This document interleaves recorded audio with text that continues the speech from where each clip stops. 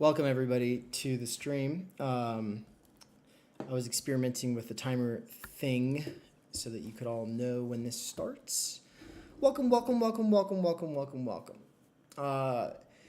have a funny story, and basically it is that I spent a couple of mornings reading an essay that is really a short book, but it's a fundamental and essential resource, and actually one of the major controversial, but contributions to the discourse of the whole critical race theory, Black history, Black radicalism, racism, etc.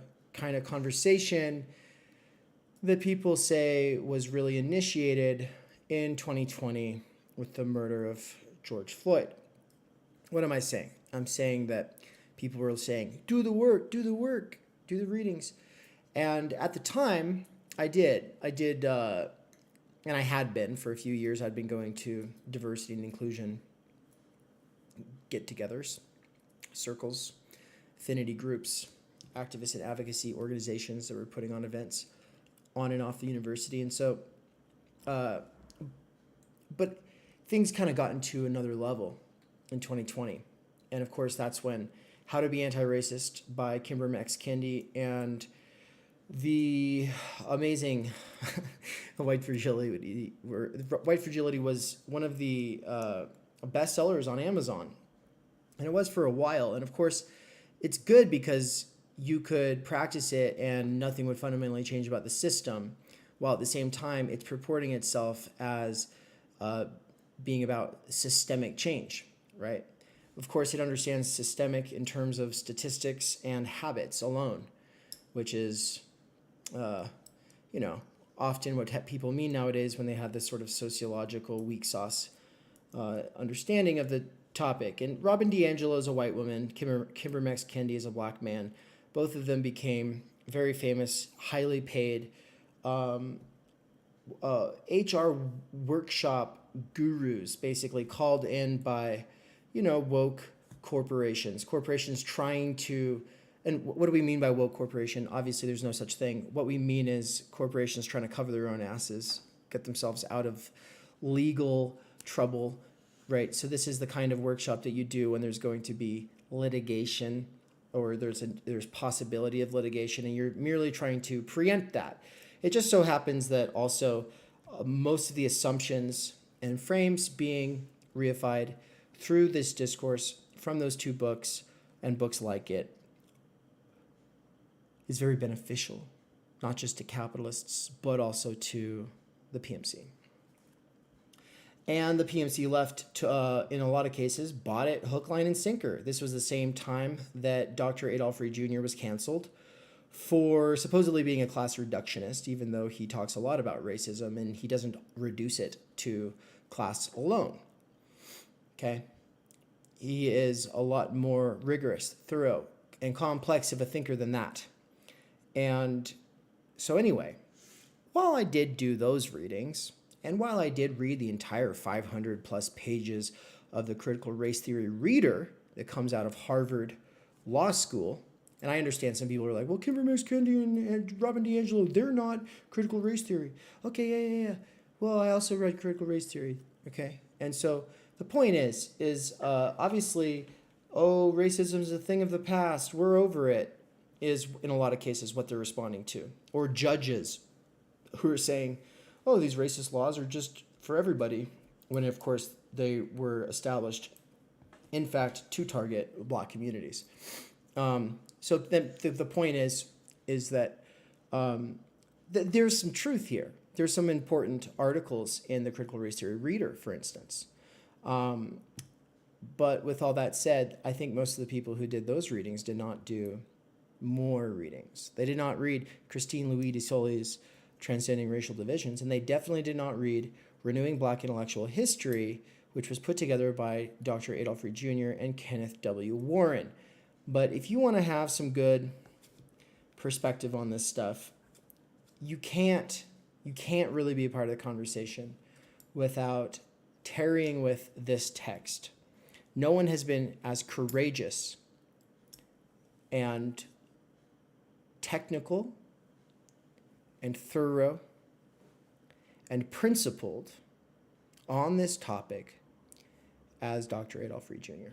And so when he puts together an anthology with a bunch of other people and he says, these are essential readings for renewing Black intellectual history, we should take note.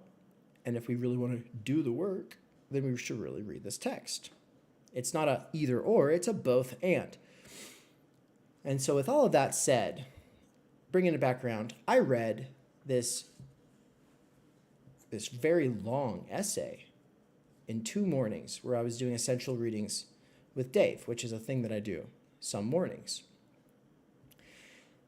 It's, with all the silences removed, a 5-hour piece. If all you get from it is 5 minutes or 10 minutes of his voice, if all you get from it is the vibe, if all you get from it is a sense for its importance and it sort of gets to bookmark your attention, then that's enough for me to say that this was worth putting out there. But the reason I said I have a funny story originally when I started out talking here, the funny story is that those streams amounting to 5 hours, I can't export it because I'm like out of space on my computer and I've got too much of a backlog of things to do and I don't have time to organize things right now. And so I'm just going to put it out as a stream and hang out with you all in the chat while it's streaming. And I have to take notes because I'm preparing for a lecture on Wednesday night on this channel for the PMC course, the PMC Consciousness and Ideology course. The tie-in is not obvious when you are reading this, unless you already know what you're looking for. He doesn't always come out and make it explicit. But the basic point is, how does the PMC represent the supposed interests of groups? And it does so with spokespeople who supposedly represent the authentic interests of those groups.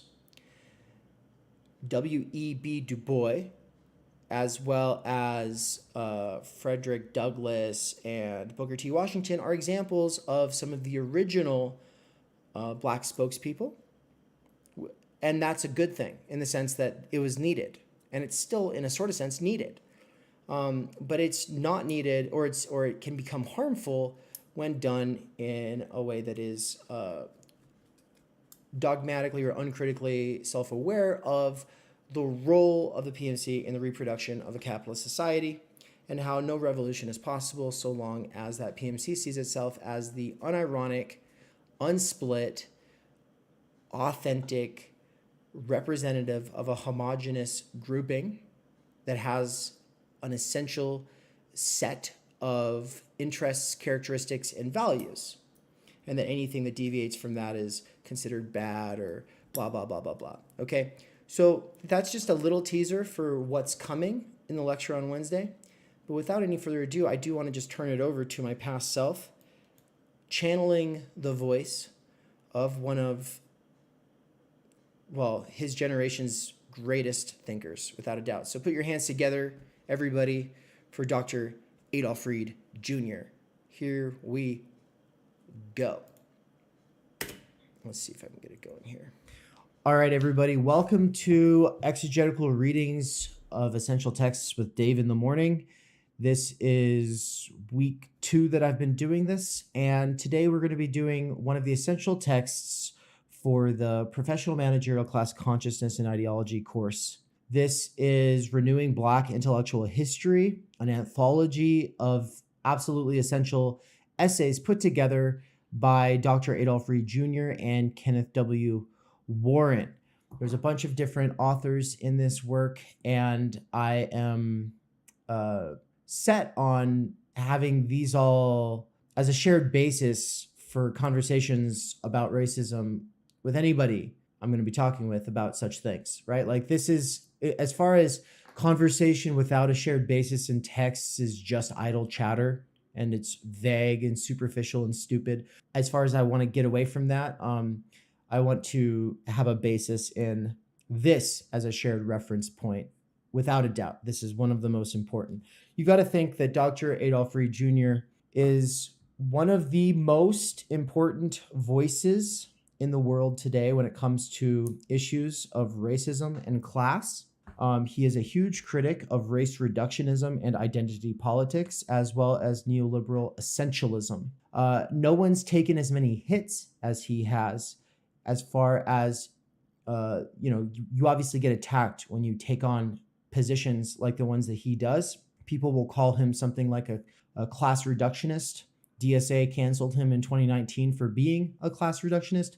He says he's not a class reductionist because there's actually no such thing as class reductionism. And what he means by that is that there's obviously, and he'll acknowledge this, there are people who are this sort of naive class reductionist online, like they exist in extreme minorities, but there is no movement of class reductionists. You cannot point to a person who's been a class reductionist in the last 100 years that advances his positions. Eugene Debs and Bernie Sanders, as two prominent socialist candidates who ran in the United States, are good examples of people who get called class reductionists, but were in no way, shape, or form within the bounds of any realistic imagination, possibly anything you could ever call class reductionist. And so that's patently absurd. He challenges that. His issue is with race washing, issues that are fundamentally class-based. That's not to say all issues are fundamentally class-based, which would be the class reductionist position. His position, though, is to point out in this work, especially through a lot of these works by other academics, interventions that are conveniently ignored by the willfully ignorant in today's critical race theory scholarship. And when I say critical race theory, I do not mean to participate in this discourse today that says that critical race theory is Robin DiAngelo and Kimber Max Kendi, and it's what they're trying to teach kids in elementary schools, whatever. That's not the point. We're talking about, we're talking about the Harvard Law School professors who developed critical race theory from legal studies, which had some good points to offer, but once transferred from the legal to cultural domain, once transferred from the theoretical to the ideological domain, become a bunch of untenable tenets that are only to be accepted on sort of dogmatic faith as opposed to, thought about theoretically. And so that's all stuff that I hope to get into a lot more in the future. But this is definitely those essays in the scholarship from over the last 50 years that prominent progressive, neoliberal, identitarian, essentialist CRT types aren't able to integrate or take seriously. And that is to say, these are the positions usually coming from the standpoint of principled socialist critique on a spectrum of social democrat to revolutionary. To me, that issue of soc dem to revolutionary, it's irrelevant. There's just as many idiots on both sides of that debate as there are on any other debate. What matters here is the principle of race washing class divisions. And the reason this is so important to have in the PMC course, especially like any kind of a PMC reader ever, is because we're drawing from people across the political spectrum, left to right. And originally, week 3 of the Professional Managerial Class Consciousness course was going to have Barbara Ehrenreich's second essay on the series, on the PMC, in conjunction with a book by Michael Lind called The New Class War. But I realized that to do a lecture on Michael Lind's The New Class War would be redundant because in a lot of ways he's repeating stuff that's already been covered in the course. Whereas Dr. Adolph Reed Jr. in this work has an essay that is one that needs to be read, and it's about the professional managerial class, specifically the Black PMC. What is it about the Black PMC that we need to understand? And what is its basis in history? We're going to be getting into all of that today. This is a really good week to be doing that because this is the week of W.E.B. Du Bois's birthday. So happy birthday to W.E.B. Du Bois. I think it's on Thursday this week, which is to say February 23rd is Du Bois's birthday. And the name of the essay that we will be doing, that I will be doing an exegetical reading of today is, I think it's called like The Souls of Black Folk. Hold on, let's find it. It's called The Color Line Then and Now, The Souls of Black Folk and the Changing Context of Black American Politics. Let me know if you've heard of this in the chat. Let me know, or in the comment section, let me know, and this includes Andrew in the live chat right now. Yeah, let me know if you've read this before. Let me know if you've heard of this before. Let me know what you might know about Dr. Adolph Reed Jr. And we'll get going here in a second. But I do want to say one last thing about Dr. Adolph Reed Jr., and that is that he is where I first got the term. What term? PMC. I did not learn it from Barbara Ehrenreich. I did not learn it from anyone else. I learned it from Dr. Adolph Reed Jr. And so what I'm going to do right here really quick is show a clip on, I don't think you'll be able to see this one. Maybe you will? Yeah, actually you will be able to see this one, Andrew. Here, let me pull it up. Let's see, bottom left screen. Oh, come on now. Here we go. Let's just get right into it. Okay. Why is this professional managerial class, why is this back in our consciousness? And how does it reflect about the specific synergy of neoliberalism and essentialism that you've long warned about? Well, I mean, one thing about the PMC is that it's, first of all, our class, right? I mean, to be honest, it's the class that most of us belong to, people. And to that extent, right, this concern with trying to figure out how the different strata that make up this social formation of people who largely live by their intellectual production, right, like in the one way or another, professionals, managers, academics, journalists, and so forth and so on. And I guess that the notion has gotten popular again in the left circles that it's gotten popular in, partly because of the technocratic wing of the Democratic Party and even the technocratic wing of the left wing or element of the left wing of the Democratic Party, and to the Sanders versus Warren dichotomy and the recognition versus redistribution debate that Nancy Fraser and Judith Butler and other people like that were engaged in the 90s. I think all these are factors that have kind of pushed this idea back up to the forefront again. But part of it, too, is connected with how we want to think about class politics and how we want to think about social transformation and what counts as social transformation. Some people, will say how we think about socialism and concerns over the technocratic shift of most of the Western social democratic parties in the decades after World War II and how that turned out. Yeah, I think, there's a part of it that you've responded to. If you're in media advocating for any candidate, you're kind of definitionally part of this PMC. Sure, there's folks like me who support Bernie Sanders very strongly, and we, kind of enjoy making fun of people who get a big, a lot of sort of adrenal rush because of Elizabeth Warren's Medium posts. And, fair enough. We're professional. We're PMC too. My answer is not very material, which is that PMC is a state of mind. And that's what we're critiquing. That's, sort of the point. I had the pleasure of interviewing, Celso Amorim, who was Lula da Silva's foreign minister, as people, and I mean, sure, this is he and Lula were joined at the hip. Lula's this extraordinary working class president. Celso's a highly educated, multilingual diplomat, but their mindset was the same. I think that's kind of what we're getting to. Right. So what is... Right. So that is Dr. Adolph Reed in conversation with Michael Brooks. Michael Brooks passed away in 2020.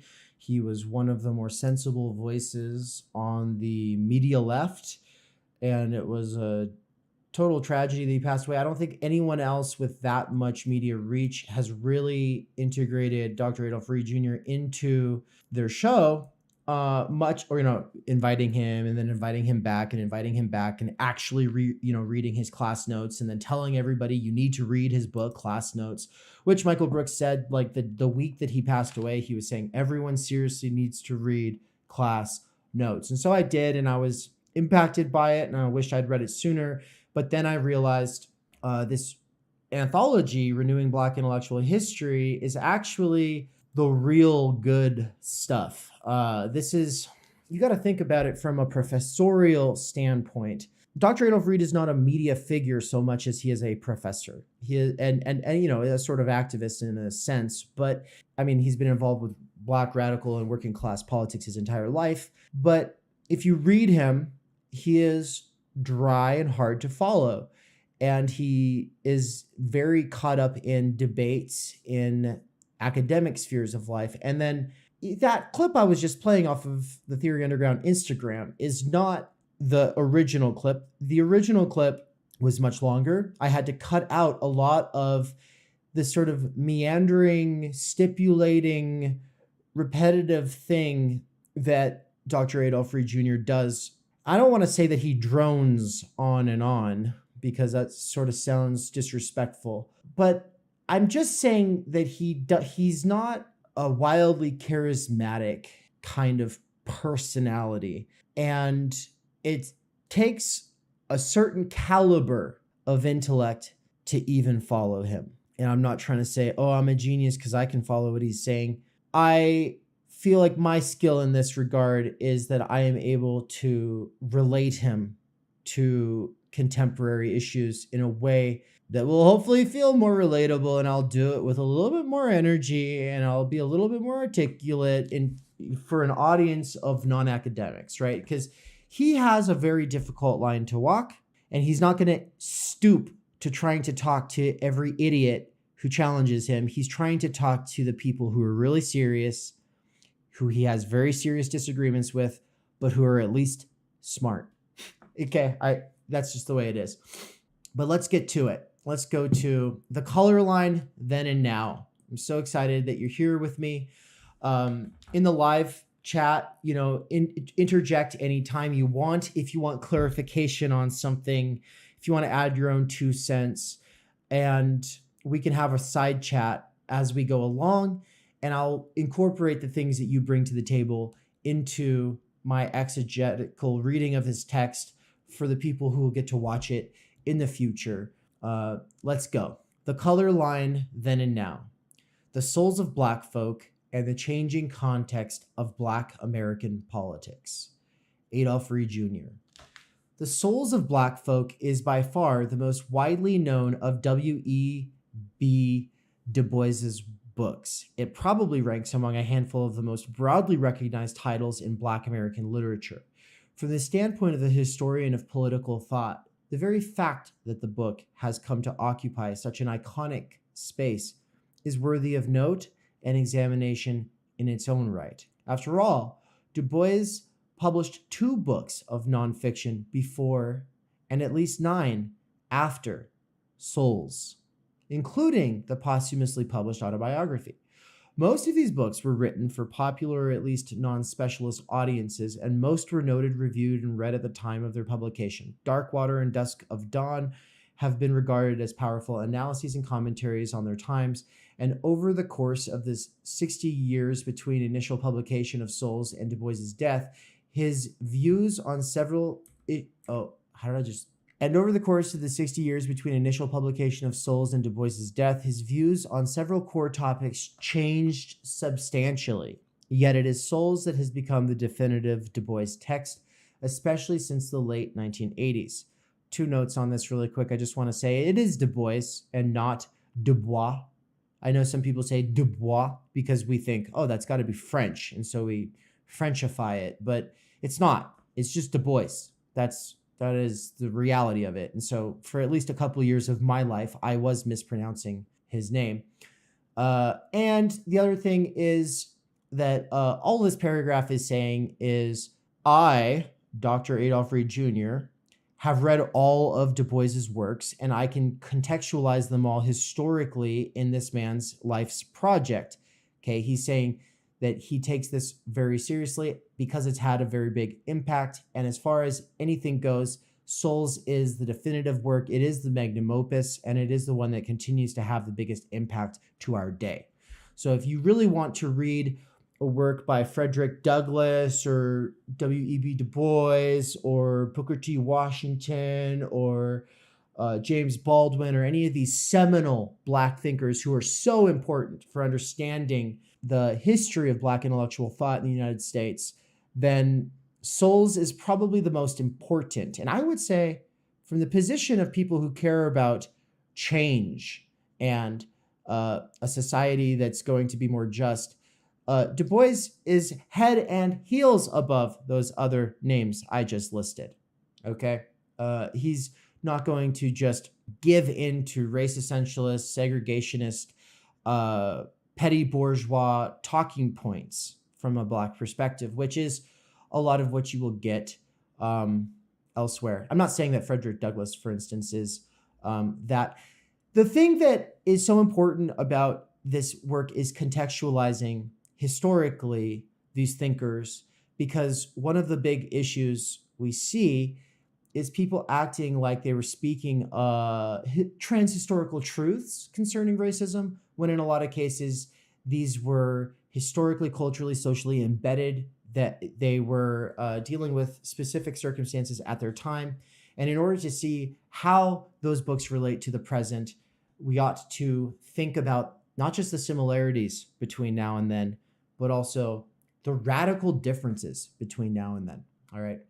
But the key piece to this paragraph that I didn't mention, that I have to say before we move on, and that he will expand on later, is just that Du Bois changed throughout his life, and he changes his position on a variety of things and his emphasis on a variety of things in a way that is a divergence from Souls of Black Folk. Cool. Let's get to it. No doubt. Why does it keep skipping my place like that? I don't really know what's going on with this edition of this text, but no doubt Souls has attained recognition because of its literary qualities, as well as for other reasons that relate indirectly to its content. It is in this sense that David L. Lewis describes the book as an electrifying manifesto, and many other commentators at the time of the book's initial publication and since then have remarked on its expressive power. And having read this last year, The Souls of Black Folk, I can say, yeah, it definitely has expressive power. That's for sure. It's a very moving work of sociological analysis. Henry Louis Gates Jr. goes farther than most, insisting that the book's significance transcends its specific ideas, interpretations, and positions, and is thus transhistorical. What does that mean? It's a word I already brought up. Transhistorical means true across all historical periods, right? Extrapolating from J. Saunders Redding's observation, Gates asks, quote, "How can a book be more history-making than historical? It becomes so when it crosses that barrier between mainly conveying information and primarily signifying an act of language itself, an object to be experienced, analyzed, and enjoyed aesthetically," end quote. That's actually a pretty good way of sort of saying the difference between a great text and a regular piece of writing. For most who have commented on it, however, the power of Souls is not so easily separable from its context and content. Most have found its force to lie in the text's project of, as Lewis describes it, mobilizing a people for a bitter, prolonged struggle to win a place in history. In Redding's own characterization, for example, Souls, quote, "may be seen as fixing that moment in history when the American Negro began to reject the idea of the world's belonging to white people only, and to think of himself in concert as a potential force in the organization of society. With its publication, Negroes of training and intelligence, who had hitherto pretended to regard the race problem as of strictly personal concern, and who sought individual salvation in a creed of detachment and silence, found a bond in their common grievances and a language through which to express them," end quote. Lewis's and Redding's formulations go to the heart of explaining. See, I keep losing my place. I don't know what's going on with this. Okay. Is there something in the settings I could fix on the Adobe Acrobat side maybe to make it stop doing that? But it like jumps a whole page and when I just try to scroll down a half inch. Yeah, what the heck? Like, what was I just reading? Fuck. Du Bois crystallized a distinct sensibility and articulated a critical voice for a point of view and social position in Black American political life at the turn of the 20th century. Not only did this voice respond to historically specific challenges that confronted the Black population at that time, it defined and responded to those challenges in terms that helped to convoke a programmatic node in Black politics. Indeed, it even shaped what subsequently has been understood as the foci, or focal point, and boundaries of Black politics. This understanding has been the foundation of popular as well as scholarly perceptions of the nature, content, limits, and possibilities of Black political action throughout the 20th century and into the 21st. To that extent as well, it has guided what has been considered the appropriate sphere of Black political criticism and practice throughout this period. The political perspective that Du Bois helped to articulate, notwithstanding claims to the contrary and the appearances they invent as common sense, was not the expression of a generic racial voice. He elaborated a perspective that was especially congenial to and reflected the sensibility of a particular stratum of the Black American population. Okay, that's the crucial piece. He's being coy. He's going to bring it up later, but I'll just tell you, spoiler alert, it's the PMC. Okay? He elaborated a perspective that was especially congenial to and reflected the sensibility of a particular stratum of the Black American population, the PMC. Now, I want to scroll up and just say a thing about this. This whole book is so academic in the sense that, like, if you go to its index and like read these titles, like look at this one, of Mr. Booker T. Washington and Others, The Political Economy of Racism in the United States by Judith Stein. What does that sound like to you? You really don't know. It doesn't tell you a damn thing. But if this was written in clickbait, meaning it was meant to catch the attention of a normie, what it would say is why most historians of racism in the United States have been race washing class, or how they've been race washing class for the last 50 years, right? Like, that's what this would actually say, because it's a really good article. It's one that I've actually done an exegetical reading of in the past. And I think the title of that exegetical reading when I had done it back in 2020 was something along the lines of how racism was invented to divide the working class. Something a little hyperbolic, but I did it clickbaity to counter the not oversimplistic, but maybe somewhat obscure way of titling this. But what Andrew in the live chat had brought up, that Theodore W. Allen wrote this book called The Invention of the White Race, volumes 1 and 2. These are actually on the Black Socialists of America's recommended reading list. And so I checked them out in 2020 when I was #doing the work. And the Invention of the White Race goes along really well with Judith Stein's essay here. And in fact, I would say that they are indispensable companions, because he is focused on the original legal construct of racial categories that was done as a way of thwarting Black and white working class organization after Baker's Rebellion, whereas Judith Stein is focused on, after the Civil War, the betrayal of emancipation, the betrayal through racial segregation like Jim Crow. But those betrayals, she contextualizes historically as a Democrat and Republican effort to squash a populist uprising of millions of Black and white farmers and miners, respectively, who had banded together in first the Farmers Alliance and then in the Populist Party. And so the defense of the Populist Party is an interesting one to see laid out. I think Thomas Frank does a really good job in The People Know. But the basic point is not to defend populism, but to dignify the noble resentment coming from regular working people who saw that Democrats and Republicans of their time, which is broadly speaking at the time, we're talking about like the 1870s, we're talking about the division between plantation planters, and on the other side, industrialists, right? Because the North in the Civil War, that was the side of industrialism, whereas on the other side, it was like the side of the planters. But the Democrats and Republicans, that split between the planters and the industrialists, they found a lot of common cause in sowing racial division and codifying legal discrimination and segregation as a way of undermining these millions of Black farmers who were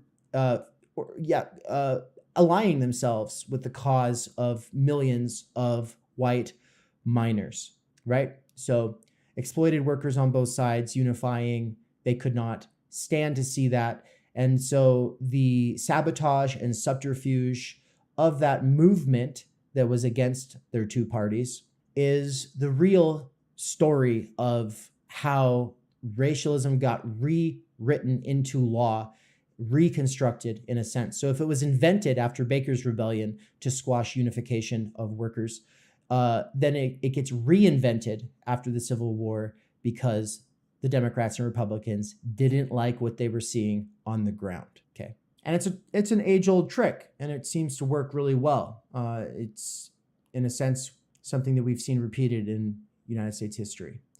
But, okay, this is all sort of an aside, even though it's directly relevant to the PMC course, and so I'm going to keep it in this video.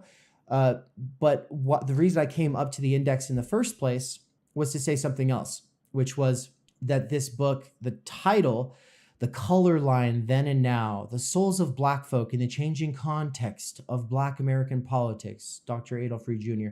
That's another one of these titles where if you saw that in an academic journal, you wouldn't know to read it unless you already had an interest in the color line, the souls of Black folk, any of these things. But those are all kind of an aside. Like, really, if he were to just say it, he would say how the souls of Black folk is specific to the experience of the Black PMC at the turn of the 20th century and needs to be thought of as such. And everybody who keeps trying to apply Du Bois to the current situation is wrong. Academics just never come out and say it so clearly, though, do they? I will reread the sentence that I'd highlighted and keep going. So yeah, Du Bois elaborated a perspective that was especially congenial to and reflected the sensibility of a particular stratum of the Black American population. It's the PMC.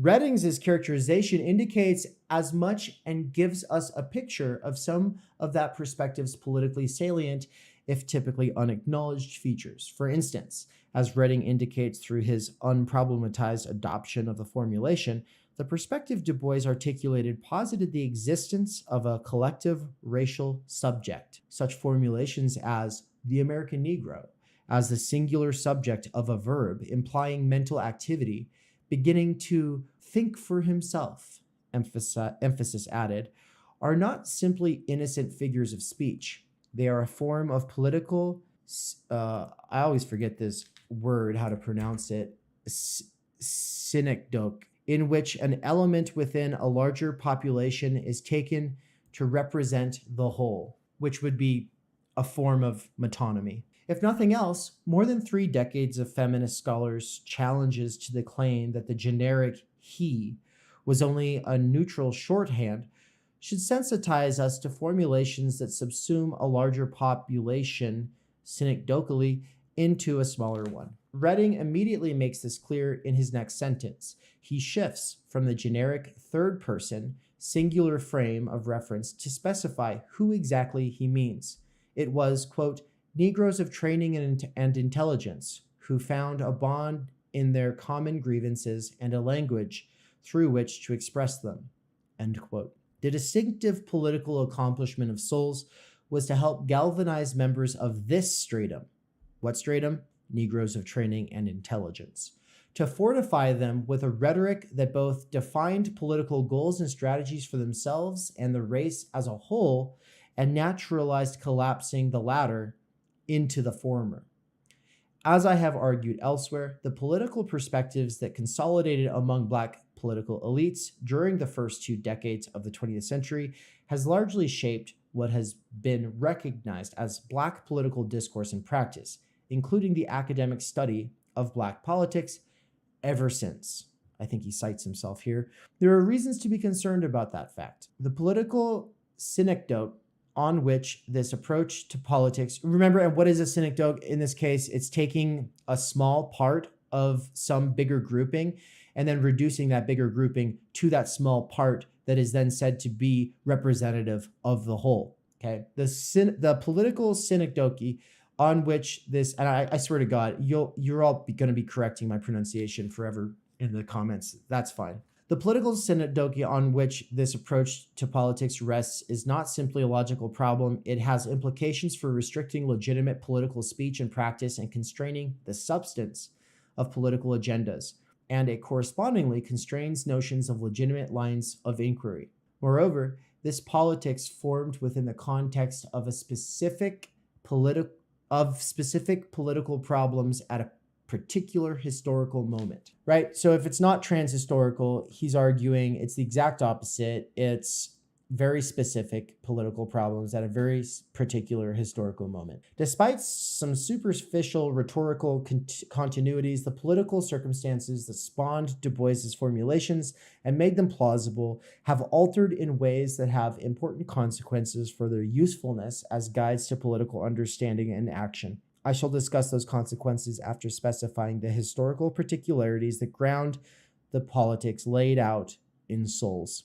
Something I should have said when I was talking about Judith Stein's essay above and populism and the reconstruction of codifying racial segregation into law, the way that the left and right PMC of the turn of the 20th century all were seeking to find ways of de-skilling the labor force and further segregating the labor force on the basis of race, and dividing them on the basis of gender, and all of these other things that have become sort of tropes nowadays, which has always been something that the PMC likes to do. They say, oh, well, we'll be representative of these various groups, and equality means more of us, the few, the elite, representing those who've been marginalized, right? As opposed to, say, unmarginalizing people by offering actual substantive change. The point of that essay in this anthology, though, and the way that it ties into this particular text, is to say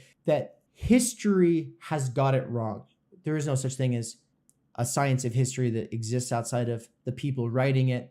So what we mean is the people who've been writing Black history, they got it wrong in some pretty important ways. They didn't really think critically about their own class position, and it seems like they wanted to obfuscate class entirely, because everything I said about the betrayal of the farmers and miners alliance in the 1870s and 1880s, everything about that moment gets race washed. And that's not a term that comes up in this book, but it would have been nice if they'd used it. What I mean is that the historians that Judith Stein is critiquing all act like the real thing that brought in the betrayal of emancipation after slavery was the feelings of white people changed. White people were good allies for a hot minute, and then after the Civil War, white people became more racist. And that's the way it goes. Sometimes white people are less racist, sometimes they're more racist, and how Black people are doing at any given moment is dependent on the feelings of white people.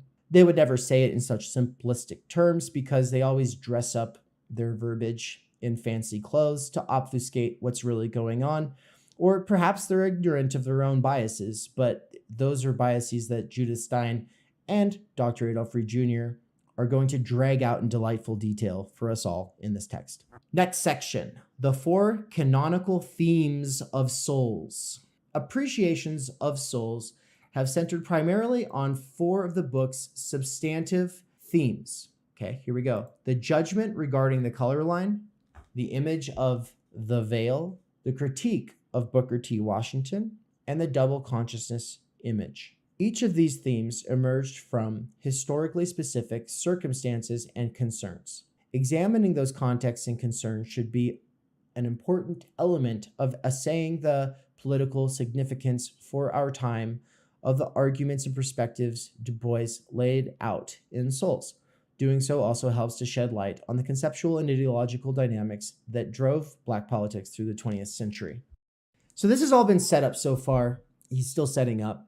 That's what academics do most of the time, is spend a lot of time setting up to preempt inevitable critiques.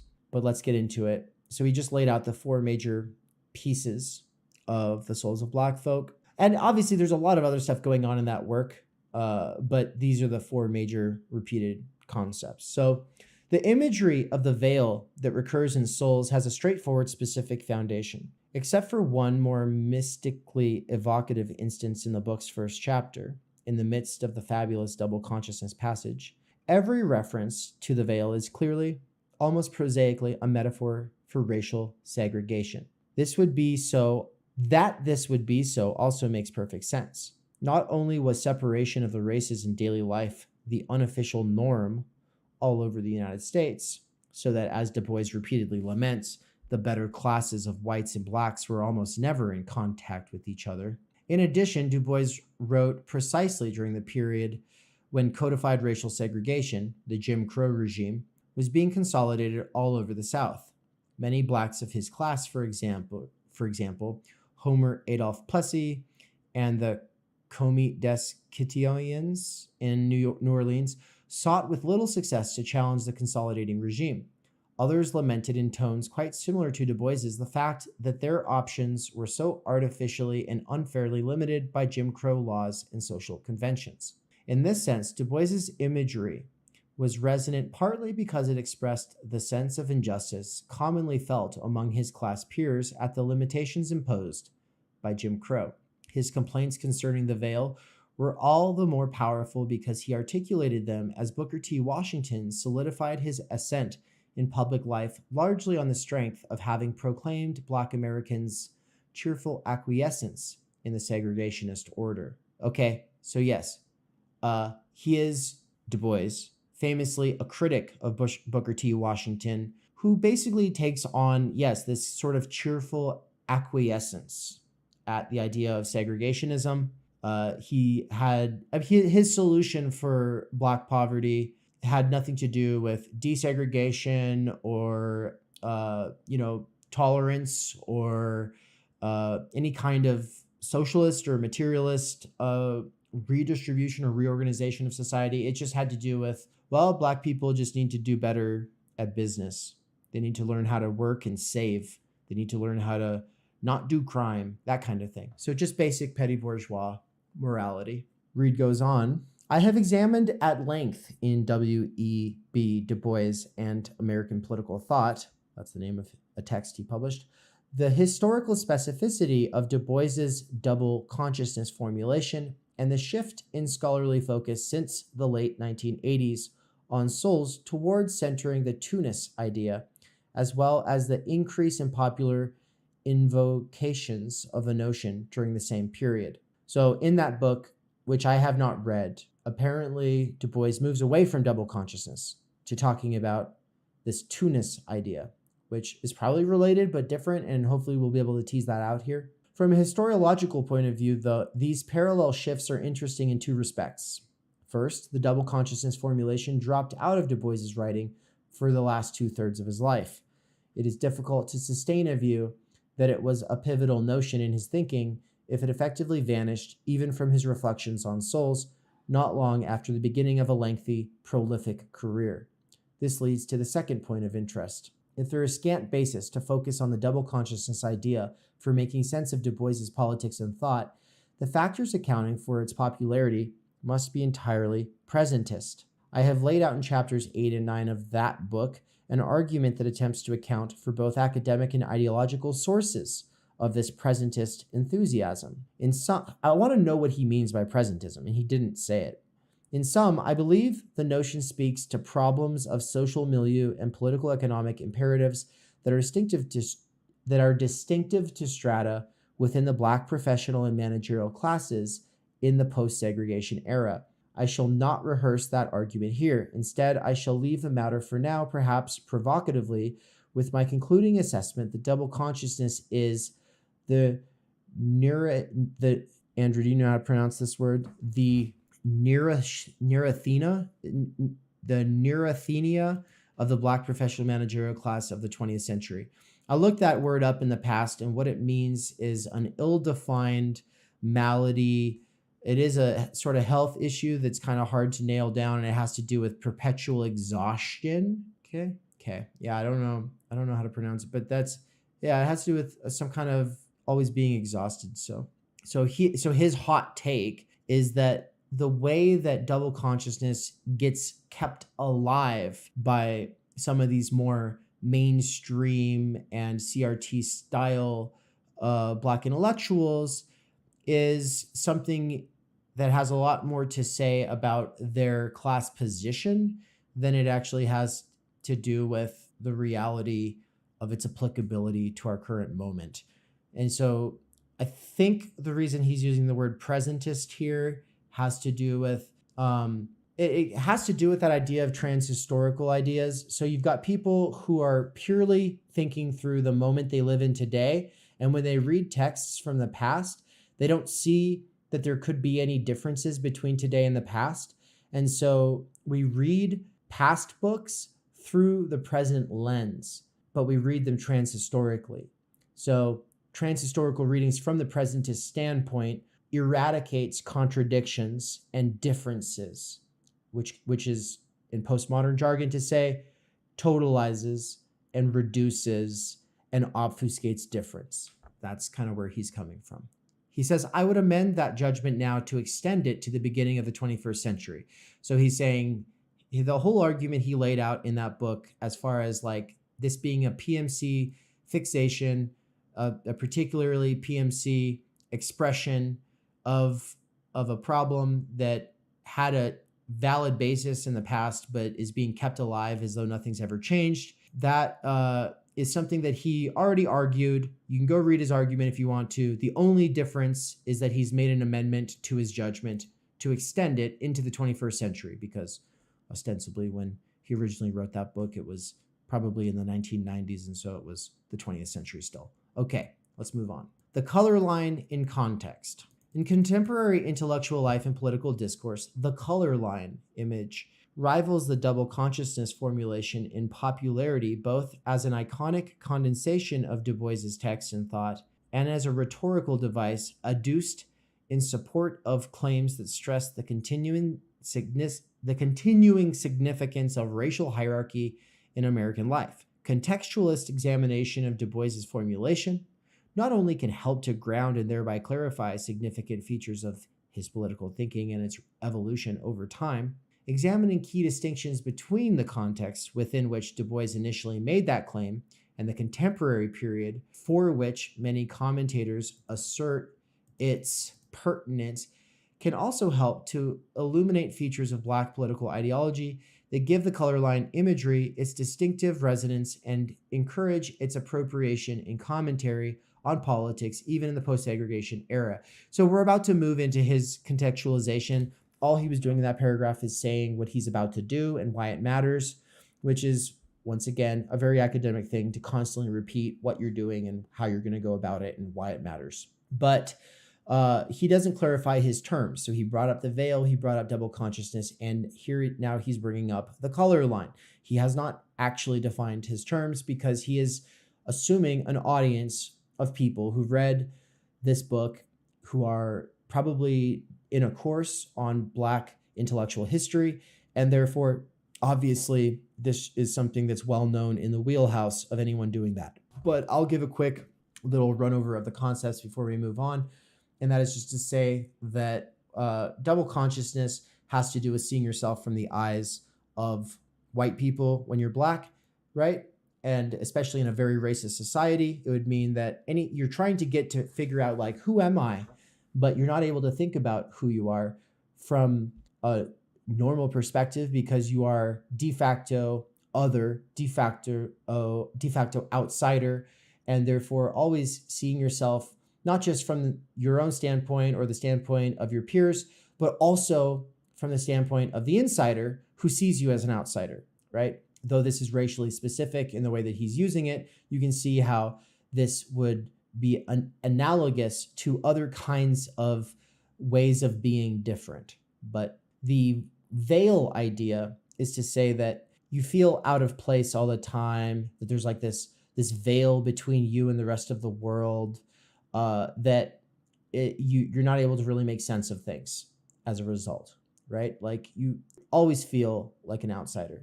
Being in Mexico right now, I can say, yeah, I kind of feel that.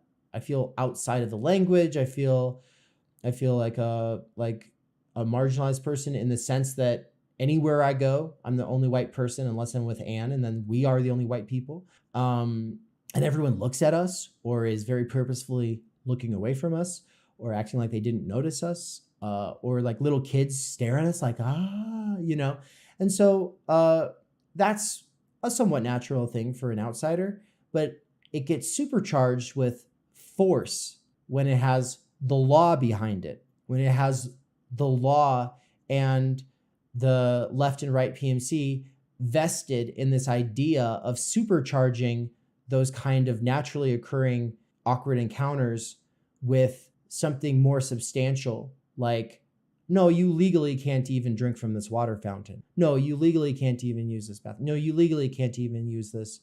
You can't even live here, right? Like you can't work here. Like those kinds of things obviously supercharge what's happening. So that's not something that I experience here, right? But of course, I mean, if there were legal changes, maybe I could experience something along those lines. And so anyway, it is the specificity of that historical situation where there is a legal, the force of law behind segregation that is really bringing this veil and double consciousness thing into stark contrast for Du Bois. Du Bois's portentous observation concerning the color line is the first theme to appear in the book and perhaps its most familiar idea or phrase. The book's forethought begins, quote, "Herein lie buried many things, which, if read with patience, may show the strange meaning of being black here at the dawning of the 20th century. This meaning is not without interest to you, gentle reader, for the problem of the 20th century is the problem of the color line," end quote. He reiterates and expands upon this observation in the book's second chapter, quote, "The problem of the 20th century is the problem of the color line, the relation of the darker and lighter races of men in Asia and Africa, in America and the islands of the sea." Du Bois made this assessment during a historical moment in which racial ideology was approaching its apogee as a frame of reference for understanding social life in the West, as a foundation for intellectual activity and government policy, and a driving force in global politics. On the domestic scene, these were the years of the reactionary reconstructing of Southern government and political life on explicitly white supremacist grounds, and the expulsion of Black people from effective civic participation. The culture of popular debate and participation in all sorts of political institutions that had developed among the free people after Reconstruction was eliminated in one Southern state after another as the Democratic Party, spearheaded by the violence perpetrated by its various paramilitary extensions, led white supremacist putches. In addition to massive disenfranchisement of Black voters and consolidation of a regime of racialized terror, this period also, as symbolized in the Supreme Court's 1896 Plessy ruling, was marked by white supremacy's codification in the apartheid system of state-mandated racial segregation. Even boosterist proclamations of a post-sectionalist progressive New South, the first of several that dotted the 20th century, were predicated on a foundation of codified white supremacy, right? So this is all about the betrayal of Reconstruction after the Civil War. People who want to act like racism was over after the Civil War want to conveniently skip over a very important 50 years of American history. Outside the South as well, elite anxieties about the influx of Eastern and Southern European immigrants spawned notions of Anglo-Saxon and bourgeois, the notions were hardly distinguishable, racial displacement or suicide, which drew from and reinforced the scientific racism that increasingly overtook American intellectual life in the last quarter of the 19th century. uncertainties about how to regulate contact with presumed inferiors in the new public venues, mass transit, popular entertainments, department stores in large cities exacerbated these concerns. Labor militancy and the growth in expressions of organized political radicalism seemingly raised the stakes of the presence of volatile races from Europe's margins. The rise of the ethnic political machine, real or imagined, further overheated these elite racial anxieties by suggesting inferior breeds as potential accession to political power. Even elites outside the South were little less inclined than their Southern counterparts to find racial arguments self-evidently compelling as explanations for manifest inequalities. Okay, what the hell does any of that mean? What's going on in this paragraph? First, that outside the South as well, but obviously within the South, elite anxieties started rising, and that these elite anxieties were concerning the idea of racial displacement or suicide, right? That's like the idea of great replacement theory. So that really starts here and now, not because of, say, Black people in particular, but because of Eastern and Southern European immigrants who are kind of flooding into the United States at that time. And he's saying that these anxieties drew from and enforced the scientific racism that was already overtaking American intellectual life in the last quarter of the 19th century, which is when 1870, 1880, 1890, when Democrats and Republicans had a very shared interest in betraying Reconstruction and doing everything they could to break the labor militancy that he brings up in the sentence after next. Uncertainties about how to regulate contact with presumed inferiors in the new public venues, right? Like Italians, right? Like, what are we going to do about those dirty Italians? You know, these dirty Slovenes or whatever. Like, how to deal with supposed inferiors when it comes to prioritization in mass transportation, and you know, who gets to sit in the movie theater, and does a racially inferior person get to sit at the good seat in the movie theater? If we're paying the same price for the tickets to see the movie, I'm better than that person. Shouldn't I be able to sit in one of the good seats? Like, these were the concerns of the PMC at the turn of the century, at the last quarter of the 19th century, between the 1870s and 90s. This is the most crucial moment as far as the inception and rise of the PMC and the ways that it thinks about racism or race in general. Labor militancy and the growth in expressions of organized political radicalism seemingly raised the stakes of the presence of volatile races from Europe's margins. The rise of the ethnic political machine, real or imagined, further overheated these elite racial anxieties by suggesting inferiors breeds' potential accession to political power. So because these people having these anxieties about being displaced, having these anxieties about racial suicide or displacement, having these scientific racism ideas that they were using to bolster up all of their way of seeing the world, were further supercharged by this idea that inferior people would take their place. Okay, that's all fine. That should be clear. Even elites outside the South were little less inclined than their Southern counterparts to find racial arguments self-evidently compelling as explanations for manifest inequalities. That's such a confusing sentence because he says little less inclined, right? What does he mean? Even elites outside the South were little less inclined. What does that mean? So he's saying that elites inside and in the South, so South and North and East, everyone in the US was basically, at least when we're talking about the PMC, was inclined to find racial arguments compelling as explanations for inequality. Within the context of everything about this paragraph, what he's saying is that everybody, insofar as they're going for these racialized explanations of everything, they all wanted to go to race as the explanation for manifest inequalities, which is to say, they all had a vested interest, whether they're Southern or not, to race, wash, class divisions. Although they eschewed the violent excesses, which is to say they disavowed or they were against the violent excesses and bloodthirsty rhetorical extremes that drove the Southern offensive, they were also quite receptive to racialized views that characterized the franchise and political participation generally as a privilege rather than a right, and where possible sought to restrict immigrant voting accordingly. So, the South was a particularly brutally racist battleground of sorts for all of this stuff. But the elites of the North and eastern parts of the United States basically agreed with the scientific racism ideas, basically agreed with a fear of being displaced by inferiors. And so, yeah, that's one of the things that also kind of gets forgotten is just how fucking racist everybody was at the time. My God. So like, you know, I remember being shocked when I found out how racist Churchill was, or yeah, we'll just go with Churchill for now. Being shocked that he was pretty fucking racist.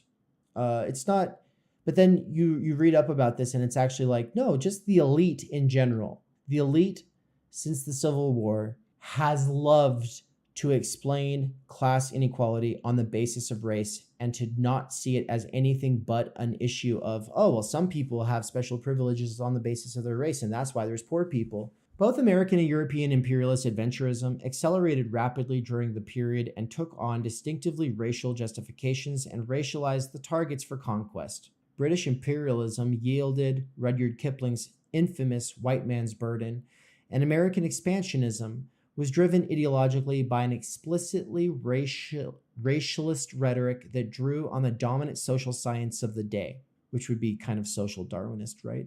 Both academic and informed lay wisdom of the time proceeded from the view that race was a crucial motive force in history, a motor of evolution. Weaker and less developed races were thought destined to give way before the stronger and more advanced, as a natural law. The main line of debate was not whether race had a genuine foundation in human biology, but whether extant racial differences were mutable over time, usually calibrated in thousands of years.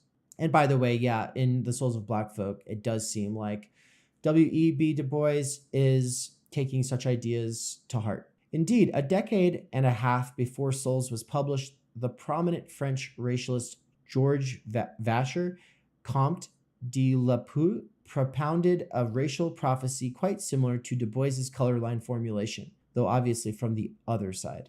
Quote, "The conflict of races is now about to start. I am convinced that in the next century people will slaughter each other by the millions because of a difference of a degree or two in the cephalic index."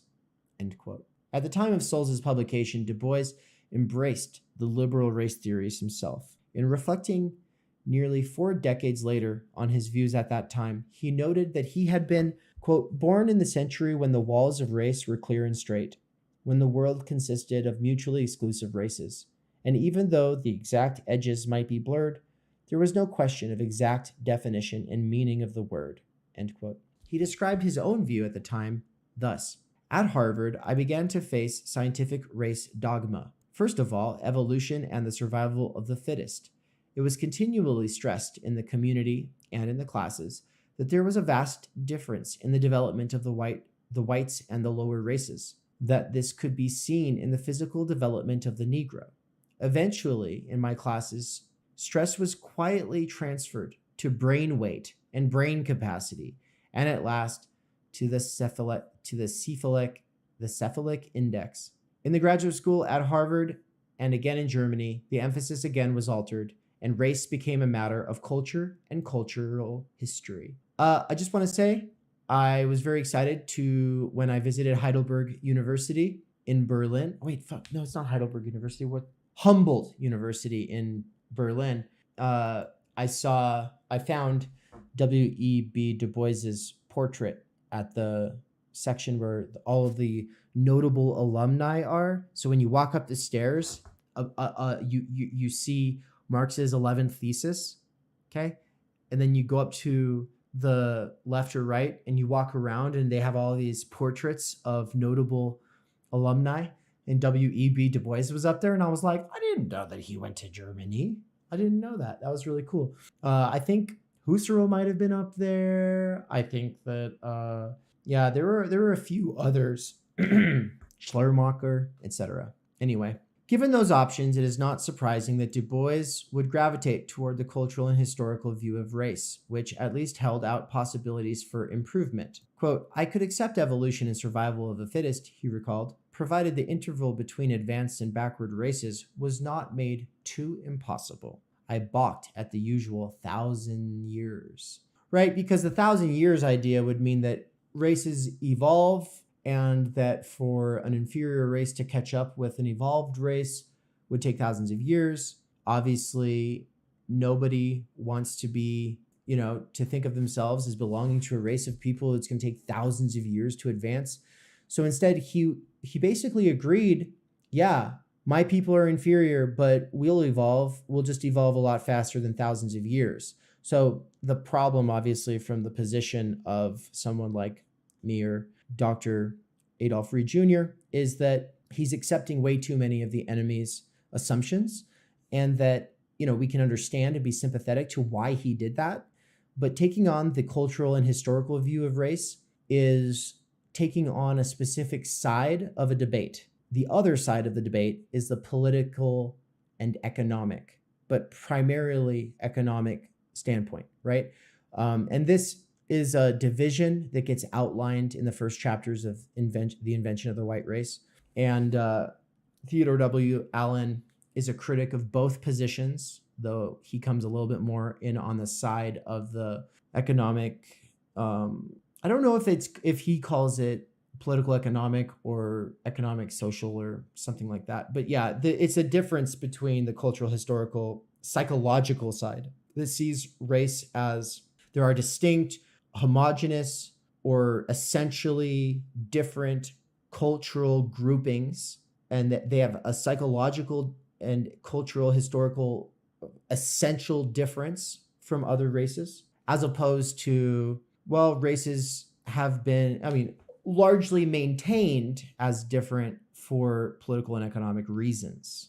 Just as Du Bois changed his views about race and the primacy of racial difference, he also amended his view regarding the primacy of the color line. In his preface to the 50th anniversary edition of Souls, he indicated, quote, this is a long one, I still think today as yesterday that the color line is a great problem of this century. But today I see more clearly than yesterday that back of the problem of race and color lies a greater problem, which both obscures and implements it. And that is the fact that so many civilized persons are willing to live in comfort, even if the price of this is poverty, ignorance, and disease of the majority of their fellow men. That to maintain this privilege, men have waged war until today.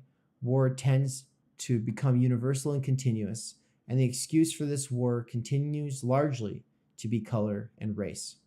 See, that is a changing of sides in this old debate between the cultural, historical, psychological, race essentialist approach and the political economic one. And you can see here that he is saying, yeah, yesterday I believed the color line was the most important thing, but today I see people want excuses to live above others, and that's an economic thing that uses race and color as its excuse to wage war. See, he became more of a socialist as time progressed, that's for sure. From the turn of the 20th century, at a moment when race was a paramount metaphor in social theory and political practice, it easily could appear that race would be the force most significantly shaping social relations for the foreseeable future. This diagnosis would have been all the more likely if one accepted, as Du Bois did at the time, the prevailing wisdom that assigned race such a prominent role in world history and social organization. Du Bois consequently retreated from his famous color line assessment in concert with his perception of changed historical reality and his own changing interpretation of that reality. His changed perception was influenced in part by his embrace of a more Marxian view of politics, but his turn toward Marxism also reflected a shift in the discursive center of gravity among reform-oriented intellectuals in the 1930s and 1940s, a shift away from racialist, culturalist, or other idealist understandings of the bases of hierarchy and exploitation, and toward explanations rooted in political economy and class conflict. Explicitly racial justifications for inequality or colonial domination became less fashionable after World War II, because Nazis, obviously. And by the end of the 1970s, the victories of the civil rights movement in the United States and of decolonization struggles elsewhere had begun to show clearly both that challenging the color line would succeed and, poignantly, that doing so did not resolve anywhere near as much as was implied in Du Bois's early pronouncement. The idea of the color line, the line, right? What's the line getting at? It's this veil, the maintenance of this veil between outsiders and insiders, that those who've been racially otherized by that system, that line between us and them, that is the definitive line. In previous eras, it had been the working class line, right? It's the union line. It's the strike. You don't cross that line. You don't go to the side of the cops and the bosses, right? You take the side of the workers. And Du Bois's point was, in The Souls of Black Folk, the line is the color line. So this is a race reductionism, saying race is the most important decider of success. And Dr. Adolph Reed is not saying that that was not, in some ways, correct for its time, because from the standpoint of someone who is very intelligent and gifted and going to university, but racially segregated, not allowed to drink from water fountains or attend bathrooms or go to the ice cream shop or whatever, like, yeah, the color line would be the most important thing to you. And the point is that as the color line, at least legally, was eradicated, and people started realizing, oh my God, we don't want to be like Nazis who took so much inspiration from us in the first place. We don't want to be like that. The discovery was, oh, this isn't changing things at a fundamental level. Things are still pretty much the same.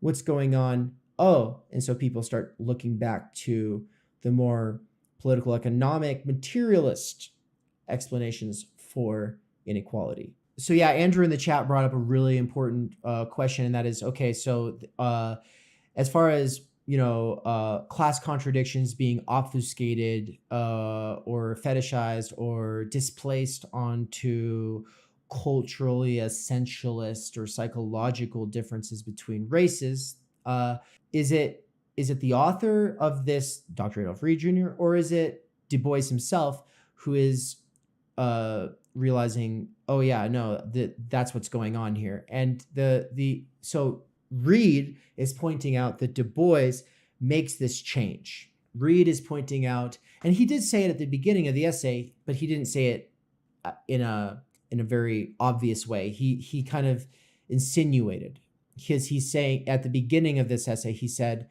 that, the Souls of Black folks, it's contextualized, it's historical, but the problem is people are treating it transhistorically.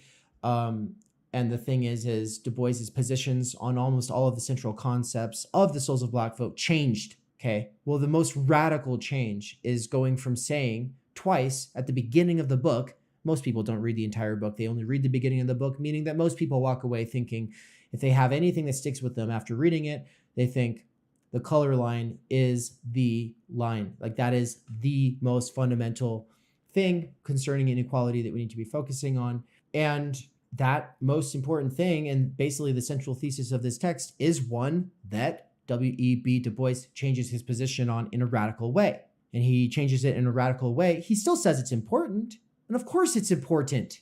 Of course it's important. It is not unrealistic that you might still, in the United States of America, find yourself in a situation where you're trying to go somewhere with your Black friend, and that person is explicitly otherized, right? You might find yourself in a situation where you actually don't feel safe going into this bar with your Black friend, or obviously I'm assuming the white position here, but as a Black person in the United States, you might realize there's safe places to be, and then there's neighborhoods that are less safe to go into. There's areas of the country that might be less safe to live in, and there's bars, like I was saying, that you might not feel safe going into, right? So the color line issue doesn't go away. But the point is, his position changes as far as using that as the grand explanation of inequality, because you can eradicate or destroy, you can change the laws. Yeah, you can change the laws when concerning segregation and Jim Crow, but it doesn't change capitalism. Capitalism is still capitalism. And so that's the thing, is that he had become an anti-capitalist. And so he changes from the cultural essentialist side to the economic and class aware side of things, while still obviously sublating and living through, like, yes, racism still matters. It's still a problem. Okay. So in this case, and at that point, Dr. Adolph Reed Jr. and W.E.B. Du Bois, the mature version, they're both in agreement. Next section, the status of the color line in the 21st century. Why then does the color line formulation seem so resonant under such substantially altered political and social conditions? Right? There's obviously some forms of discrimination alive and well today, and there's obviously historical injustices that continue, but Jim Crow's not going on, right? There's not a place where you're going to find like whites only or no blacks allowed, over a water fountain or an ice cream shop parlor, right? As with the latter-day enthusiasm for Du Bois's double consciousness formulation, answering that question requires investigation of features of contemporary Black American politics and intellectual life to discern the sources of the notion's appeal. Examination of Thomas C. Holt's The Problem of Race in the 21st Century provides a useful starting point for that investigation. The book's title evokes Du Bois's apothegm. Which means like a succinct statement, right?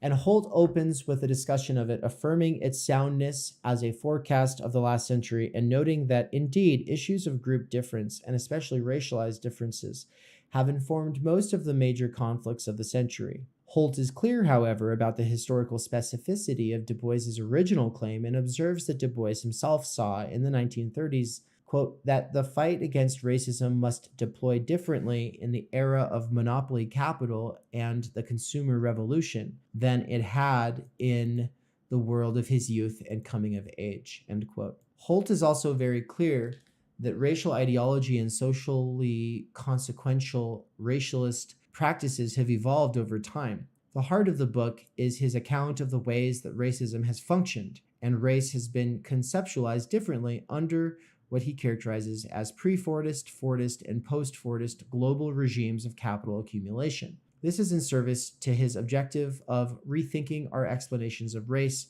which reduces to addressing the problem of how we are to recognize racism and the racial, about what kinds of transformations are currently underway in the racial regime we inhabit, and thus how we are to fashion a response, end quote. What is somewhat less clear in that this formulation of the problem either may presume too much of what needs to be interrogated, or, in a stronger form of the same criticism, may betray a deeper normative commitment to preserving the power of race or racism as a fundamental frame for making sense of inequality and hierarchy. Okay, so here we were just saying, if we were reading Holt's book here, and he's talking about pre-Fordist, Fordist, and post-Fordist global regimes of capital accumulation, you're thinking, oh my God, yeah, this guy, anti-capitalist, he's thinking through the lens of how the political economic circumstances are determining the racial. But what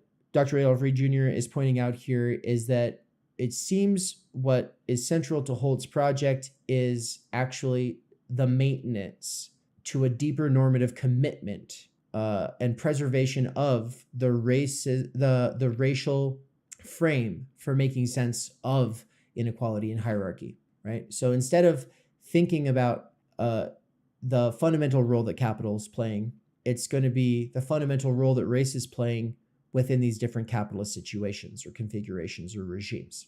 Okay, it feels like semantics, but it actually spirals out into fundamental differences, right? It sounds like a subtle difference, but it's actually a key difference. Holt gives this away when he adduces Stuart Hall in characterizing race as the modality in which class is lived, the medium through which class relations are experienced, the form in which it is appropriated and fought through. But what if instead of the modality, medium, or form through which class relations, as well as in Holt's view, other fundamental conflicts in the social system are expressed, we approach race as a modality? That is, the more definite qualifier implies more than an assessment of the role that race plays, the work it does in the reproduction of capitalist hierarchy. It also suggests a characterization of race's fundamental significance in capitalism that approximates an ontological claim. Right. So from what I'm reading, it seems like he's trying to say that with these thinkers like Stuart Hall and who is it, Holt, they see that race is the modality and medium in which class is experienced and lived. But I think what the author is trying to say, what if it was the other way around, in which, it's because of the class conditions and the reproduction of capital hierarchy that we are even allowed to think of race as a modality to begin with, right? And to be able to try to approximate an ontological claim, what he's saying. And I kind of want to know what he means by ontological. Is he using it like as more of like you just say the nature of the concept of race, or the fact that we're trying to use race ontologically in a sort of ideological way, essentialize it pretty much. But that's what I took from it. It's he's doing the reversal. It's like, oh no, actually, the hierarchy of capitalism and the reproduction is what makes us think of seeing race as a modality and trying to privilege it. Yeah, I think that's perfect. So what is he saying about?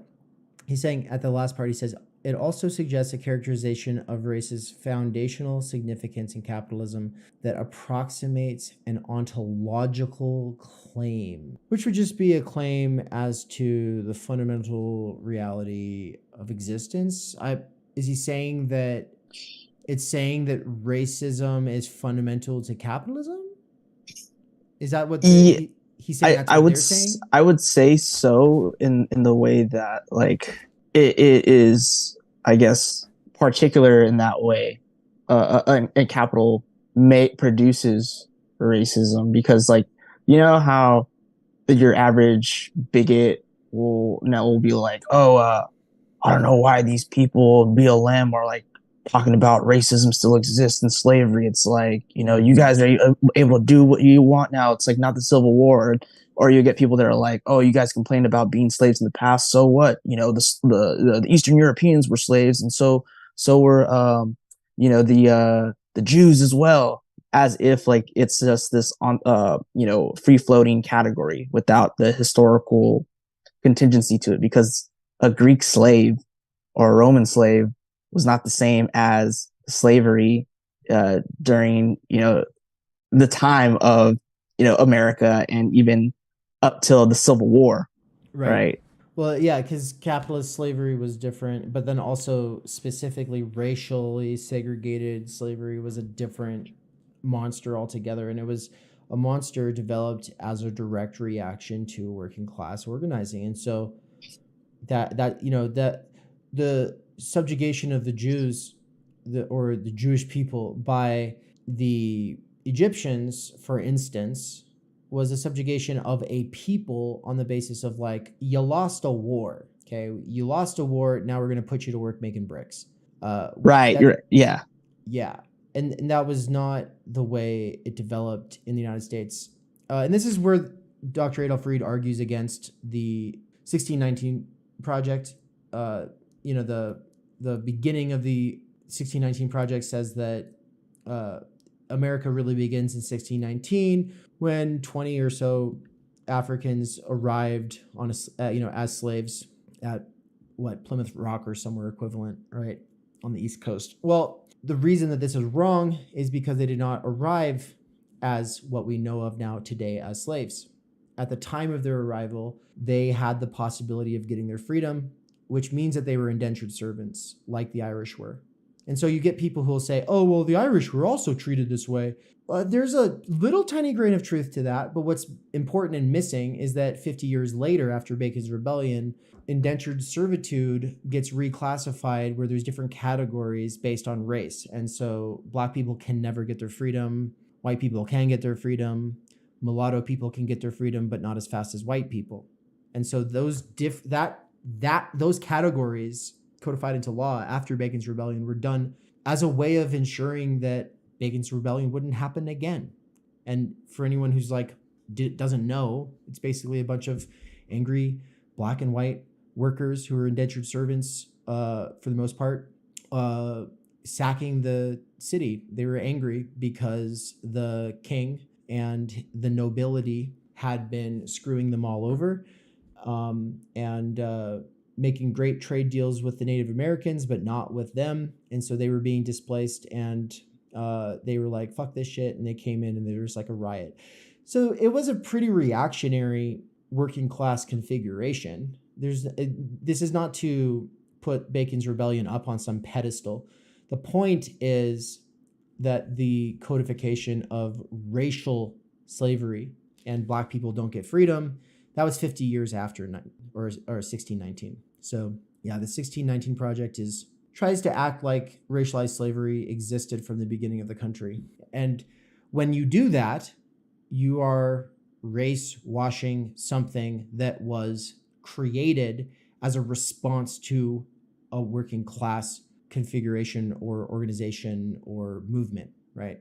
Right. And that, as you were saying, like in the beginning or close to the beginning of the defense against like a populist uprising between all the different workers and coal miners who were mixed. And so to divide that was to create the white and black race for them to fight against each other and forget the fact that it's about the ruling class or those that are oppressing the workers. It's like, no, it's the one standing right next to you of a different color, right? To mask what's going on and then create a new problem. Right. This is not a pedantic point. I believe we are better able to understand the ideological and institutional structures that reproduce inequality, including race, and to challenge them if, instead of seeing the complex ideology and practice that constitutes racism as a sui generis medium expressing and reproducing capitalism's contradictions, we consider it more consistently as a species within a genus of narratives and relations of inequality based on ascriptive status.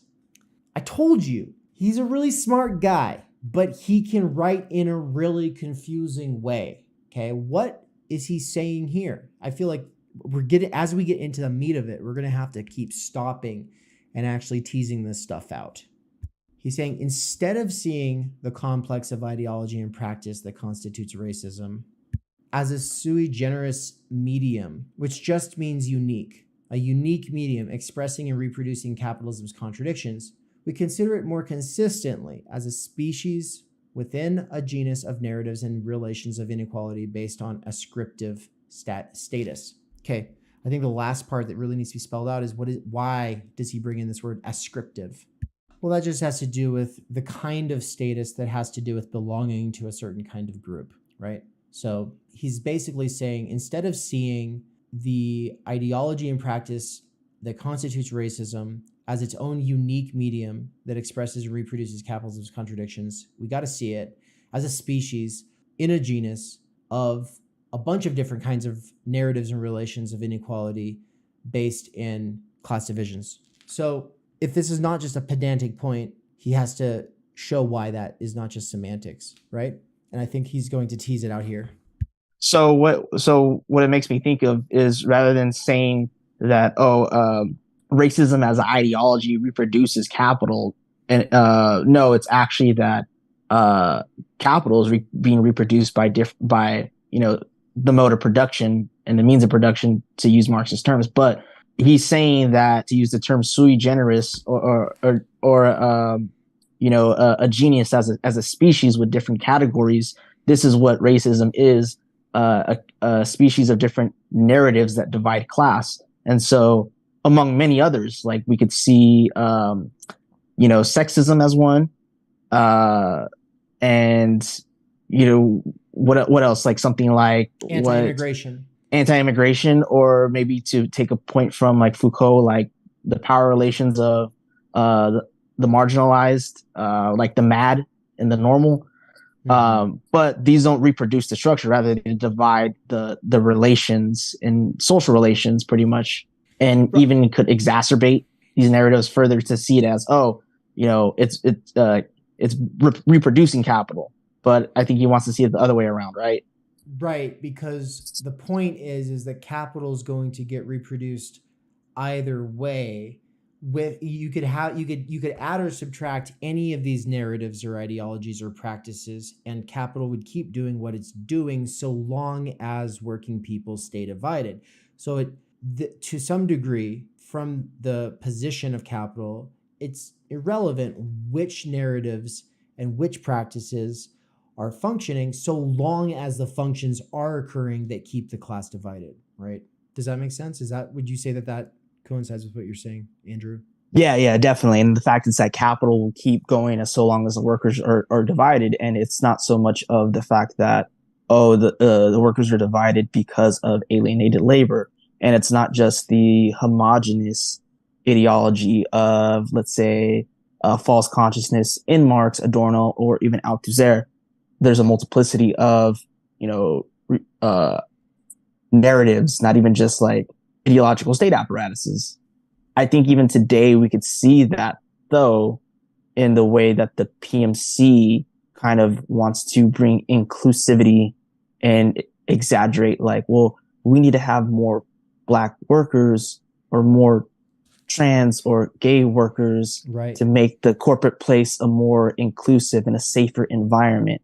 Mm-hmm. And with the corporate art, or like how you saw in Amazon, like we use she, her pronouns like written all over the wall, right? Like, things like that create more antagonisms than they do,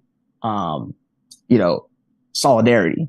And not to say that we shouldn't have solidarity with all these different people. It's the fact that the way that it is thrown in on us, that there is no discourse, and it also conceals the reproduction of capital because we're only focused on that. That's a good tie-in to the previous paragraph when he had said that Holt betrays a deeper normative commitment to preserving the power of race or sexism as the fundamental frame for making sense of inequality and hierarchy. So these are frames that are developed in order to keep working people in their place. And then the thing is, what PMC progressives tend to do is they supercharge these frames and make them the ontological basis of everything, right? So that means that the solution to racism is more racial thinking. The solution to sexism is more sex-based difference thinking, right? And so, yeah, the solution is one that the purported solution is one that perpetuates and reifies the symptom and its cause. And it still functions within the reason it was originally conceived in the first place, right? By driving the culture war between left and right in the United States and keeping that all, right. Focus, right. Okay, that makes sense to me now. Thank you.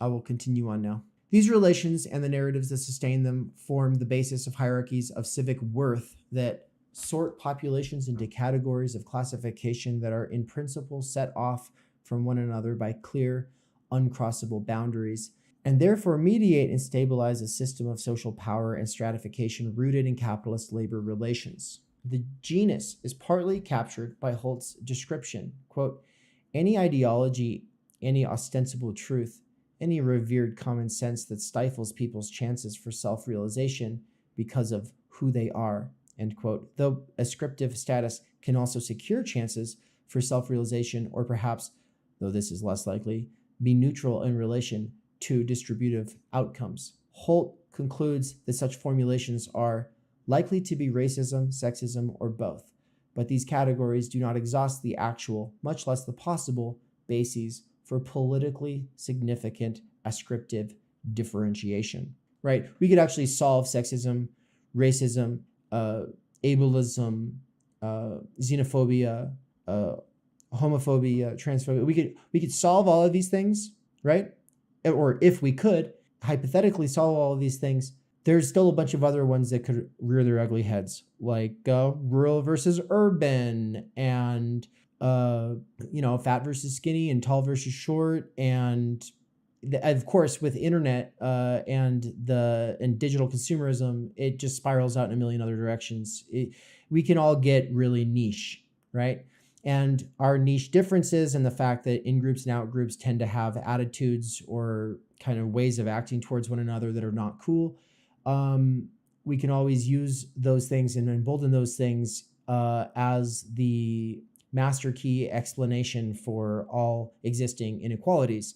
So he's saying, yeah, there's a lot of different politically significant ascriptive ways that we can differentiate from one another, but there's also a lot of possible ones. It's not just the actual ones, there's a lot of possible ones.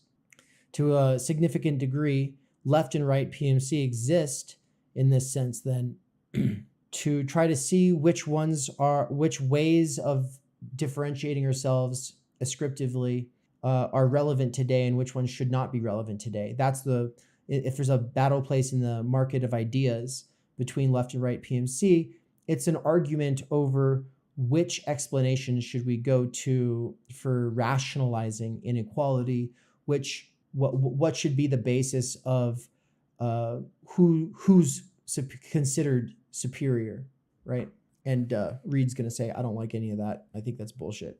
In contemporary American life, race and gender are certainly among the most durable and broadly consequential and now the most familiar and recognizable metrics of ascriptive hierarchy. Ironically, one reason that racism and sexism stand out is that since roughly the 1950s, the struggles against them have succeeded in denaturalizing them, in destabilizing their commonsensical quality, which is a necessary element of any ascriptive hierarchy's discourse of legitimation. However, they are by no means the only taxa of ascriptive status, either currently or in the past. The point here being that the existence of any politically significant ascriptive differentiation narratives or ideologies or practices, like the usual basis of their legitimacy or sense of them, like the people thinking that these are just, that these make sense, use race science as an example, right? Like the point is that it tends to work best when it's assumed to be natural and common sense. And that racism and sexism have become the most prominent specifically because of how they've been denaturalized and destabilized from being presumed common sense, right? So it's in a sense, the reason that they take center stage today is because they've been the most deconstructed. But he says that undermining that, taking it for granted as natural or commonsensical, is not the only basis of ascriptive status currently or in the past. So even if you denaturalize and even if you debunk all race science, for instance, it doesn't make it go away, right? But it makes it more obvious when people are doing it because it's no longer something that feels natural and no one would agree that it's common sense anymore. Although the race idea began to take coherent shape as a metric of hierarchy by the 18th century, in the ways we currently presume to understand it, both substantially and evocatively, race became fully delineated, which is to say, like outlined, within a more general pool of discourses of ascriptive differentiation only in the middle of the late 19th century, which is, by the way, for those just joining, what happened in the middle of the late 19th century was Reconstruction after the Civil War, after the emancipation of slaves, and the betrayal of that Reconstruction and emancipation. And the reasons for that betrayal, as spelled out in essays earlier in this text, is not just because white people changed their attitudes or feelings towards Black people, which is the dominant line of interpretation, which is patently absurd and obfuscates what was going on, which was a bipartisan Democrat and Republican effort to squash uprising, which was occurring at the time as white miners and Black farmers in the millions unified to take on and go against the left and right parties of the time. Moreover, for the first third of the 20th century, at least during the period when race thinking's hegemony was at its apogee, feeble-mindedness was a social classification equally arbitrary, equally considered fixed by hereditary and immutable, and often as substantively life-determining as race or gender. For much of that, so basically, yeah, race and gender, those get taken as like the most important and most obvious, but at the time, being against the feeble-minded and thinking that feeble-minded people were inherently so was just as much of an explanation of inequality. For much of that period, so also was classification as a habitual criminal. The latter status appears to be making a comeback, led by the classification of sexual predator, right? So the whole emphasis on sex pests, that whole stereotype right now, really the habitual criminal. This is a trope that is repeated as an explanation of meritocracy and a way of rationalizing inequality, right? Those poor people just can't stop doing crimes. Those poor people just can't stop being sexual abusers or domestic abusers or sexual predators. This is a fair society. It's also just to some degree. What you expect those people to succeed? It's not like the ruling class has a bunch of Epsteins up its sleeve or anything like that. Nope. As a consensually commonsensical other who would even for a breath imagine not suppressing sexual predation, itself a usefully ambiguous and ideological category. Wait, what the fuck is this sentence? I'm going to read this sentence without the parenthetical and then I'll come back and deal with the parenthetical, okay? The latter status appears to be making a comeback led by the classification of sexual predator.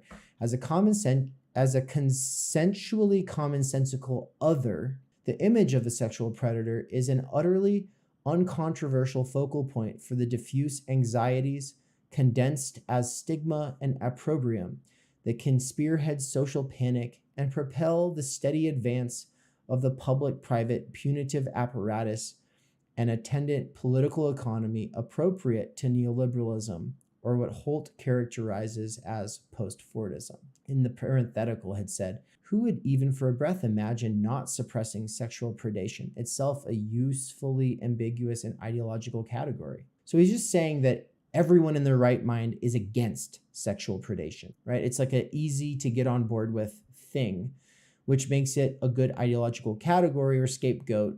I think that's all he's saying there. The urban underclass also may be well on the way to becoming a discrete race-like population as well, and one that draws legitimizing verisimilitude, which is to say similarity, partly from the ways that it does and does not overlap already marked ascriptive populations defined by racial narratives.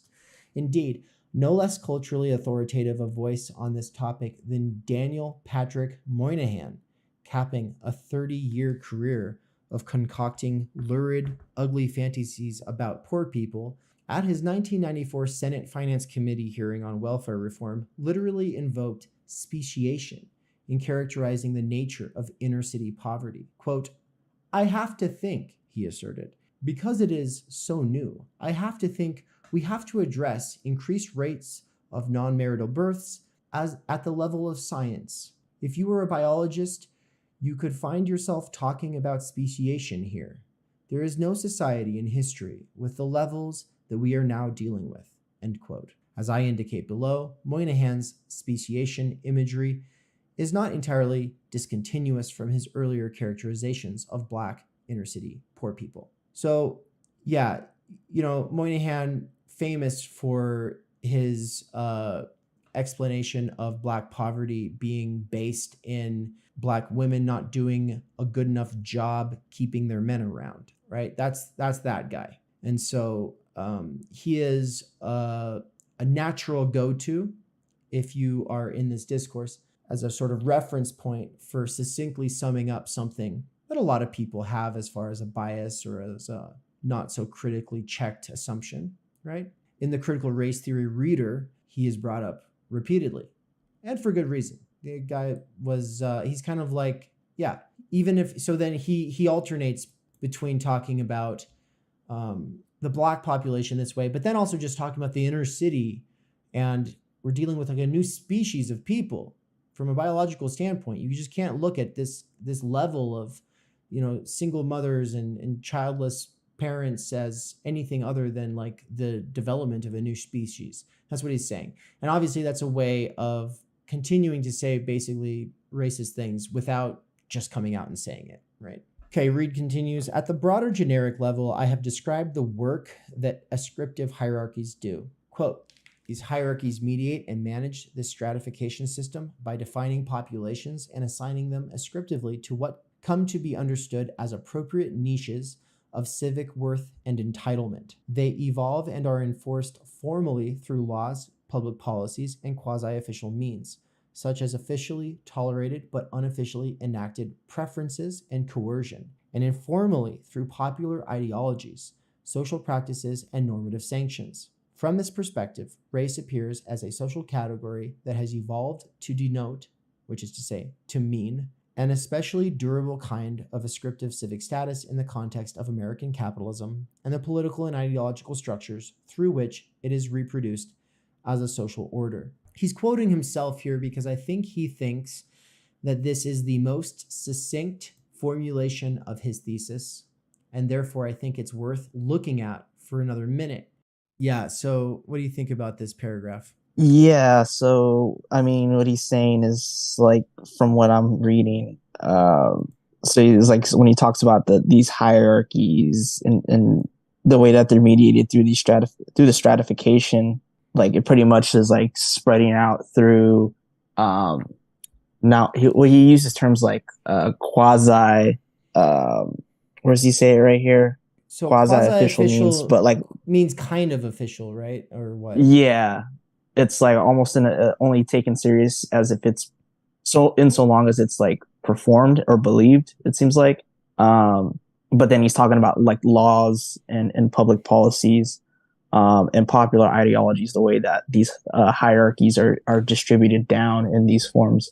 I'm trying to think of examples. So would it like kind of be like not only just the fact that there's just division between different races in the workspace, but even in like the way that they're segregated to different cities, and how it's like, oh, Compton is predominantly black, and yet the black community can't seem to make it out, and there's always just a way to kind of keep them segregated when cities like this become more gentrified, right? Yeah, it's like these policies or different different laws still Sentencing. kind of perpetuate. Yeah. Like crack cocaine versus powder cocaine. right. Oh yeah, that's a good one too. Right. Well, and there's the difference. So we've got the public, and then we've got the private, or the I didn't mean to say private so much as like we've got the public laws, the official laws that are on the books, and then we've got the unofficial preferences of people and groups, and then there's actual coercion that's not necessarily always legal. And he talks about how it can be pushed informally through popular ideologies, social practices, and normative sanctions. So at the level of ideology, he's really talking about explicit versus implicit. He obviously, not being a Zizekian, isn't going to get into the level of enjoyment that is operative here, which would be in the real, right? So so I guess the Zizekian point would be that Reed is focused on the symbolic and the imaginary, which is to say the level of meaning, explicit and implicit. Whereas the Zizekian is also going to try to think the real at the level of jouissance, et cetera, et cetera. But okay, that's all on a side. We don't have to get into any of that. And if you're watching this in the future, anybody who doesn't know about Zizek, don't worry about it, okay? So he says, from this perspective, race appears as a social category that has evolved to denote an especially durable kind of ascriptive civic status in the context of American capitalism. So the most of this paragraph is him defining how he sees ascriptive hierarchies and the function they serve in capitalism. And then within that context, he says, this is how race has been serving to denote an especially durable kind of ascriptive civic status in the context of American capitalism and the political and ideological structures through which it is reproduced as a social order. So yeah, there's a lot of disparate ascriptive hierarchies. Some are known only at local levels where you might live. Others might be ubiquitous throughout the society. Race and sexism are the most obvious throughout society, but then there's a lot of other different forms of ascriptive hierarchies that do this thing. What is it that they do? They mediate and manage the stratification system itself. They mediate and manage it by rationalizing it, by saying that there are appropriate niches of civic worth and entitlement that are to be for certain kinds of people. The PMC's legacy is basically arguing over what kinds of people belong in their special little niches of civic worth and entitlement. See, that's me making it clear what he's doing, because he is doing that. He just doesn't ever kind of make it as clear as I wish he would. But that's our job as popularizers of this stuff, right? I don't blame people who study this stuff their entire lives for not engaging with this text or this essay, because it's hard to read. And if you don't know what he's doing, then it's going to go in one ear and out the other. From this vantage point, the problem organizing Holt's rumination probably would need to be recast on the order of interrogating the kinds of transformations currently underway in the universe of ascriptive ideologies that undergird and help constitute the regime we inhabit, the ways they are likely or unlikely to build upon and overlap the familiar racial categories grounded loosely on phonotypic narratives, how they may transform the content and significance of their familiar categories, and thus how we might hope most productively to fashion responses. Yeah, so how do these different ways of rationalizing who is or is not deserving of privileges within society might be similar or different to one another, how these narratives change over time, and what the proper ways of responding to them are. He says, I am not suggesting that Holt should have written a different book or defined his topic differently. My point is to throw into relief and examine logical and interpretive premises that shape the book that he has done. This includes conceptual and normative presuppositions that guide his argument's trajectory and the ideological premises that support them. Specifically, positing that the task of rethinking our explanations of race should be linked fundamentally to the need to recognize racism and the racial under new conditions may foreclose possibilities for the outcome of the rethinking by concluding in advance that race and the racial will survive the process in more or less their familiar forms, or at least in forms that will be close enough to the familiar to leave them unproblematically recognizable. But what is he saying here? He's not trying to say that Holt should have written a different book or defined his topic differently. So what is he saying then? Is he trying to say that Holt doesn't go far enough, or even when he wants to get at certain issues, he kind of like he contradicts himself because he wants to get at issues of, it seems like Holt is talking about issues of race as a ideology and a narrative, but then he kind of conflates the understanding of race, hierarchy, and capital or class. Is that's what I'm getting from it. And I think part of it is that he's saying that it's the very presuppositional framework, the normative presuppositions that guide Holt's argument that it needs to be thrown into relief. He's saying we need to stand back from these assumptions that feel like you and I would have probably read Holt and thought, yeah, for sure, man. But he's saying, no. He's trying to slap us upside the face like Batman does to Robin and say, no, step back further. You need to think about it. Specifically positing the task of rethinking our explanations of race should be linked fundamentally to the need to recognize racism and the racial under new conditions. Doing so, he's saying, may foreclose possibilities for the outcome of the rethinking by concluding in advance that race and the racial will survive the process in more or less familiar forms, right? So if you start out by saying we're going to rethink the explanations of race in their changing context, part of the thing is he's presupposing race still, right? He's going to make race fit onto a new context, but he's going to bring with it a bunch of the baggage from before. Even though scientific racism has been debunked, he's still going to bring a lot of that into his rethinking of it, in the same way that you'll find essays in the Critical Race Theory Reader from Harvard University that lays out like, scientific racism is wrong. but then they'll make all these defenses for a cultural racialism where they're still down with fundamental essentialisms between groups. And they use those kinds of essentialism or the fact that white people are inherently racist as like a basis or a legitimation narrative for rationalizing class inequalities. Right, because it's like okay, scientific racism is bad because it's essentializing us and making us like this homogenized thing that makes us other and different from everybody else.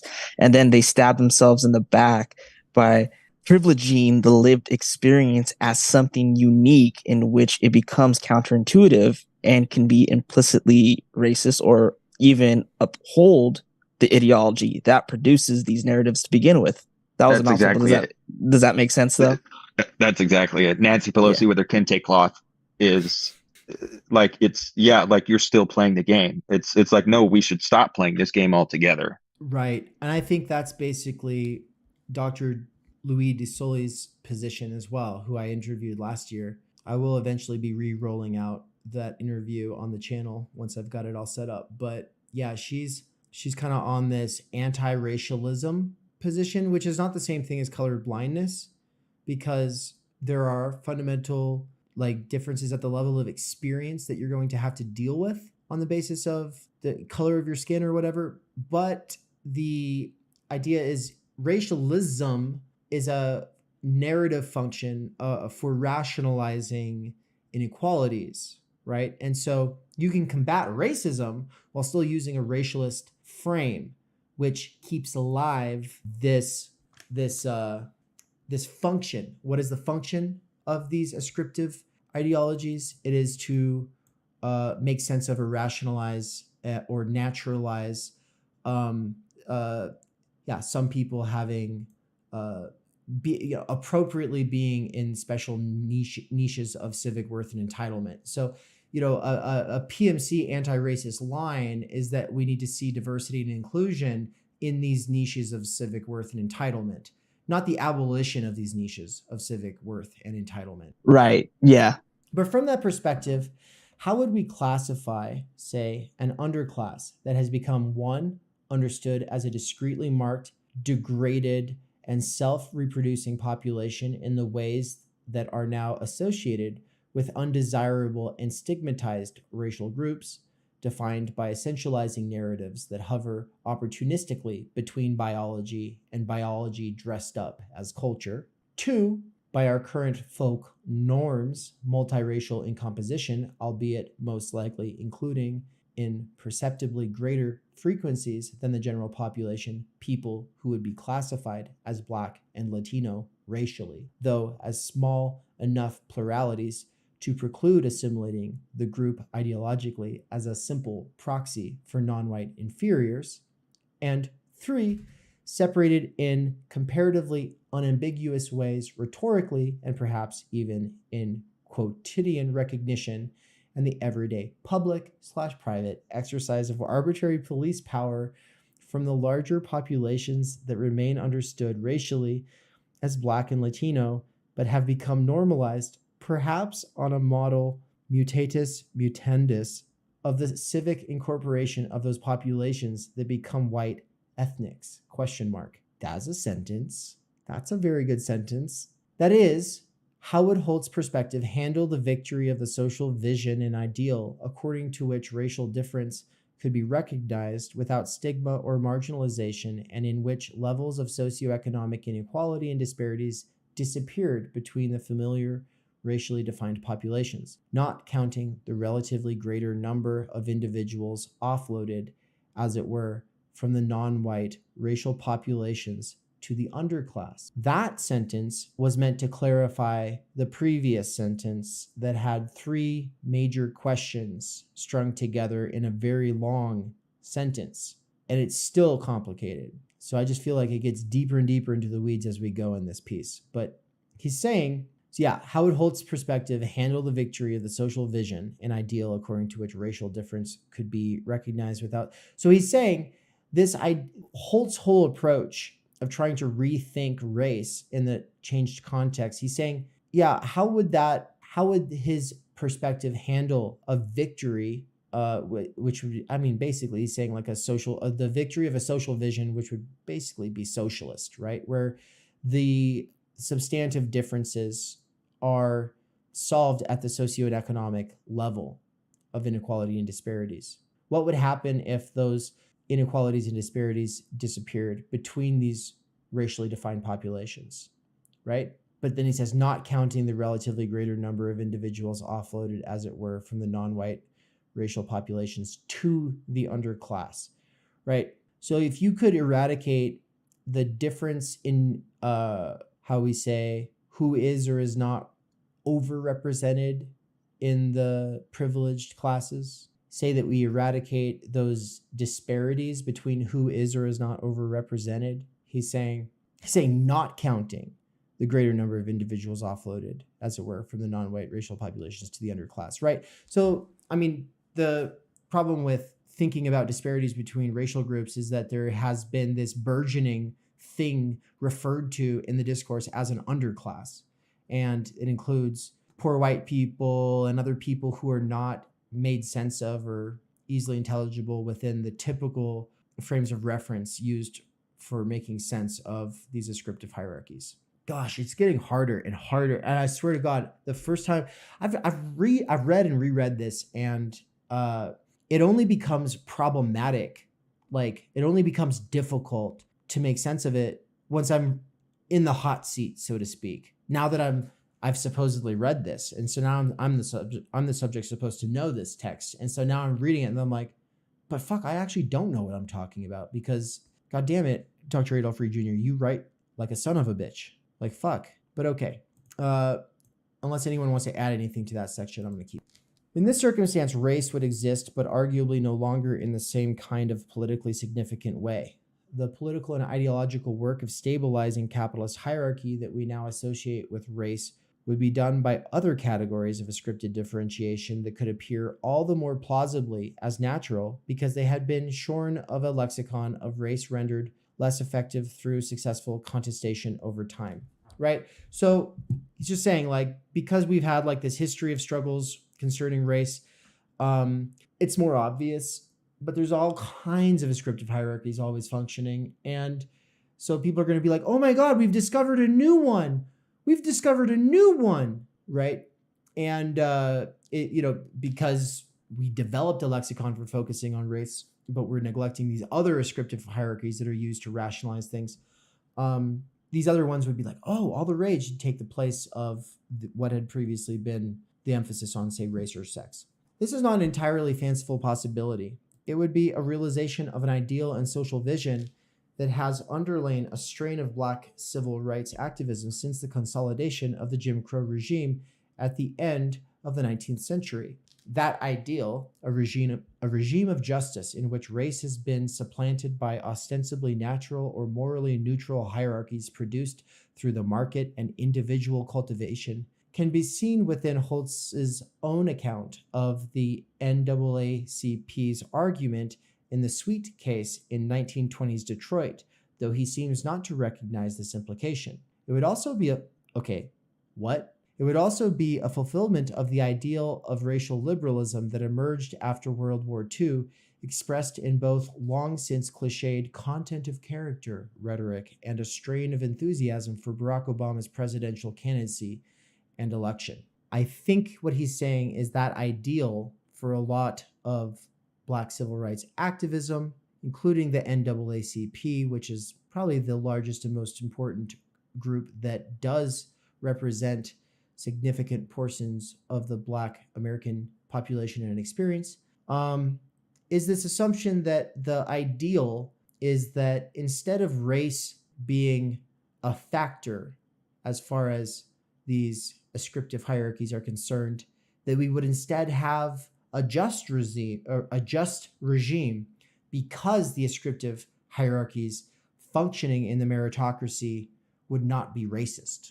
They would just be morally neutral ones, right? Like it's the idea of like, well, once racism is solved, what we could have is a morally neutral and just meritocratic capitalism. It would also be a fulfillment of the ideal of racial liberalism that emerged after World War II, expressed in both long since cliched content of character rhetoric, and that's the MLK piece that Republicans like to quote, and a strain of enthusiasm for Barack Obama's presidency and candidacy election. So, and that's, it's not just that, having a black president means we're post-racial now, but also Barack Obama's vision as articulated during his running originally was, we're all in this together. It's kind of like colorblind approach to racism.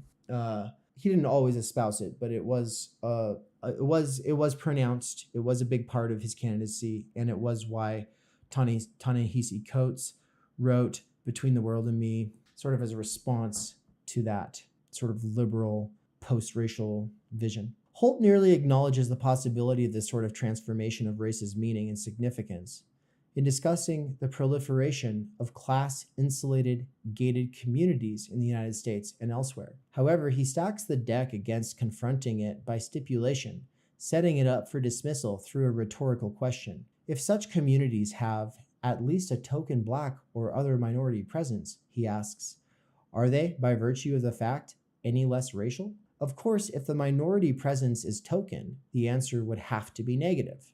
That is true by definition. But what if the presence was not token? What if it were the norm, or at least common enough not to seem exceptional, that the occupancy patterns of gated communities approximated the familiar racial groupings or groups' demographic frequencies within the general population? The question then would no longer be rhetorical, and maintaining the negative answer would require more extensive argumentative gymnastics. The point here about, and he says it in a convoluted or maybe big worded way, is just, he says, what if it were the norm, or at least common enough not to seem exceptional, that the occupancy patterns of gated communities approximated the familiar racial groups' demographic frequencies within the general population? As in, if black people are 5% of the population, and then you have 5% of a gated community represented by black people, then they're not really token, are they?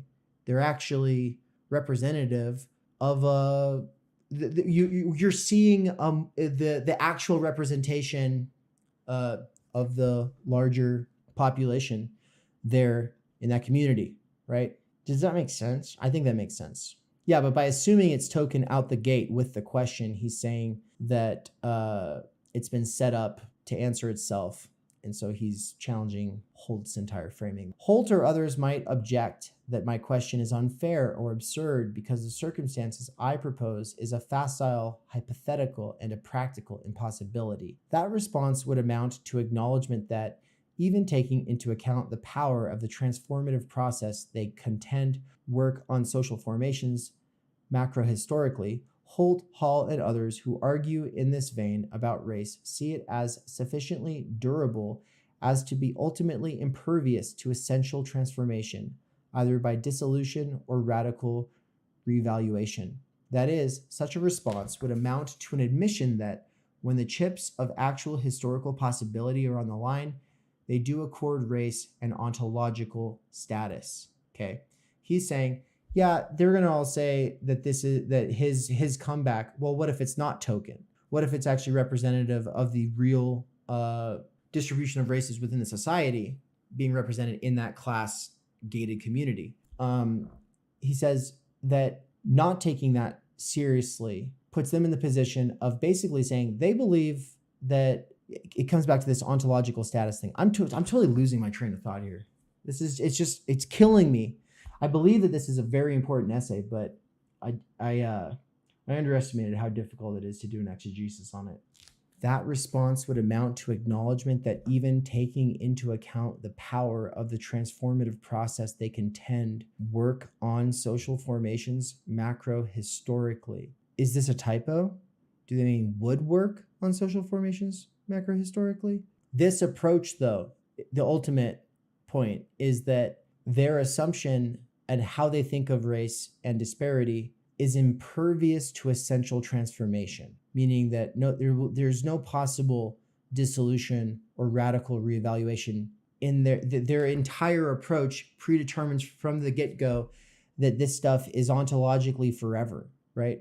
This is why you get Black pessimism. The idea that America is inherently ontologically racist. There's absolutely nothing that can be done to change that, and this is what happens when you take up that basis, this cultural, psychological, race essentialist standpoint. And until you see a majority of Black people in that neighborhood, it's inherently racist. I think that's where he's coming from. Is that where the theory, like I don't know much about it, but I've heard this term like Afro pessimism comes Yeah, I from? think, yes, that's what I mean. Yeah. Yes, that is it. Yeah.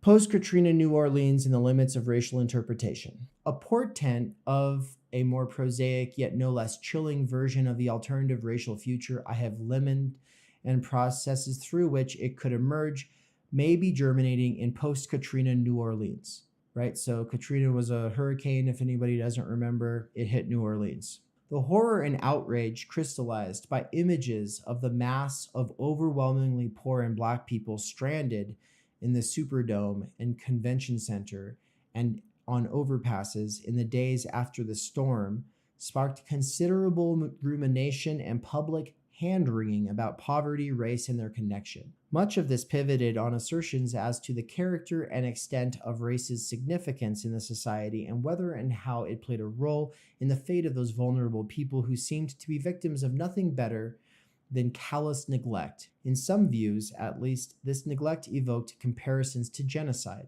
As the city dried out, concern with the nexus of race and justice shifted to focus largely on whether Blacks, especially poor Blacks, though in practice this distinction typically was elided, would be encouraged to return to the city and would receive the material support necessary to do so and to reestablish themselves there. Suspicion grew that significant white interests, real estate developers, Republicans, and others who would benefit materially from elimination or reduction of the city's heavy Black majority, generic racists who simply wanted Black people gone, were contriving to limit Black people's return. Okay, so there is a parenthetical in that sentence. He says, except when it was time to be served a cool tropical drink or entertained with some music. Right? He's not saying those people don't exist, right?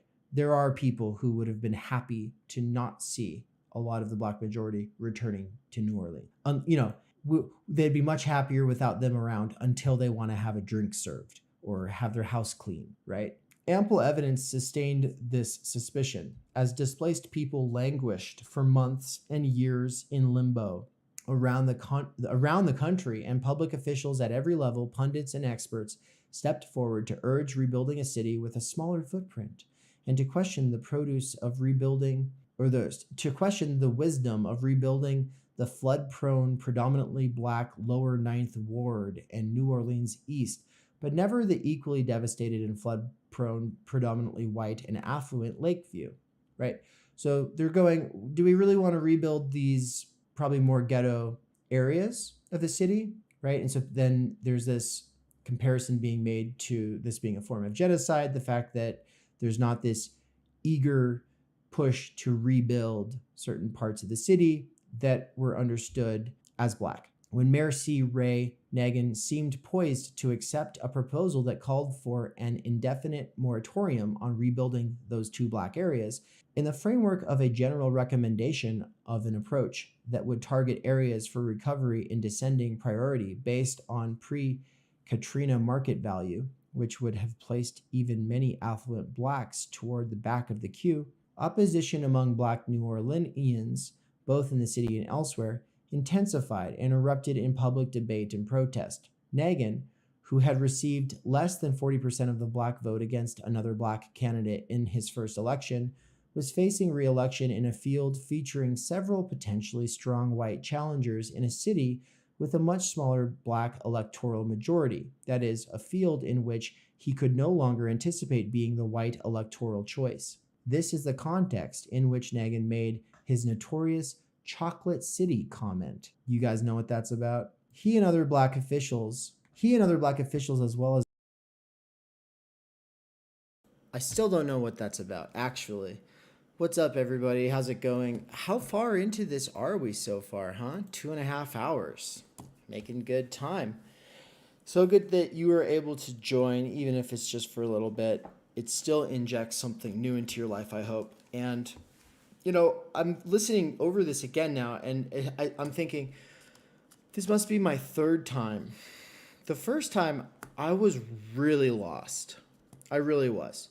And so the fact that when I read this to the folks that were there for the exegetical session, I think a couple of them are in the call here, Nance and Andrew,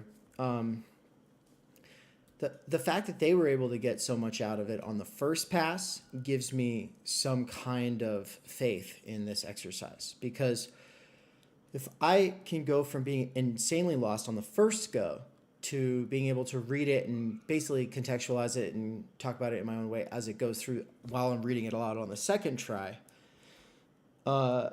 if doing that, the people who are listening to it for the first time when I'm reading it aloud are able to get something from it the first time, that means I've bootstrapped something in a sort of way. There's been like some leverage here, some like it speeds up the process or something, you know.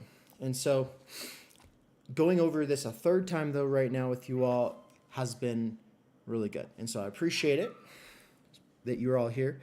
To me, to be able to hold an average of 10 people for 2.5 hours of some of the driest, most technical writing you'll encounter on YouTube is tremendous. So, you know, pat yourselves on the backs, treat yourself to something, I guess. You deserve it, you know. You could be watching all kinds of things right now, all kinds of clickbaity, short, flashy things, you know, supposedly the direction we're going in today. But I think the further everyone else goes in that direction, the more some people are going to go, no, we cannot understand these things in flashes of insight or simple memes. We actually have to get into it for ourselves. And so this is clicking together for me in a different way now, though, that it's the third time. And I'm getting excited about the lecture that is coming up on Wednesday. But for the time being, I will just say that it really is wild to think that the color line basically represents an application of class war to skin differences that only really have their meaning because of the way that they had been enshrined in law to cause division and fragmentation and disenfranchisement within the working class as a way of impeding revolt. That, you know, the time that Du Bois is saying, yo, we need to get all of our best together to really raise this, our group. He calls it a class, but he's talking about his race. He also calls it his race. To raise it to another level so that we can be competitive in all of this was also in part to overthrow the color line, not to entrench it. And I don't think Adolph Reed quite says it so plainly, but the color line gets re-entrenched after it is systematically through civil rights struggles dismantled from being institutionalized in law. And then of course there are still inequalities, there's still an unjust distribution where history plays a role, etc. But you actually have people who nostalgize the good old days of segregation when the group had this sense of unity. And so that's something Dr. Reed criticizes a lot from the progressive PMC of the more modern era, is nostalgizing Du Bois's time. And, you know, instead of taking that to be like, oh no, okay, so we've actually systematically dismantled the recognition of race in law, to going like, oh no, but we actually need to put it back in there. And so I was actually going to read a quote because I had shared it in the chat. And I said, this is where Mark Fisher is relevant. The vampire's castle, he says, was born the moment when the struggle not to be defined by identitarian categories became the quest to have identities recognized by the bourgeois big other. And that's from Exiting the Vampire Castle or Escaping the Vampire Castle, whichever it is. The point of that, though, is he's talking about these people who act like priests, who use social justice as a way of maintaining personal power. And he's talking, I mean, he doesn't ever say it, but yeah, that's what he calls it petty bourgeois. But petty bourgeois, that's like the small time proprietors, storekeepers. That is not the same thing as a person like Robin DiAngelo or Kimber Mex Kendi trying to explain poverty in terms of race, right? This complete displacement of socioeconomic things into a cultural and psychological terrain. That obviously still has its part to play, but this complete displacement is something that is only beneficial for a handful of representatives, not beneficial for the overwhelming majority of people who are not represented. And so the part we're in right now, we're talking about Hurricane Katrina. And the point here is that this is actually a perfect example of how you can switch out a race discourse for some other kind of a discourse, and that's still what's being talked about. It's just being talked about. The logic that was being used has switched over, but it's all being used to rationalize or sort of racialize by way of, rationalizing by way of race, the actual socioeconomic situation, right?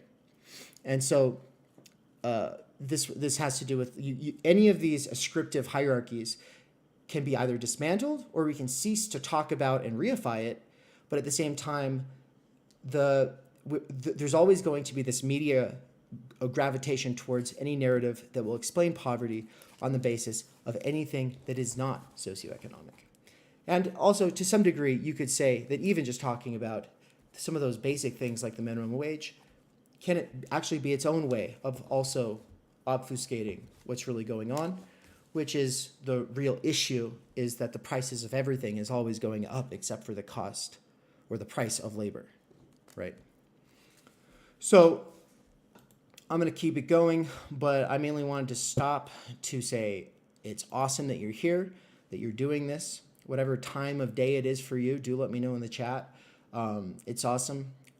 This is a long haul, but if you were to read it over a few times, it will serve as a solid foothold in your life. And this being my third go, I'm getting a lot out of it. I'm pretty stoked. I'm glad that some other people are actually interested in this. And with that, I'm going to play a little commercial about the exegetical readings, and then we'll get back to it. Welcome. What you saw here was a bunch of clips of excerpts from a couple of reading sessions that were done as a part of the Essential Texts live exegetical readings with Dave. Those are not live on YouTube, but they are done live on Zoom. And if you want to be able to participate, we'd love to have you. This is a quick little infomercial about what's being offered.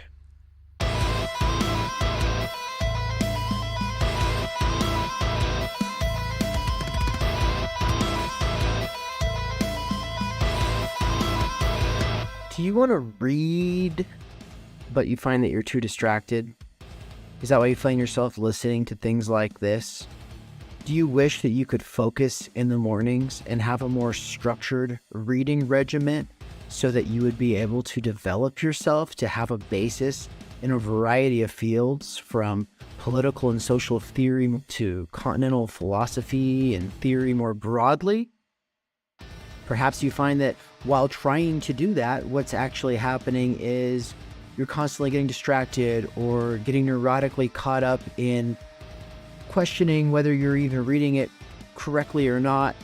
And yeah, maybe you could benefit from having morning sessions with me. Every one of the courses being offered from Theory Underground is going to have an accompanied live exegetical reading component that you could attend in the mornings through Zoom calls. If you're someone who either has a lot of time on their hands and is playing video games, working out, skateboarding, or perhaps doing some kind of wage labor that allows you to listen to things, this is an opportunity to basically read these texts, but with a guide, someone who's already been over the territory before. This can drastically accelerate your own development, but also your own reading habits. Essential Texts with Dave in the Morning is something that I've been planning and developing for a while now, but I've only been doing it for a few weeks, and it's been a really good time.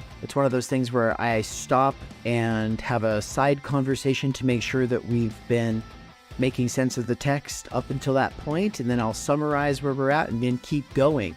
And that kind of interaction with other people while reading a text aloud takes it out of the isolation and sort of self-referentiality and confusion of just doing things by yourself sometimes, especially if you are newer to texts like these.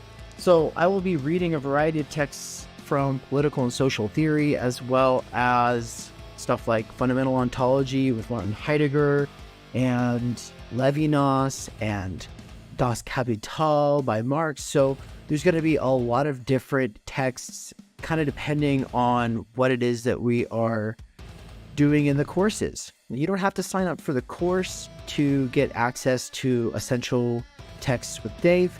All you have to do is become a 1/10 of the cost of the means of production for Theory Underground patron, or a $50 a month patron. Either of those two tiers of patronage will get you access to the live exegetical readings of Essential Texts with me.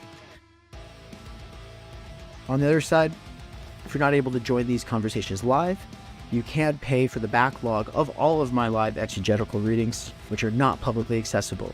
This video that you saw here was only the tip of the iceberg.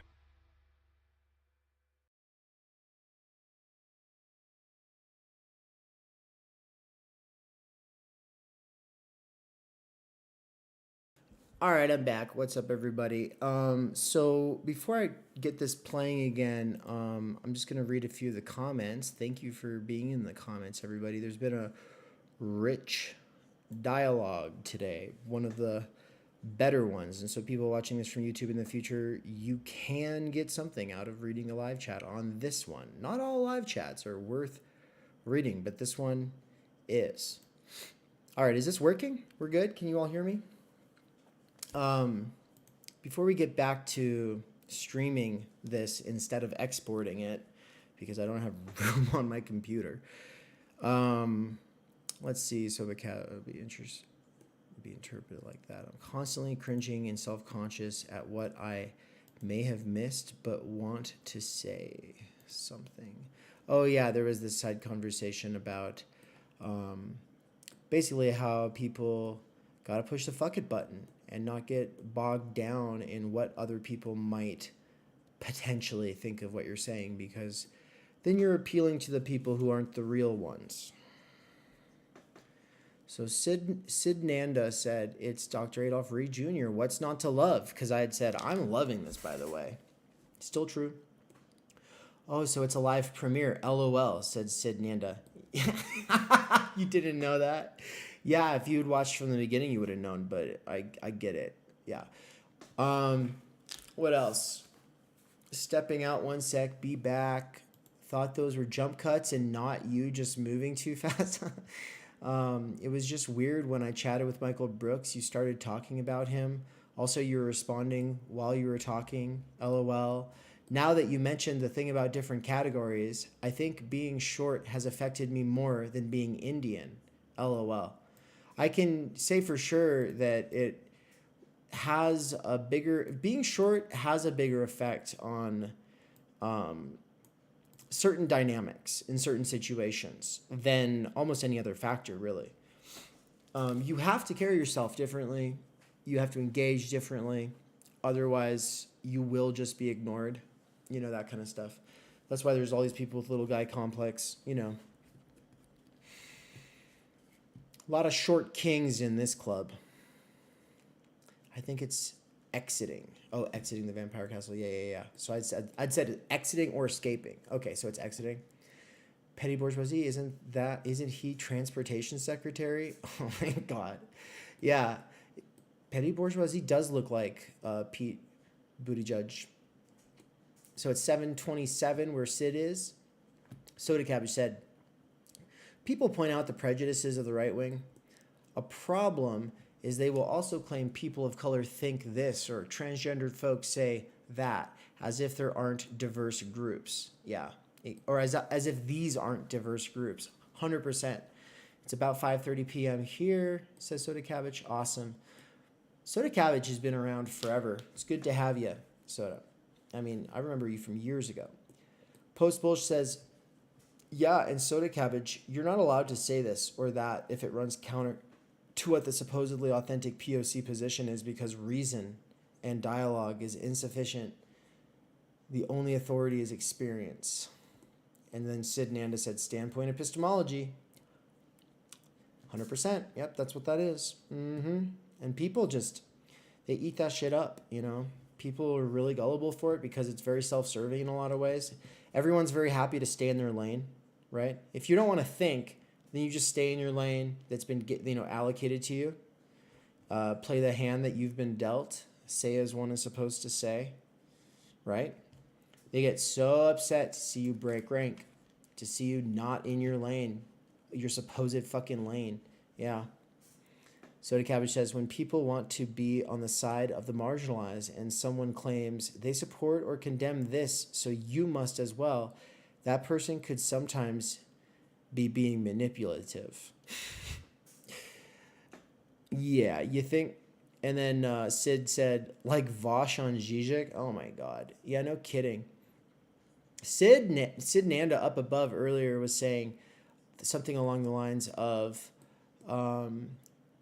saying like, I used to be total race reductionist and all this other stuff, and saying that was before Bernie, and then eventually got into Dr. Adolph Reed Jr. thanks to Michael Brooks. So it's like the Bernie to Michael Brooks to Dr. Adolph Reed Jr. pipeline, right?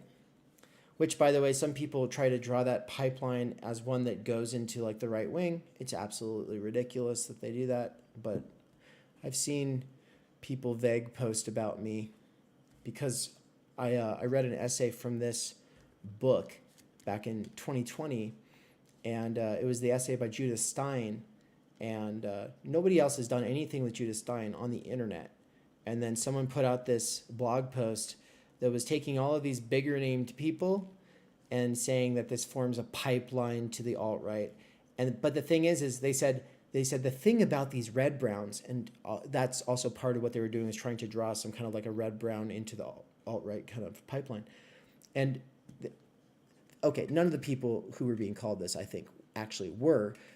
But the thing was they never actually named me. They just said that these people that they rely on people like Judith Stein. And I was like, you're just talking about me. No one else is reading this book. I don't know anyone else on the internet who's reading this book. Shut up. Don't make up things. You can just say that I'm doing it. But obviously people are like, oh, I wouldn't want to give attention to plebe. But fair enough. You shouldn't actually. But anyway, Post Bulge said, it's crazy to think of today's PMC uncritically carrying the most conservative version of W.E.B. Du Bois into a post-segregation era. Yeah, it is nuts, isn't it? Pretty nuts. Pretty nuts to see the current push from the so-called left on this issue, always being like nostalgic about segregation. It's okay, like super pro-segregation. Sid Nanda says it's by design because they believe it. They think they are the talented 10%, right? And that's coming from someone who's saying, I used to believe that, right? Because Sid Nanda says, I've heard that wages of whiteness was a throwaway comment by Du Bois. And I say, imagine if people took your younger self writing under very specific conditions and assumptions and then carried that part of you forward as though that's all you've ever said. See, that's what the presentist tradition in these studies that Adolph Reed is critiquing, that's what they do. That's what they do. Okay. Sid Nanda says, yeah, I have a essay in favor of free enterprise, like from back in the day, right? I said, I wouldn't be surprised, but would like to see something on that. Oh, wait, I was talking about something else. Oh, I was talking about the throwaway comment on the wages of whiteness. Yeah. Jacobin is where I hear the thing about wages of whiteness, says Sid Nanda. A guy was talking about Du Bois. I said, I think they've been sending my wages to the wrong address. I don't know. Like, it's like my missing stimulus checks. Sid Nanda's missing theirs as well. Yeah, it's nuts to think, and I said, it's nuts to think that a manifesto to the Black PMC during a time when it formed to abolish the color line now gets used by liberal PMCs to try to enforce the color line. Okay, so I did end up talking about this, and I brought in Fisher. I did it in the comments, and here I am doing it again. But anyway, welcome everybody. If you've never been here before, I'm David McCarricker. I am the host of Theory Underground, and Theory Underground is a website and app in development that is a course site, courses that form gateways to and sort of sustain communities that have a shared basis in texts as one of the priorities, or sort of like things for like really getting involved in a conversation, because there are three components to thinking and there are three components to, well, let's focus on the three conditions of thinking. The three major conditions are reading, writing, and conversation. But conversation without reading or writing is just talking. So the goal of Theory Underground is to be a place where people aren't in a hurry to get positive affirmation, where everything's sort of over time, because it's on the basis of texts. And we're having a conversation with people who aren't even here yet, who are coming in the future. And so anyway, theory-underground.com, it's a whole thing. This is not just a YouTube channel. I am not just a streamer. There are courses in development for years to come. And the courses that are ongoing right now are an absolute blast. This exegetical reading is for one of the courses. The exegetical reading I did this morning for They Know Not What They Do by Slavoj Žižek is for another course that is ongoing right now. And that one is an absolute banger. We have a ton of people who are participating. There's a lot of people purchasing their access to this class after it's already been going on. Like, we've been getting purchases even today. Okay, and so it's good, and I'm not charging a whole lot. I'm charging about the price of the class is basically what you would spend on, a date if you're a middle class person. So what I ask is that you consider taking one of the courses, that you consider getting involved with the website, that even if you're not interested in any of what I said, but you like what's going on anyway, you support this so that eventually I'd be able to support a family. I probably will never be the sole breadwinner doing something like this, but at the same time, it would be nice to be able to do this full time.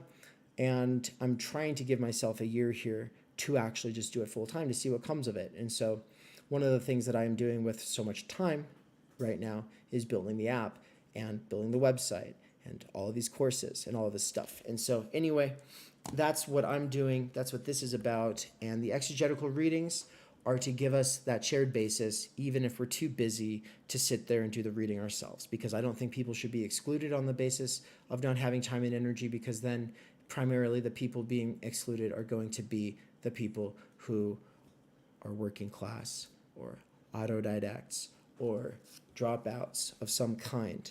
And so, that's, you have to really want it still. You still have to really work for it, but we're trying to make it that much more accessible. And so anyway, so happy you're all here with me tonight.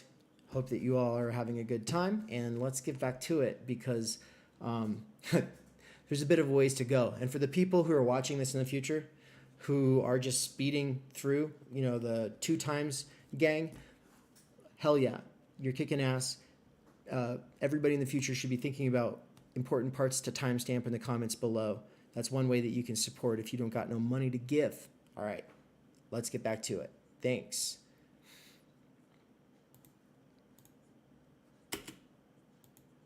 Wait a minute. There we go. Which would have placed even many affluent blacks toward the back of the queue. Opposition among black New Orleanians, both in the city and elsewhere, intensified and erupted in public debate and protest. Nagin, who had received less than 40% of the black vote against another black candidate in his first election, was facing re-election in a field featuring several potentially strong white challengers in a city with a much smaller black electoral majority, that is, a field in which he could no longer anticipate being the white electoral choice. This is the context in which Nagin made his notorious Chocolate City comment. You guys know what that's about? He and other black officials, as well as whites who did not want to inflame racial tensions, faced a quandary.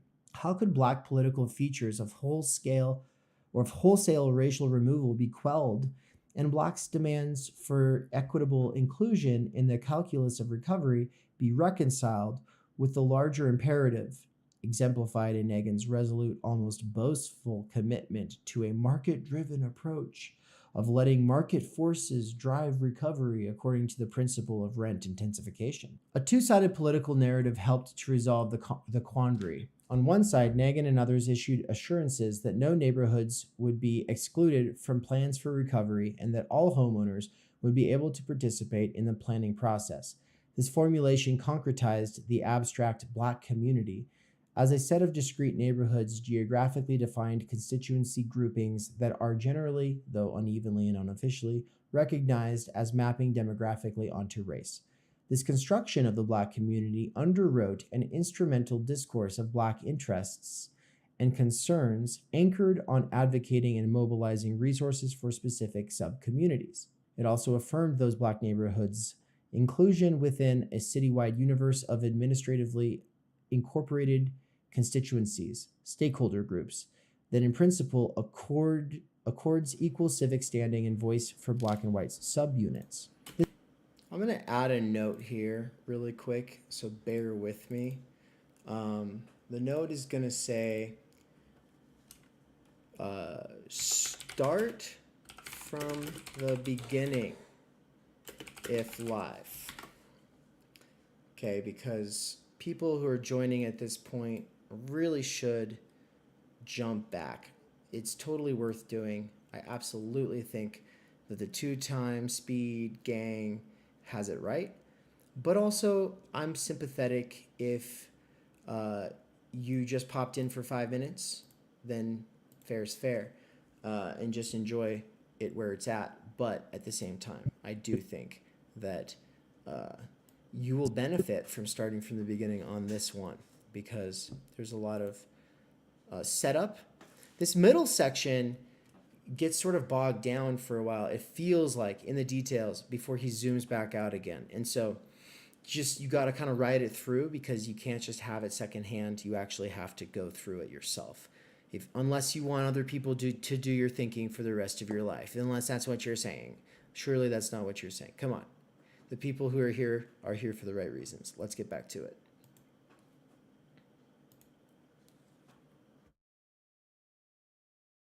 It's not starting. I said play. On advocating and mobilizing resources for specific subcommunities. It also affirmed those black neighborhoods' inclusion within a citywide universe of administratively incorporated constituencies, stakeholder groups, that in principle accords equal civic standing and voice for black and white subunits.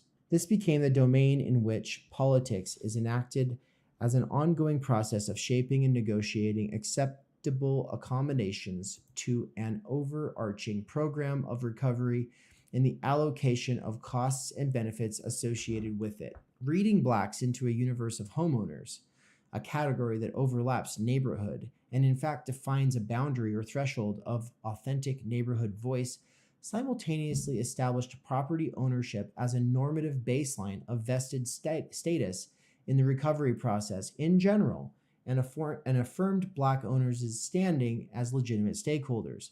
Thus, the interests and concerns articulated by an administratively stipulated stratum of respectable homeowners, a category sufficiently broad with respect to wealth, income, and other class indicators to seem plausibly diverse, were positioned along with those advanced by a smaller stratum of more specifically interested functionaries and potential recovery contractors and subcontractors to stand in for or become recognized as those of the Black community. Okay, if that was a hard paragraph to follow, it's all quilted by the quotation marks around Black community. Black community is not homogeneous. Black community is heterogeneous, meaning it is diverse in a million different ways because people are complicated and diverse. But what has sort of unified for the politicians in New Orleans and the people talking about the situation in the media,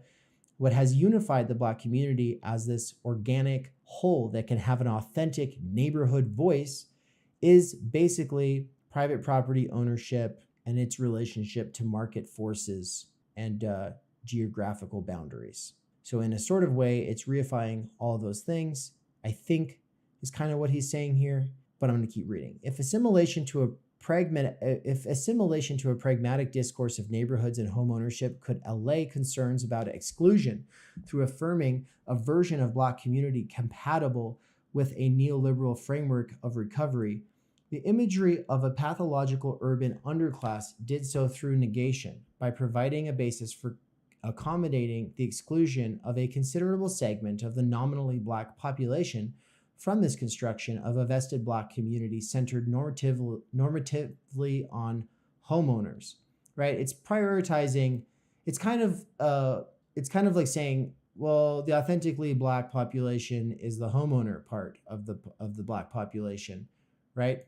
Not the renting part, which is obviously something that's going to prioritize the middle class as opposed to this next part, the underclass. The underclass narrative, and actually I think he doesn't like the word underclass. The underclass narrative has been the unquestioned common sense truth about poverty and inequality in New Orleans as elsewhere for at least 2 decades. In the aftermath of the flood, the most lurid and vicious forms of this imagery propelled racist responses to suggestions that Katrina's dramatic expose of poverty and neglect revealed the effects of racial injustice.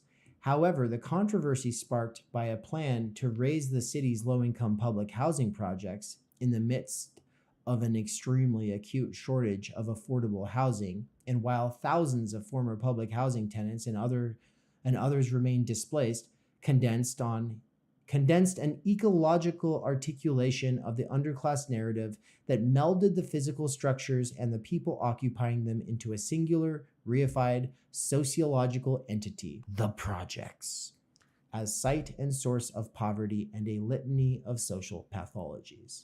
The ease with which this ecological narrative became implemented reflects in part the confluence of several larger intellectual and ideological currents bearing on poverty and inequality. Within social policy discourse, hegemonic Chicago school and new urbanist arguments construe concentrated poverty and neighborhood effects as at least most proximately implicated in reproducing poverty and supposedly related social pathologies.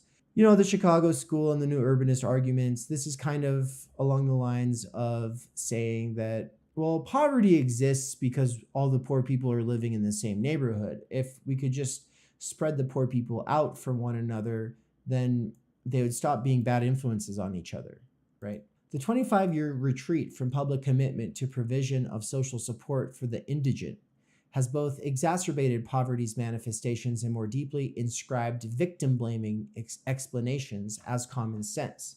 The U.S. Department of Housing and Urban Development's Hope 6 program focus, justified by the Chicago School New Urbanist ideological consensus, its focus on subsidizing privately developed mixed income housing projects encourages local officials and private developers to represent destruction of existing low-income housing as an anti-poverty strategy. So this is all tied up into gentrification, but it's more importantly thinking in a way he's showing how Black community in New Orleans changed its meaning to sort of like middle class Black, and then that enabled everyone to talk about, we need to do something about the underclass, which was also predominantly Black, but obviously there was also white people in there. But the main point is they turned the underclass into this an entity. He's calling it an ecological narrative, but this is like it's an ecologically sustained entity. The reason that this underclass exists is because of not mixing different people of different income levels or living standards together. He's saying the ghetto creates poverty instead of poverty creates the ghetto. And a class-skewed rhetorical and a class-skewed rhetoric of racial self-help that reinforces behavioral explanations of poverty has gained currency in concert with the general rightward shift in American social policy discourse and material incentives provided by devolution and privatization of social services. Barack Obama's reliance during his presidential campaign on denunciations of Black poor people's supposed behavioral failings as a way simultaneously to reassure whites and to establish his racial bona fides among Black elites is a clear testament to this rhetoric's hegemonic status.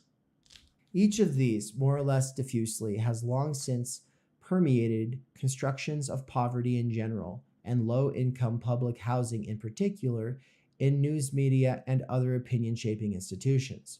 While the city was still underwater, Republican Congressman Richard Baker of Baton Rouge exulted, quote, "We finally cleaned up public housing in New Orleans. We couldn't do it, but God did." And scarcely 2 weeks after the storm, a national grouping of more than 200 academics, mainly liberal sociologists and not a few with even sturdier left credentials, published a petition urging the federal government to take advantage of the tragedy's silver lining, that is, the opportunity to deconcentrate poverty from New Orleans and the affected Gulf Coast region. Locally Black reactions to the developing climate were ambivalent, in part, no doubt, because the racial connotations of Baker's comments were clear and resonated with more openly and virulently racist calls for preventing poor Blacks and sometimes Blacks in general from returning to the city. However, 2 of the 4 Black members of the city council castigated public housing residents as soap opera watchers whose return would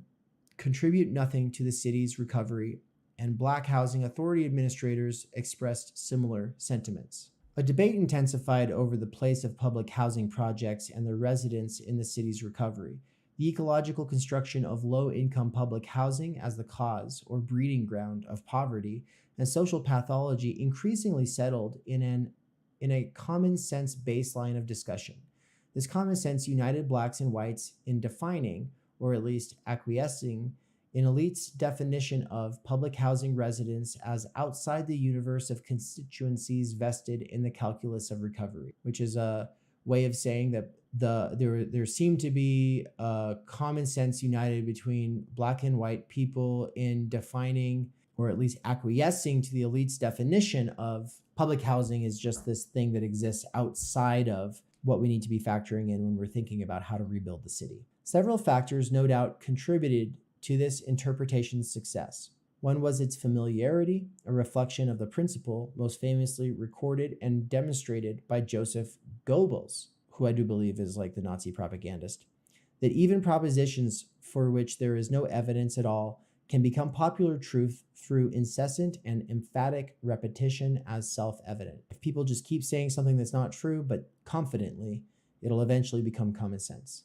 Everyone knew that housing projects were synonymous with pathology. Some whites knew, so by definition, because the projects housed Blacks, who are by nature lazy, shiftless, and criminal. Others, Black and white, knew that projects through mechanisms most probably could not begin to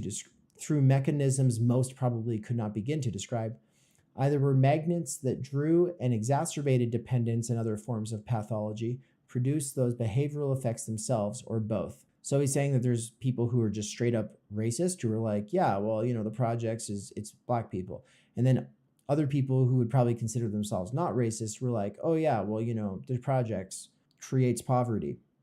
People are there because the projects are there. Most significant, though, for what it suggests about possibilities for radical transformation in the meaning and significance of race as a metric of ascription, is that articulation of a notion of a politically authentic Black community also contributed to successful demonization and exclusion of the overwhelmingly Black and vulnerable indigent population. Okay, so it's almost like everything in this section about New Orleans and Hurricane Katrina and the reconstruction afterward is a follow-up on the previous section about ascriptive hierarchies and how these ascriptive hierarchies and legitimation narratives of inequality are able to morph to changes in conditions that still demonize and exclude a population overwhelmingly Black and vulnerable. But it's no longer racial because we're just talking about the projects. We're just talking about poor people. Although vested Black homeowners were certainly more likely than their white counterparts to express empathy with the plight of the excluded poor, this empathy ultimately proved fleeting, as no significant voices among the stratum or the elected officials representing them emerged to challenge the framework and program of exclusion. Moreover, Black homeowner-driven neighborhood associations in New Orleans East, Gently, and across the city have mobilized as incessantly as whites to block location of smaller scale, privately developed low-income housing in their areas.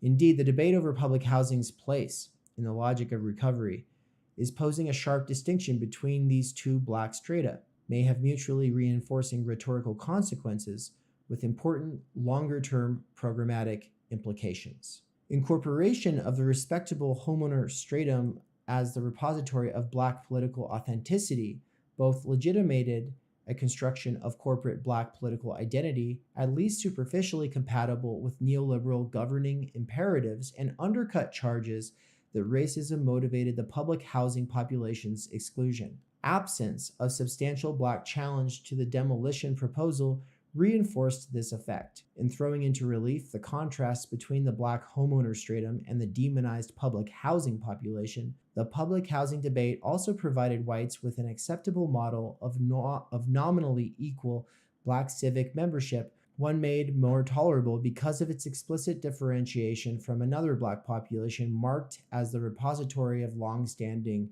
pejorative stereotypes, a separately racialized, subordinate population that is available for containment and repression. This may suggest discursive and programmatic contours within which a post-Katrina biracial regime can be reconstructed or reconstituted. In practice, of course, these two Black populations overlap considerably. That is one of the contradictions at the core of what I believe it is not, of why I believe, that is one of the contradictions at the core of what I believe it is not a great overstatement to label an incipient process of improvised re-racialization, negotiating those contradictions practically, for example, through extension and contraction of opportunity structures in various domains and fine-tuning the targeting of police and other repressive power, is a dynamic through which, over time, ascriptive group boundaries are drawn, redrawn, and imposed. Already, New Orleans has at least 3 different public school systems, drawing from and in the process creating different populations and skewed to reflect different horizons of expectation and projected social and occupational trajectory. What he's saying is that the Black middle class has a fear of falling, just like, or at least similar to, the rest of the middle class, that people do not want to be in the lower classes, in the working classes, in the quote-unquote underclass, and that, yeah, Black people are overrepresented in that underclass. In a place like New Orleans, these are basically racist policies, but they've been washed of that because they've basically been like, no, Black homeowners, Black middle class people, You're being prioritized here. So that's important, But of course, what that does is it leaves poor people out of the loop entirely. The New Orleans case underscores just how plastic and context dependent race is as an ascriptive status. New Orleans has as deeply entrenched a history of black-white racial hierarchy as any city in the United States, and race has been a principal metaphor shaping local political debate since the 1960s or longer. Since 1990, the city has witnessed several flare-ups of an explicitly white supremacist assertiveness. This strains belief in atavism, most dramatically around former Nazi and Klansman David Duke's campaigns for governor and U.S. senator, as well as municipal efforts both to remove an obelisk commemorating the Crescent City White League's 1874 insurrection against the Reconstruction government and to impose a non-discrimination provision on the elite crews that sponsor Mardi Gras parades. The demographic shock associated with Katrina precipitated another such eruption as exuberance at the apparent opportunity to take back the city overwhelmed restraint and spilled over copiously into the mainstream public discourse. Yet even in this context, where race has so long been the default, if not sole metaphor through which inequality and hierarchy have been justified, stabilized, and challenged, it is possible to see processes of differentiation and ascriptive labeling at work that could ensue in subverting that metaphor and reestablishing on different terms the pattern of social relations that it has condensed and legitimized. From this perspective, race may still be in New Orleans a default medium through which fundamental conflicts in the social system are expressed, but that turns out not to tell us very much about either race, those conflicts, or even the relation between the two, nor is it clear that it will remain so in the future. To that extent, the New Orleans case shows the inadequacy of Holt's assessment that the challenge for the 21st century concerns assessing how we are to recognize racism and the racial. His perspective may impose a Procrustean frame of reference that impedes understanding the dynamics of hierarchy actually at work. At best, we would have to respond that in New Orleans, the familiar constructions of race may now partly constitute a basis for some Black people's inclusion in the domain of civic respectability and recognition as stakeholders, and some others' exclusion. Moreover, while it remains meaningful in various ways, including ways bearing on stratification, racial classification no longer can be said by itself to confer life chances or social position on anyone of any racial designation. The New Orleans case also suggests the limitations, despite Holt's and Hall's arguments to the contrary, of engaging the question of race's social and political significance without clarifying what race, and by extension racism, is and is not, both conceptually and pragmatically.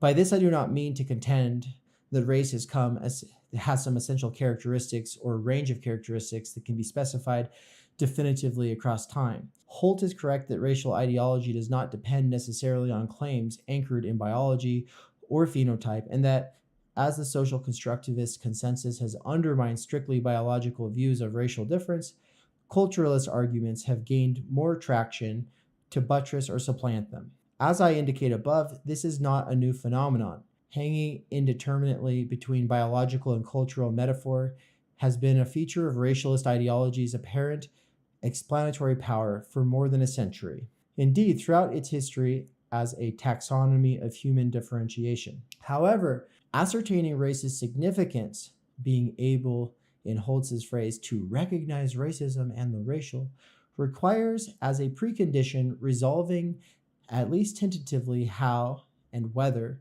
race and racism can be identified conceptually as a distinctive kind of taxonomy within the universe of ascriptive ideologies. From that perspective, Holtz's and Hall's contention that because race has no singular coherent meaning, we should not attempt to specify its characteristics and conceptual boundaries more clearly and should focus instead on charting its operations over time is a non sequitur. It is possible conceptually to distinguish race among ideologies of ascriptive hierarchy without accepting either the taxa, which is to say the groupings propounded in its name, the putative bases asserted for differentiating them, or the deeper philosophical claims that would justify sorting human beings into such classificatory systems in the first place. If not, then how could we know that race is the label that most appropriately applies to one ascriptive regime or another?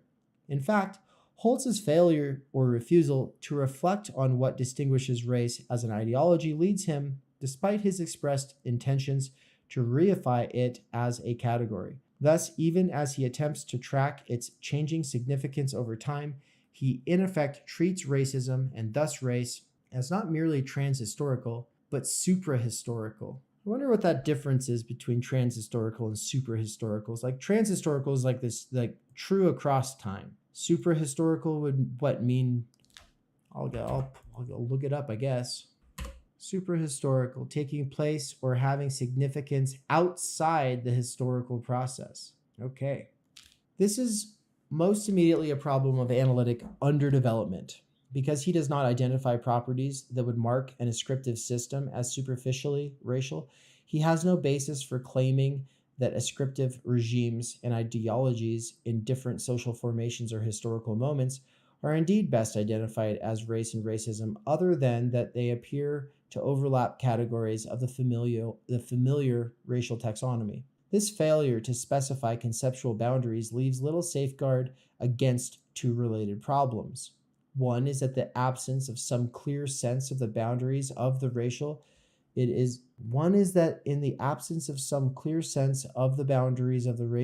is not possible to determine whether that appearance might rest on anachronistic or otherwise contextually inaccurate perceptions.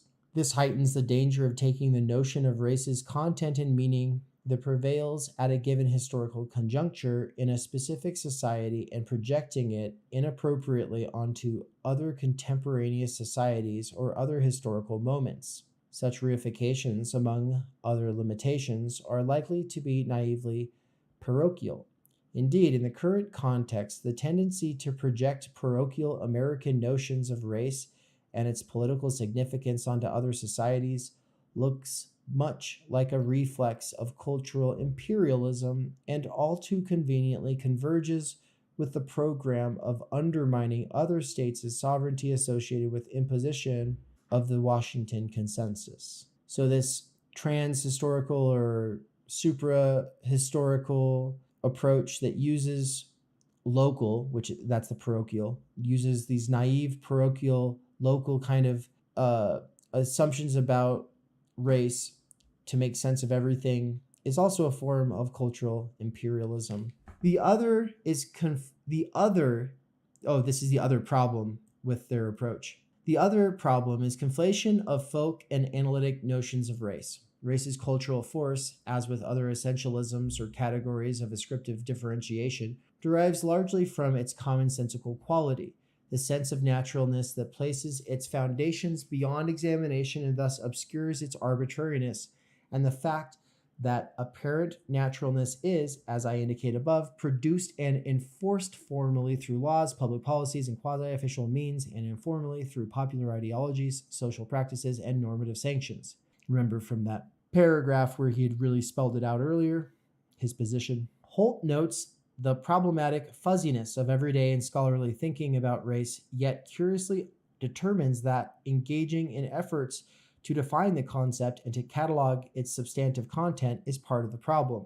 This notion also may result from Holtz's apparent failure to recognize that race can, in principle, have a categorical essence without having a natural or empirical one. In arguing that the meaning of race and the nature of racism articulate with, perhaps even are defined by, the given social formation of a particular historical moment, Holt clearly wants to stress race's plasticity and historical contingency. He indicates that the logic of racial classification may change, different populations may become racialized and deracialized, presumably in different ways, but even as he laments scholars' persisting failure to historicize the problem of race, his perspective nonetheless naturalizes race and racism. He insists that if race is socially and historically constructed, then racism must be reconstructed as social regimes change and histories unfold. And he notes that what appears to be racism's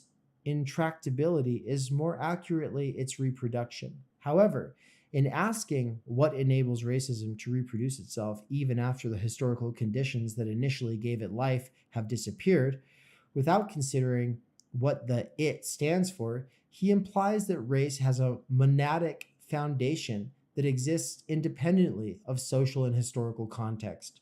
That's the super historical part. His references to race's historicity are at odds with his metaphor. Quote, implicit in this approach is the conviction that neither race nor racism can live independently of its social environments. The times and spaces it inhabits, by nature a changeling, it attaches itself to and draws sustenance from other social phenomena and from racist discourse itself, like one of those indigenous monsters in late-night science fiction movies. The historian is left to examine the carcass it once inhabited before moving on to another social body, while the sociologist busily constructs diagnostic questionnaires after the disease has already mutated. End quote. This may be stylistic flourish, but his imagery is nonetheless of a discrete thing that adapts to its changing environment. And Holt seems to find this sort of decidedly ontological metaphor especially apt in characterizing racism. Elsewhere, he avers, as for the thing itself, racism's powerful hold, its tenaciousness, it appears to rise not from some parasitic attachment on the surface of an otherwise healthy body politic, but from viral growths within the living whole. Race yet lives because it is part and parcel of the means of living.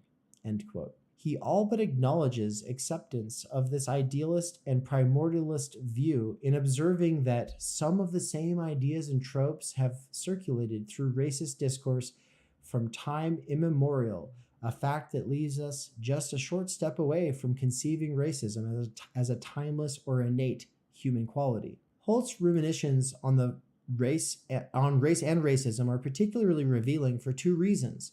One is that this book, The Problem of Race in the 21st Century, is the most direct and extensive argument for the continuing applicability of Du Bois's early assessment of the importance of the color line. The other is that Holt is among the more lucid and sophisticated of those scholars who endeavor simultaneously to follow out the practical, intellectual, and political implications of a constructionist understanding of race and to sustain a view of racism as an autonomous and transcontextual social and political force in the world. In contrast to Howard Winnett, for instance, who engages the question of race's meaning and significance at a similarly high level of abstraction focused on historical projects and formations, Holt more consistently asserts race's historicity and more consciously attempts to avoid explicitly idealist formulations, even to the point, as I have shown here, of seeming often to argue against himself. That he has such difficulty harmonizing the two positions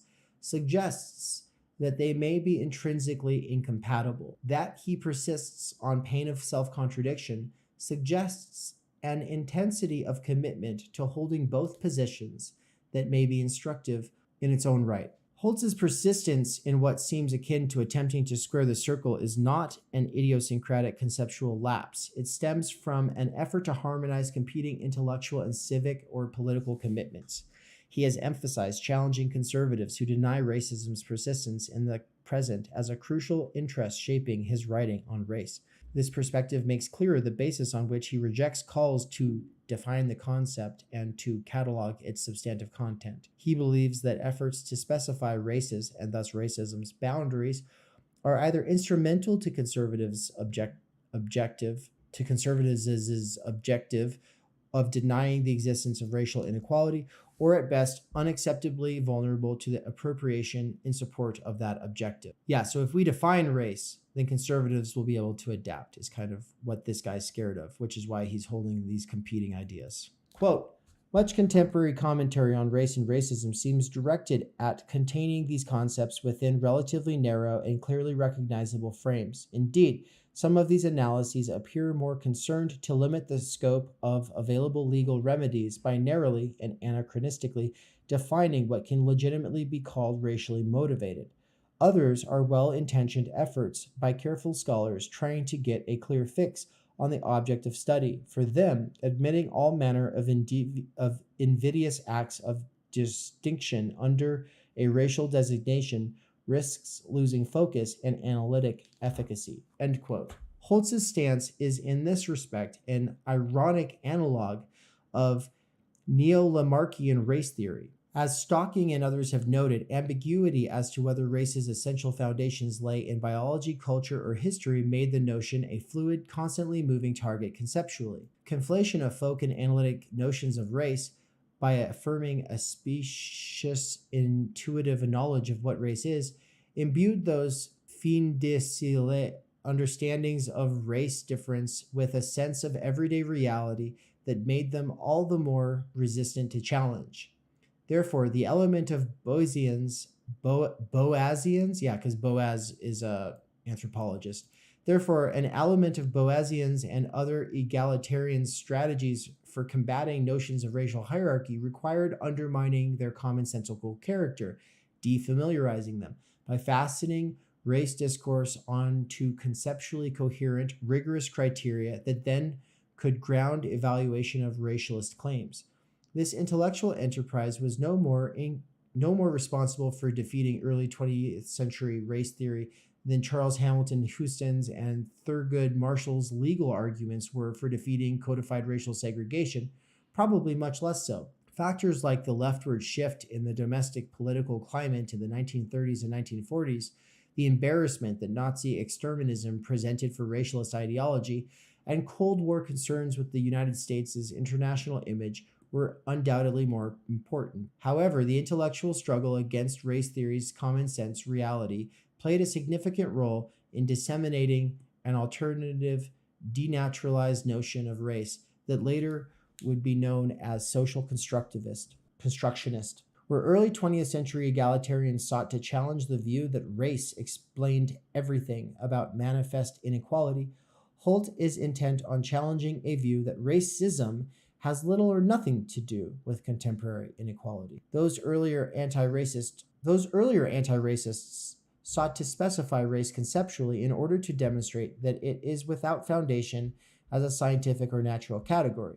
Holt wishes to demonstrate that racism is a foundational, or as nearly foundational as one formerly committed to a constructivist view of race might plausibly claim, element of American or Western society in order to argue against contemporary anti-egalitarians who insist that unjust racial inequality was eliminated by the civil rights legislation of the 1960s. This commits Holt, as it does many others, to casting the net of racism much more widely than those conservatives would permit. Okay, so basically Holt is intent on challenging the view that racism has little or nothing to do with contemporary inequality, right? And because earlier anti-racists sought to, draw boundaries, specify, define race conceptually because they wanted to demonstrate that it is not, it's not a scientific or natural category, and that they thought they needed to do that as a way of being anti-racist. Holt is like, well, no, that's actually serving conservatives now who want to act like racism's gone away. Examples of that might be like John C. Laurie today. Am I saying his name right? But Glenn Laurie is a popular conservative today who wants to kind of say, yeah, there's no scientific basis for this race stuff. It's just, there's some cultural differences or whatever, but these conservatives are able to adapt. It doesn't really matter which way you want to spin racism and race, whether you want to say that it is scientific or not. The point is, though, that Holt is so intent on saying that it actually is a real fundamental category and it's a necessary foundational element of American or Western society, that it puts him in an interesting situation where he's actually, transhistoricizing, not just transhistoricizing, but supra-historicizing race in like this sort of, it's not even race realism, it's racial ontology, right? This commits Holt, as it does many others, to casting the net of racism much more widely than those conservatives would permit. Cool. At this point, we're over halfway through this text, and I think we're finally getting to the part where it's going to start gaining a little traction. A lot of what he's doing is setting up a case, and I should have led with this. I kind of forgot, but it is one of the big points. This all amounts to a critique of Cornel West and Bell Hooks, as well as other racial spokespeople in the progressive PMC. Basically, Dr. Adolph Reed Jr. has some criticisms, and if you've been following along with where we've gone through so far in this text, then you might be able to see where those criticisms are going to be coming from or going. But if not, no worries. This is one of those works that bears repeating. He does not write like W.E.B. Du Bois, which is to say, popularly for a non-specialist audience. No, he's writing in a very esoteric, technical, precise way to a very specialist audience, because he has a delicate task here. And my sympathies go out to Dr. Adolph Reed Jr.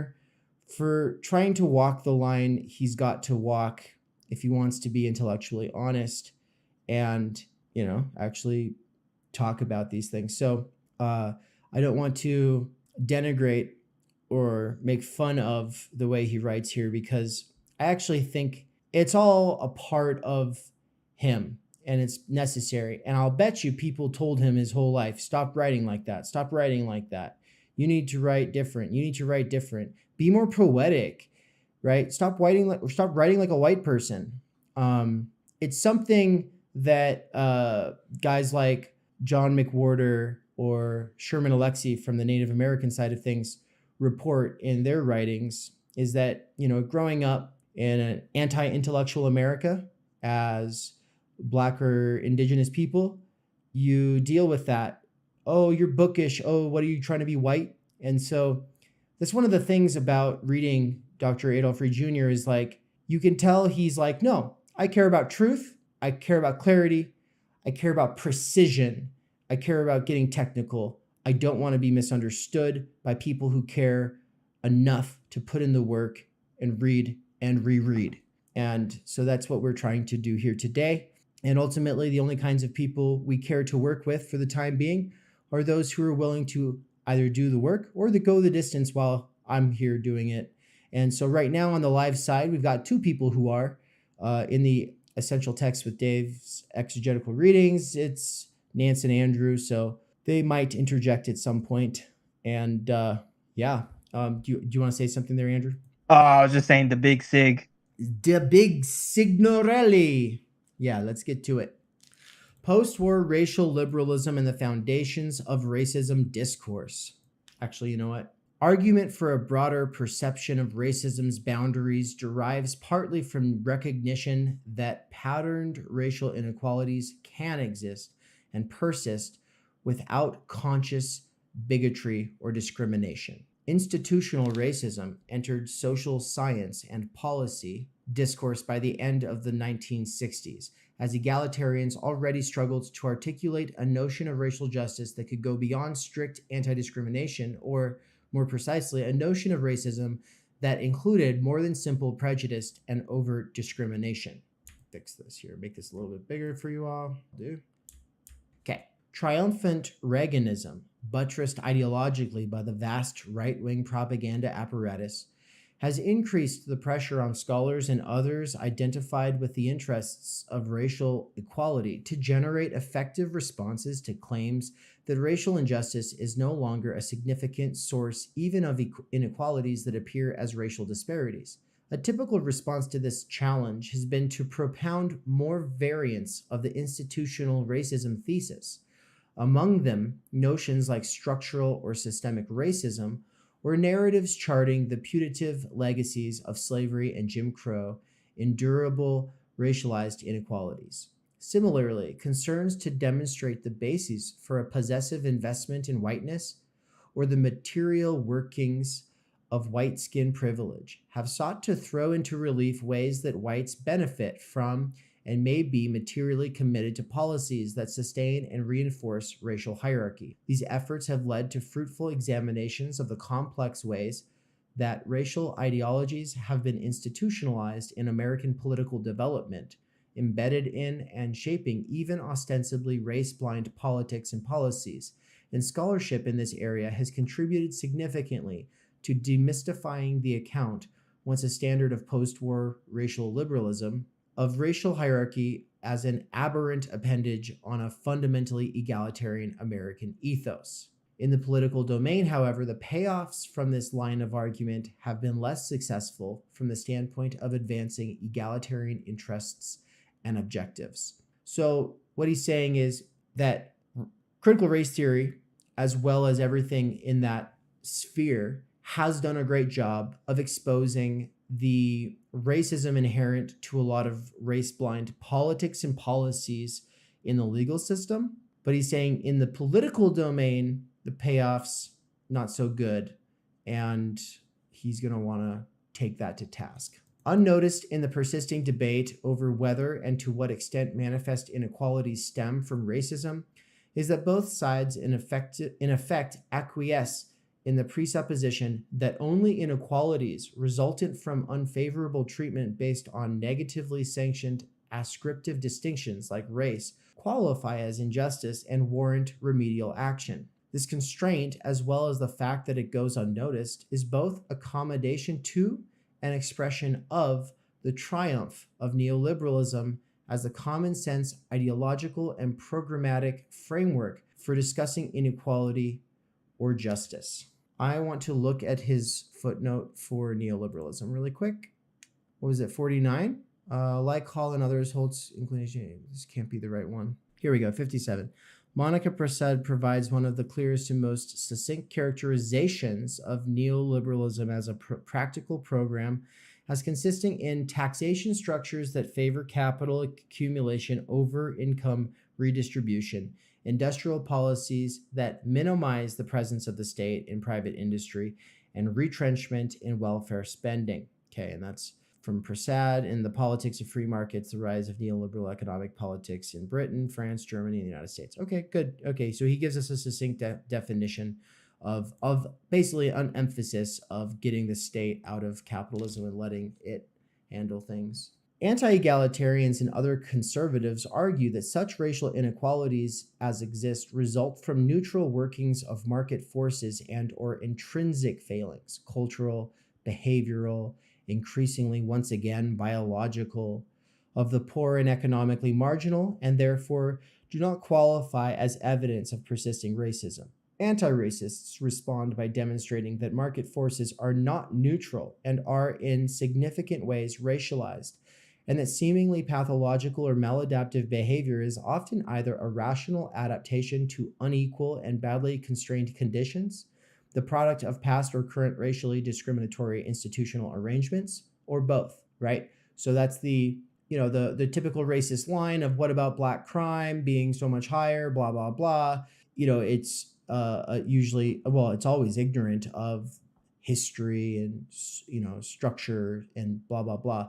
And the comeback is to, the anti-racist comeback is to demonstrate that market forces aren't neutral and that there are significant ways that these things are racialized, and seemingly pathological or maladaptive behavior is often either a rational adaptation to unequal and badly constrained conditions.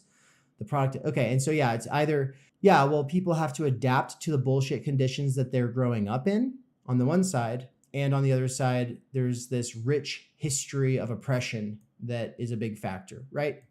To that extent, neither side in the argument challenges the presumption that only inequalities resultant in some way from stigmatization of ascriptively defined populations are objectionable to the point of justifying political intervention. Unjust inequality thus construed becomes in effect a boutique phenomenon, applicable only to discrete population segments or categories, rather than a tendency rooted in the core mechanisms that reproduce the social, political, and economic order in general. This is a view that, among other limitations, preempts strategies of popular political mobilization. Okay, if there's two sides in this argument, and neither challenges the presumption that only inequalities resultant in some way from stigmatization of ascriptively defined populations are objectionable to the point of what I think I'm confused by this sentence. So that's what I'm trying to figure out here. Okay, I get it. So framing the debate in this way, where it's like, is it nurture or is it nature? Or is it, if it's not, in the nature of a person, if it's not a biological thing, it's their free choice. It's their decisions to be bad, versus the other side that says, no, it's people adapting to shitty situations that are the product of a historical legacy of oppression. Both sides of that debate frame the debate as one where the only kind of inequalities worth addressing are the ones that are a product of stigmatization. The only kinds of political interventions that are justified are going to be the kinds of political interventions that could address issues of recognition, diversification, inclusion, etc. Okay, that makes sense, I think. It's just a really confusing way to say it. Unjust inequality, thus construed, becomes in effect a boutique phenomenon applicable only to discrete population segments or categories, rather than a tendency rooted in the core mechanisms that reproduce the social, political, and economic order in general, right? Long story short, everyone would rather think about anything other than capitalism. Okay. Debating inequality on those limited terms is, in one sense, only a pragmatic response to the fact that the neoliberal mindset has become hegemonic truth in American politics. Inequality as such, even severe inequality, no longer seems to be a cause for public concern and action. The term itself is increasingly replaced in academic and policy discourse by disparity, precisely because the latter term is held not to be normatively loaded, that is, not to connote injustice. Because of the civil rights and women's movements' legislative, judicial, and ideological victories, discrimination on ascriptive grounds is the most reliable basis on which objections to inequality can gain the standing necessary to pursue remedies in courts and legislatures. For example, when residents of Cabrini Green housing project challenged the demolition and relocation plan adopted by the city of Chicago and the Chicago Housing Authority, they found it necessary to do so on grounds of civil rights violations, stressing the disparate hardship the plan imposed on blacks, women, and children. Yet accepting that framework also affirms and reinforces the underlying normative principle that naturalizes, that is, removes from the realm of legitimate concern, inequalities that can be attributed without qualification to market forces or allegedly bad or irresponsible individual behavior. To put this perhaps yet more plainly, debate over whether inequalities stem directly or indirectly from racial or other discrimination backhandedly validates the view that only inequalities that result from some form of discrimination are unjust, right? This is summed up well by a tweet I saw a long time ago, but it impacted me pretty heavily when I saw people trading it around thinking it was funny, when a black lady on Twitter apparently had said, I can't even imagine living in my own, I can't imagine what it must be like to be a poor white person, to know that with all that privilege and all those advantages, I couldn't make it work for me. And something along those lines, right? It was a lot more pithy and succinct, but the point is like, I can't imagine that. Like, you have everything handed to you and you just squandered it. You're pathetic. And so, yeah, this frame of whether or not there are disparities representative within the distribution of the wealth of society on the basis of discrimination, or that could be traced back to discrimination, that whole framing of the debate makes it so that people are validating the view that the only inequalities that are unjust are the ones that are the result of discrimination, right?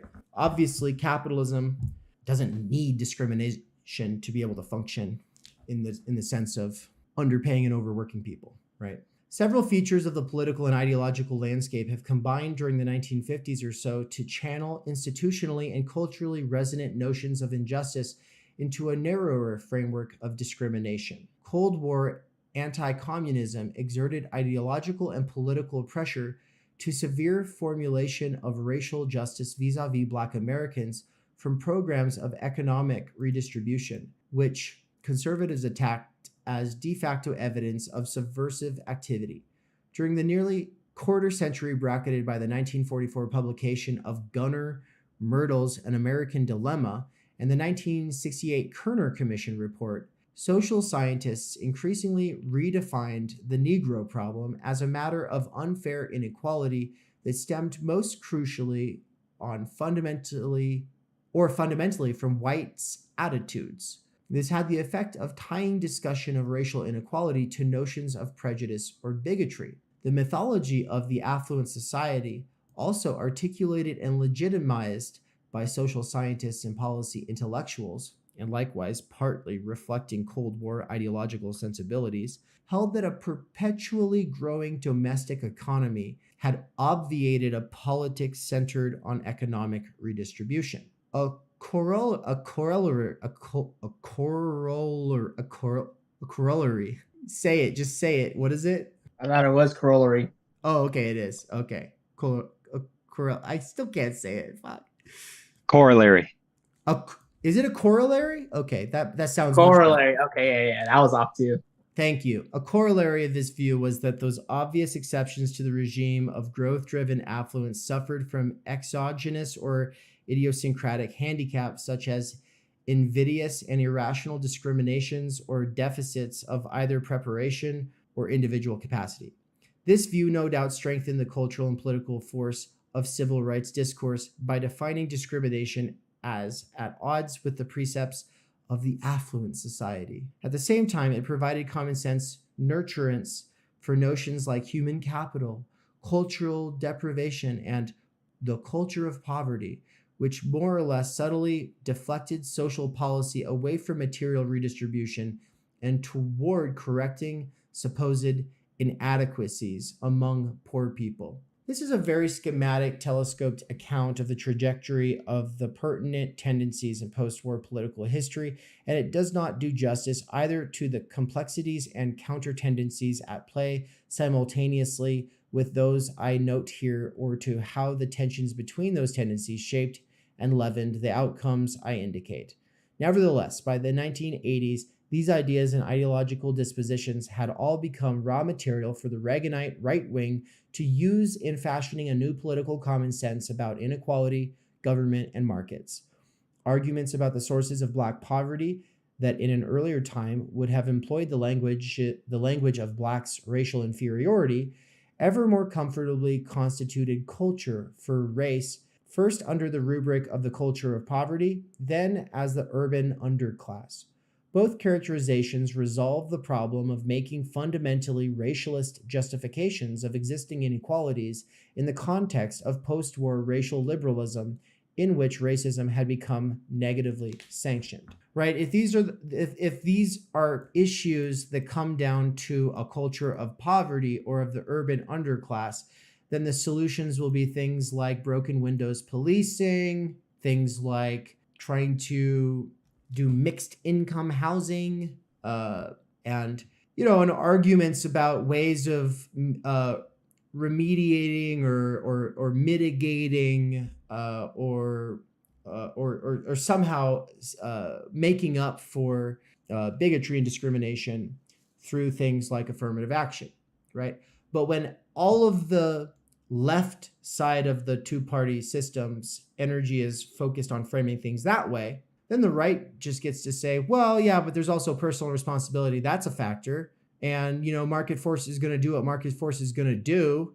And so and so you have these two sides framing the debate as though the issue of poverty is really an issue of only Black poverty. And then the Black poverty in question is only something we should or shouldn't do something about in terms of discrimination or a way of remediating it. So it gets everything off base in terms of thinking about solutions to poverty itself, right? Ironically, however, it was a validly liberal Black sociologist William Julius Wilson's assertion in this book, The Declining Significance of Race, midway through the Jimmy Carter administration that class factors were increasingly significant in relation to racial discrimination in shaping blacks' life chances in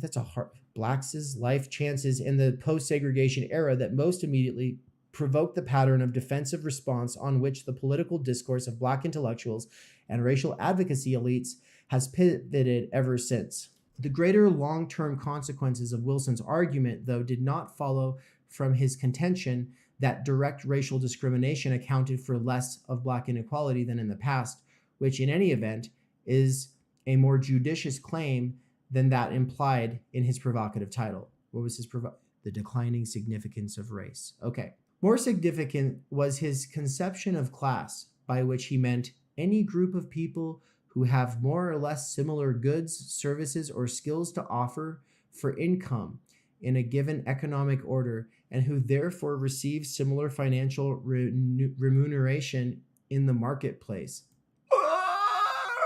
What? So that was his definition of class he's working with. My God. Any group of people who have more or less similar goods, services, or skills to offer for income in a given economic order, and who therefore receive similar financial remuneration in the marketplace. So his definition of class is income bracket. Right. So it has to do with stratification theory of like, oh, your income and how much you get taxed, right?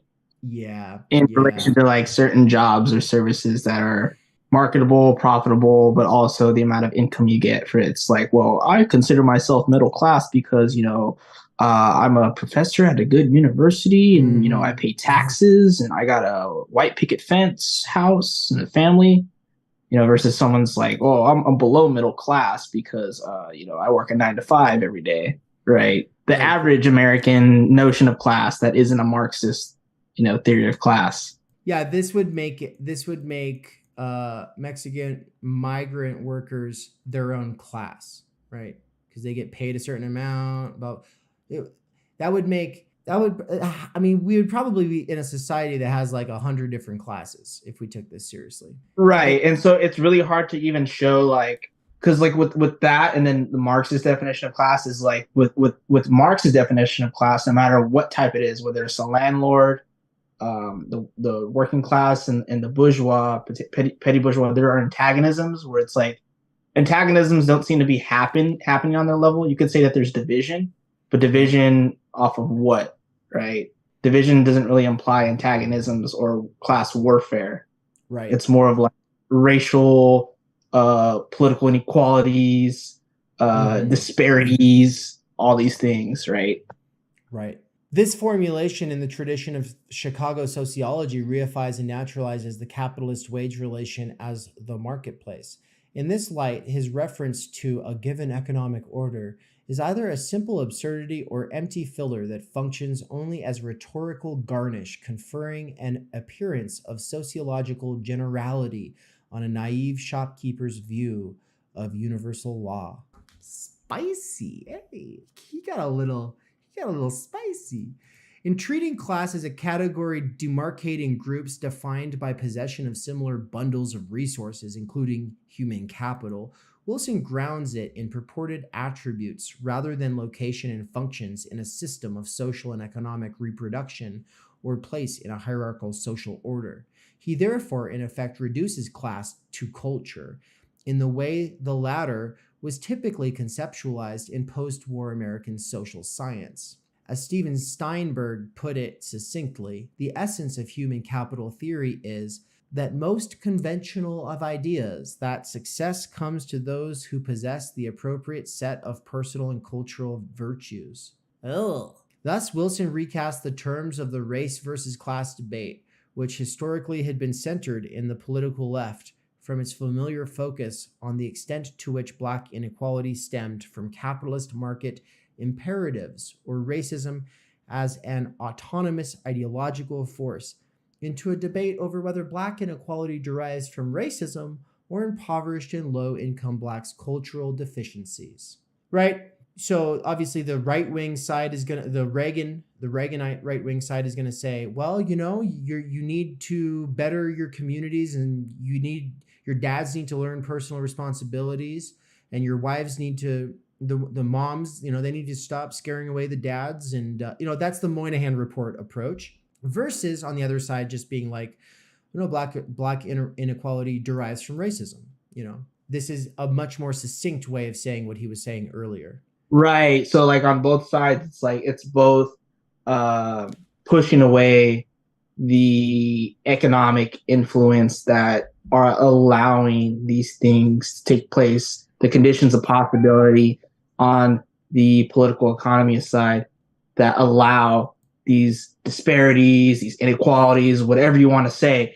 But there's just like this artificial framework that they're dealing with by saying like, oh, you're not pulling yourself up by your bootstraps. Your community needs to do better. Like, as you're saying, like it's all these deadbeat dads and these welfare moms, especially in the post Reagan, or the post Fordist, like Reagan neoliberal times. It's like, oh yeah, your guys' family just breaking down, or it's like, oh no, these like certain inequalities and stigmatisms that are keeping them down, and we need to take more accountability and realize our privilege, or we need to do better. We need to fund the schools. We need to make sure that the families are doing good. So we have social services like social workers, etc. in these things. We have welfare. But what does that do but put a Band-Aid on one end, put a Band-Aid on the thing, and the other one is like pretty much saying like it's all your fault,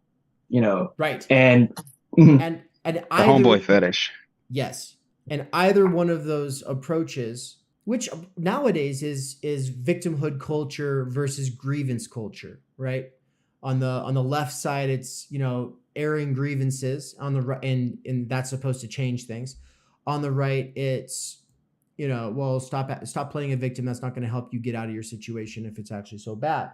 Which there's truth in both sides, and that's why the debate stays so well and alive, is because both have a point.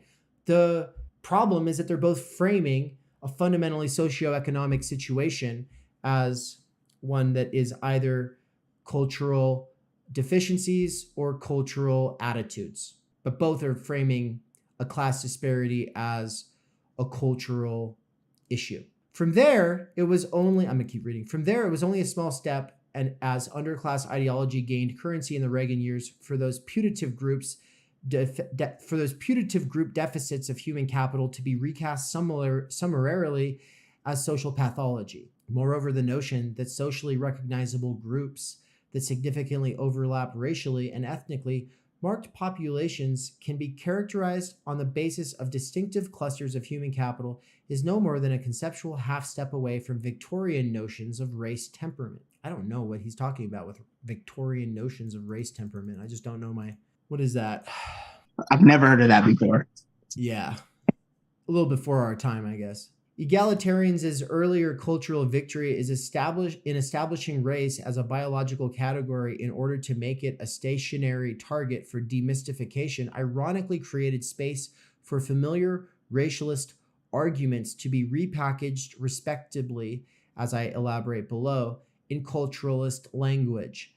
This is both a reminder that there are no technical or theoretical final victories in political and ideological struggles, and an illustration that racialist ideologies, like all ideologies of ascriptive hierarchy, are not products of theories of difference so much as normative and practical commitments that lead to production and propagation of theories of difference.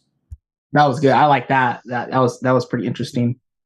Right. So he's saying like all ideologies of, so he's saying that all ideologies of ascriptive hierarchy are not products of theories of difference so much as normative and practical commitments that lead to the production and propagation of theories of difference. This would be a critique of probably the deconstructionist and Levinasian influenced schools of thought. And I say influenced only with, I emphasize influenced because I'm not so sure that Levinas is saying that theories of difference are the drivers of these ideologies. I don't think Levinas would agree with that at all. But the point is yeah, there are, that is how it gets treated. People act as if theories of difference are the drivers of discrimination and of such policies. Right. And so how would this idealist. tie into something like performativity in like Butler, because she's kind of seems like she wants to get rid of the normative function of how we view gender, right? Because I want to gender. I say we bookmark that one. Let's Okay. bookmark that one because I don't want to get too in the weeds here. Because Right. we still have like another 20 pages or at least 10 pages, but but no, I do want to bring that in though because that's worth thinking about and talking about. We'll get to it though outside of this conversation. They're political. So bringing it back to the production and propagation of theories of difference. They are political programs, and those who pursue them seek or at least gravitate toward the most convenient and pragmatically effective theoretical justifications for them. This logic extends beyond the opportunistic choice of biological or cultural metaphor. As Holt notes, race's content, and thus racism's content, is fluid. Stephen Jay Gould demonstrated wonderfully in The Mismeasure of Man that both folk and scientific metrics of racial difference are typically improvised according to the needs of the moment. Early intelligence testers and racial anatomists, for example, were known to reverse their assessments of one or another trait's link to intelligence or advanced evolutionary development to finding that it was distributed in racial patterns different from initial expectation. In this sense, Holt is correct that it is a mistake to concentrate on determining race's specific content and meaning, but taking that reality into account only makes assigning priority to identifying racism and the racial seem all the more beside the point, if not counterproductive. To return to the case of post-Katrina New Orleans, applying the racism label does not help us make sense of the complex material and ideological dynamics shaping the terms of recovery and renewing the social and political order there. It cannot capture the ways that those dynamics draw from, cross-cut, overlap, revise, and supplement familiar racial narratives and categories in reestablishing a hierarchical regime that substantively restores the political and economic status quo ante. In that which is not the word ante, but like the level of the status quo where it was at. In that context, the focus on identifying racism and the racial would lead, indeed has led, only to a second-order debate as to whether the inequalities that characterize the politics of recovery stem from racism or some other source. As so much of public discussion of Katrina's impact and responses to it has demonstrated over and over, that debate is an intellectual and political cul-de-sac. Intellectually, it cannot be resolved, particularly without clear delineation of the boundaries of racism. Politically, it redirects attention from the reality and substance of injustice to the name by which we shall call it. Ooh, damn. Yeah, I'm going to reread it. Politically, it redirects attention from the reality and substance of injustice to the name by which we should call it. I would say most skirmishes or disputes over what is or is not leftist today do the exact same thing. They take the solution to fighting injustice, and rather than thinking about what that substantively would look like, they instead get bogged down in what to call it. And as the rhetorical stakes of classifying it as racism increase, the implication that what cannot be labeled conclusively as the effect of racism does not qualify as an injustice demanding corrective action becomes more deeply and surreptitiously embedded. In this respect, as in others, New Orleans stands out only as a particularly intense condensation of more general tendencies operating in American politics. Debates over whether persistent inequalities should be classified under the rubric of racism have been markedly unproductive of anything other than more such debate. Whether racial disparities in income, quality of employment, and access to education, housing, or healthcare stem from racism, however, if at all defined, does not tell us what the mechanisms are through which those disparities are concretely reproduced or suggest how they can most effectively be alleviated.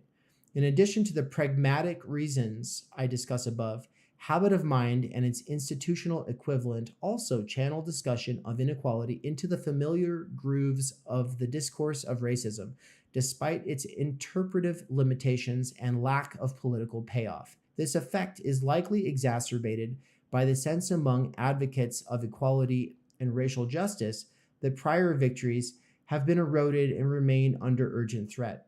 This sense disposes toward a defensive posture, particularly as dismissal and denial of racial injustice have figured so centrally in the right-wing juggernaut's rhetorical arsenal, right? So, obviously the defensive posture that constantly falls into framing everything in this way is a pretty natural response to the way that the right-wing juggernaut has definitely eroded what seemed like progress. The institutional expressions of civil rights and racial advocacy are in general likewise habituated strategically and discursively. Before Reaganism's triumph, racial advocacy organizations could anticipate, whether or not their efforts routinely succeeded, winning incremental victories on behalf of their constituencies through a pluralist version of palace politics. Under terms of the framework of governance that prevailed in national politics from the New Deal through the 1970s, the civil rights movement's success translated into recognition and inclusion within a semi-official interest group system in which organizations, including others identified with social wage and social justice concerns, such as trade unions and later environmental, feminist, and public interest advocacy groups, defined, articulated, and pursued formulations of their constituent groups' concerns through mechanisms of administrative negotiation, lobbying, and litigation, right? So this is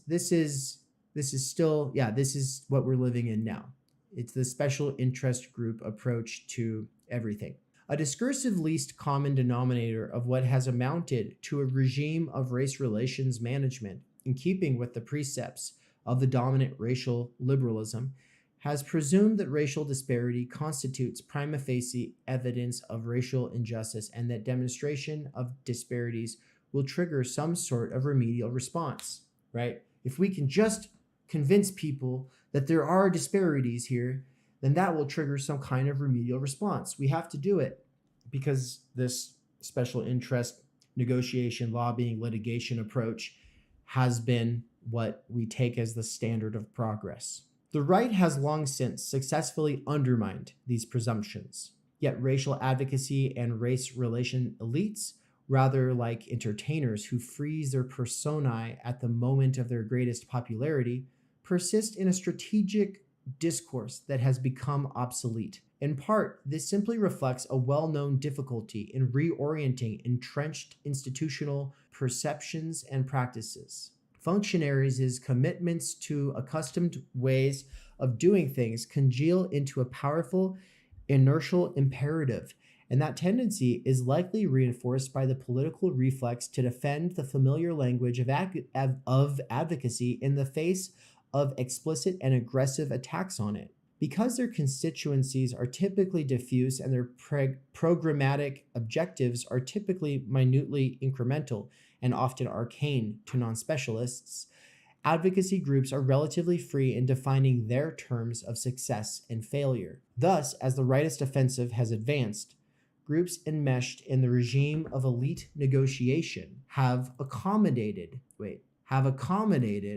by steadily, almost imperceptibly narrowing the scope of their expectation. This has meant gradually blurring the distinction between victory and defeat. Increments of victory become smaller and increasingly symbolic. And he's not talking about symbolic in the Lacanian sense. He is talking about symbolic in the sense of performativity and institutional gestures of recognition, like, let's acknowledge that this land was stolen, Yeah, like memories, customs, rituals, rites, and what they mean, the significance, more nonchalantly, Precisely. Then success becomes recast as limiting the extent or slowing the pace of retrenchment. I recall the late Paul Wellstone lamenting in the mid-1990s that liberals and progressives in Congress and the advocacy world had fallen into a practice of responding to Republicans' intensely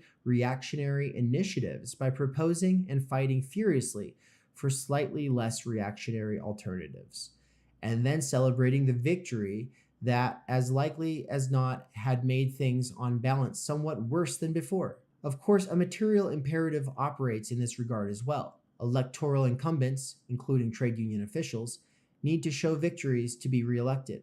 Advocacy groups need to show them to sustain fundraising. And one of the bullshit jobs that David Graeber talks about on Bullshit Jobs is how every bureaucracy, corporate, public, or private, doesn't matter, has people whose entire job it is to show that they are making progress, even when they're not, which is you come up with some kind of a standard where you have to go around and count everything and then show some kind of a movement of a graph, but ultimately it's really arbitrary. It's really just to bolster up the confidence, in this case, of in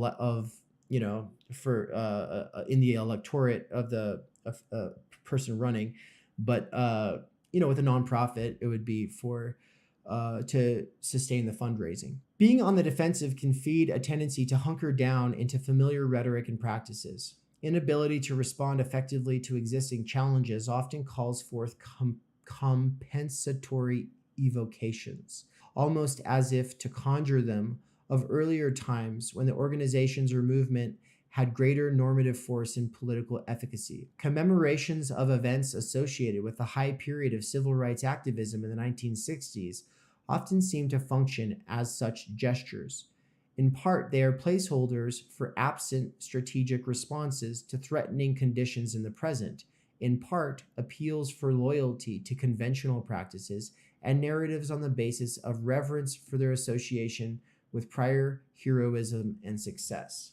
This amalgam of habit, pragmatic imperative, deep structural logic, wish fulfillment, nostalgia, the pathological organizational inertia condenses and sustains a perspective or sensibility that posits race or racism as a sui generis, original, form of a scriptive or unique form of a scriptive hierarchy. This perspective emerges from and reproduces the logical framework of racial liberalism, race relations, that evolved as a political and intellectual common sense over the second half of the 20th century. It depends on moralistic but substantively empty formulations like the lament that racism is America's original sin or national disease. I still have friends who say that. The presumption of self-evident moral imperative underlying such formulations is partly what energizes flights, as in the New Orleans case, into hopelessly convoluted, tortured argumentation aimed at fitting travesties of justice and patterned inequalities into a language of racism that is simultaneously vaporous and Procrustean.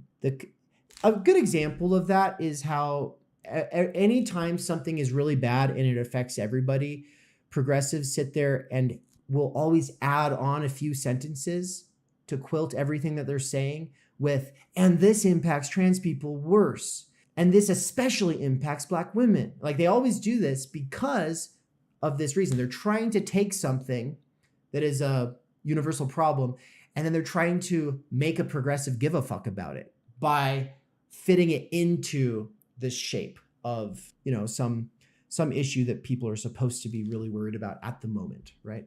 Why it's taken so long to talk about the train derailment in Ohio, because they're all working class whites, so they can't. For real. That's a good point. I didn't know that, but yeah, that makes sense.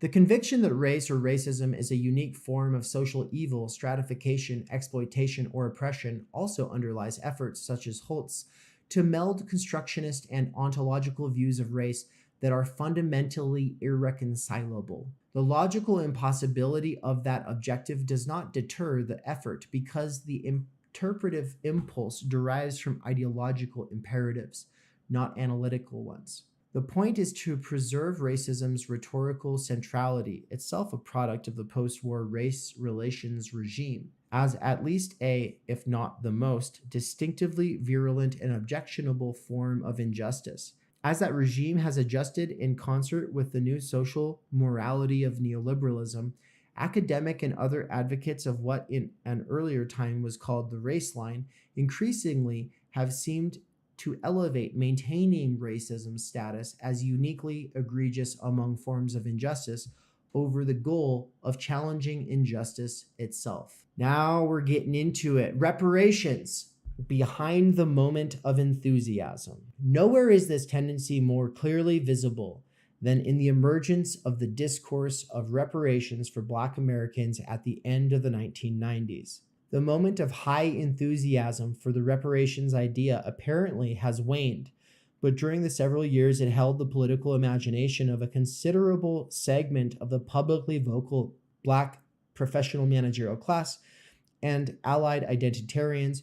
One striking feature of the reparations discourse was its utter lack of concern with political efficacy. Reparations talk has been unrestrained by strategic consideration of how it could be possible to build the kind of political force necessary to prevail on the issue. When pressed on this question, proponents commonly have taken refuge in a debater's trick that has been a staple of race-line politics at least since the Black Power era, a call for shifting the focus of the struggle for reparations to the international arena. Not only does this move only sidestep the problem of political agency by displacing it onto a vague, remote alliance, it also makes the basis for the reparations claim all the more diffuse by linking it to demands based on prior colonial and neo-colonial exploitation. In place of strategic, and by the way, I would just, I don't think he's probably going to go there, but I would just say that if a lot of people coming into progressive PMC politics feel guilty about their privilege,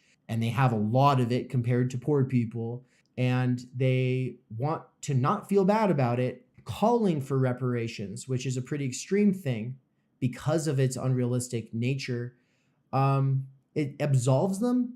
It's like, it's one of those things that absolves you. You don't really have to. It's like, well, I'm radical. I'm calling for something radical. Yeah, just because it's unrealistic doesn't mean it's radical, okay?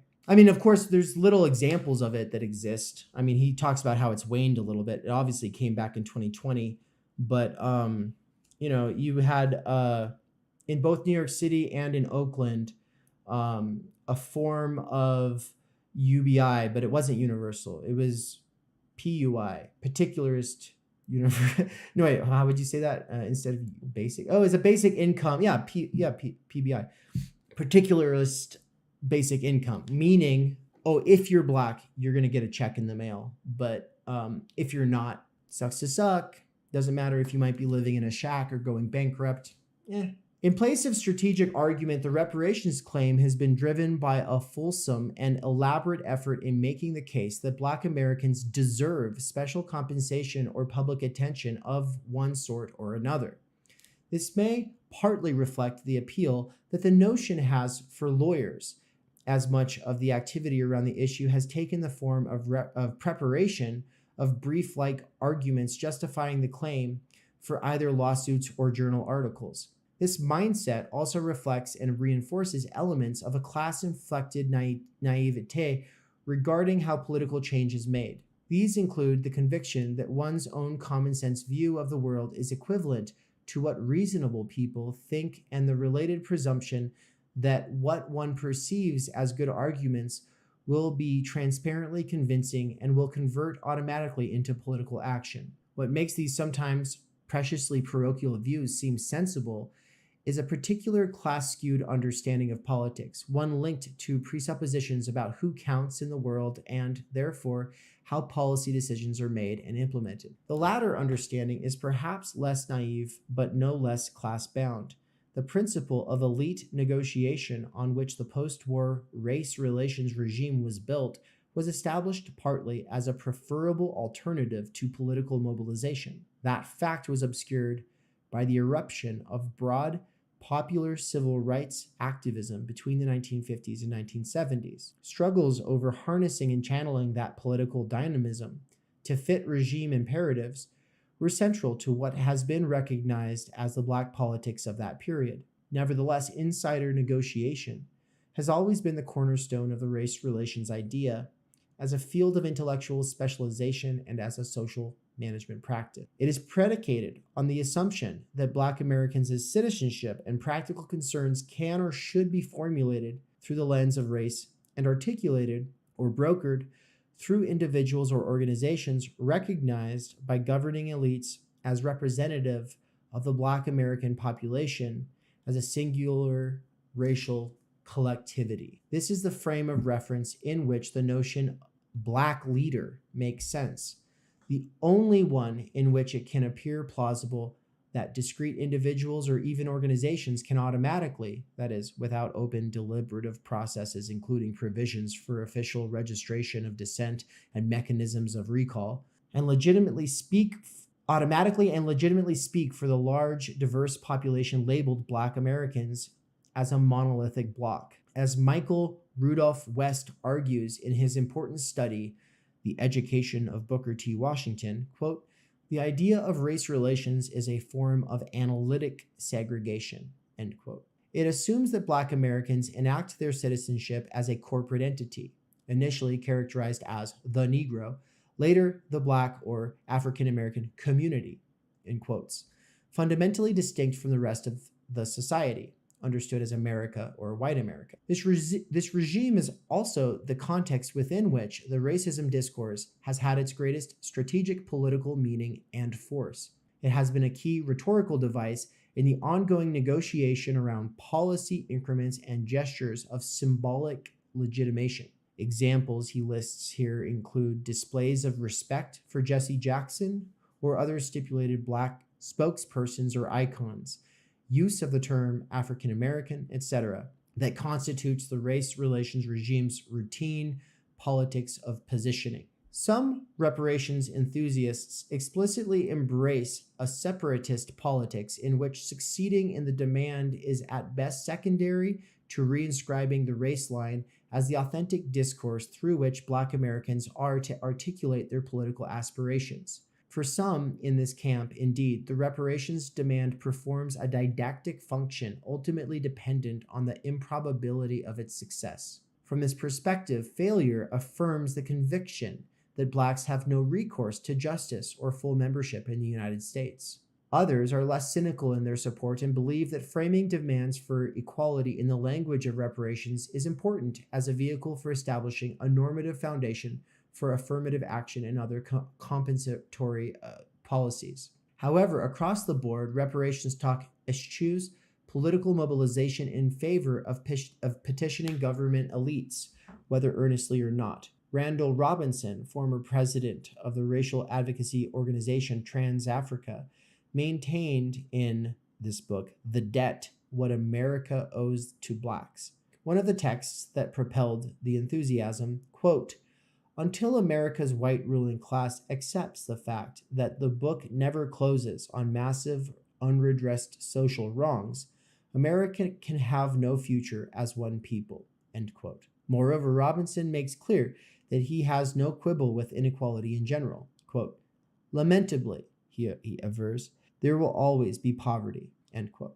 His focus is on purely racial redistribution, a program that, among other limitations, makes all the less likely any possibility of broad public support. I argued during the height of the enthusiasm that, as an approach to advancing egalitarian political interests, reparations talk is counterproductive, that in insisting on defining Black Americans' disadvantage and exploitation as unique, it is capable only of petitioning governing elites for special consideration. There's a more insidious dynamic at work in this politics as well. And by the way, if you believe that any possible positive change is going to come from petitioning government elites for special consideration, then you're in good company, because that's what a lot of people believe. And a lot of institutional bureaucratic types or even professors who espouse something radical from time to time believe that the only way to get anything positive changed in society is by holding their feet to the fire, right? So we've got to make the governing elites consider, this issue. And by making them consider this issue, that will make the change. And so this is why there's a silent partnership between burnt out rad lib professors and radicalized leftist protester students, right? The The belief on the more realistic, burnt out progressive professor side is that, yeah, well, they're with their young energy, they'll at least put a little pressure on these elites, and then we'll get a little special consideration. So, yeah, not realistic solutions are being advanced. And no, none of these things can actually bring the changes that anyone's actually demanding. The police are never going to be disbanded, for instance. But hey, it's getting the elites to consider. Okay, this is a quote. There's a more insidious dynamic at work in this politics as well, which helps us understand why the reparations idea suddenly has spread so widely through mainstream political discourse.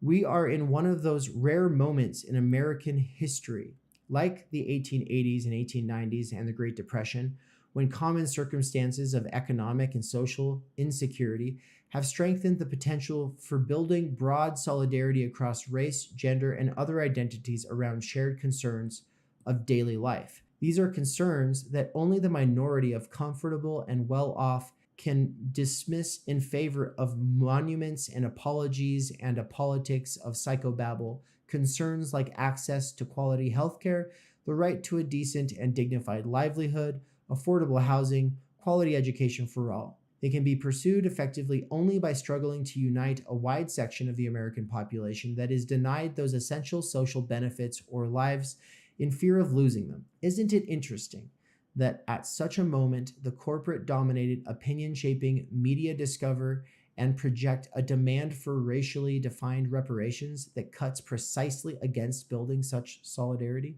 End quote. But even though mainstream opinion-shaping media were instrumental in projecting the reparations idea into popular culture and exaggerating the breadth of its support among Black Americans, they neither created the enthusiasm nor kept it alive. Reparations talk and imagery clearly struck a responsive chord within the professional managerial strata, among whom the race line has historically functioned as a social resource and form of political capital. Taking that social base into account suggests a practical foundation beneath agitation for reparations that otherwise appears incomprehensibly fanciful. It is a proprietary assertion of the discourse of race and racism as the default framework through which inequality or injustice at all impinging on Black people is to be understood, explained, and addressed. That's the interesting thing that kind of sticks with you once this clicks, is that, yeah, there is discrimination. Yeah, there is systemic racism. But when this is the singular frame that's constantly being purported as the cause and solution, or potential solution for injustice, then any and all experiences of injustice or alienation or disenfranchisement are going to be interpreted through that lens. Like the 1983 march commemorating the 1963 March on Washington for Jobs and Freedom, reparations fervor was partly a placeholder for a political agenda.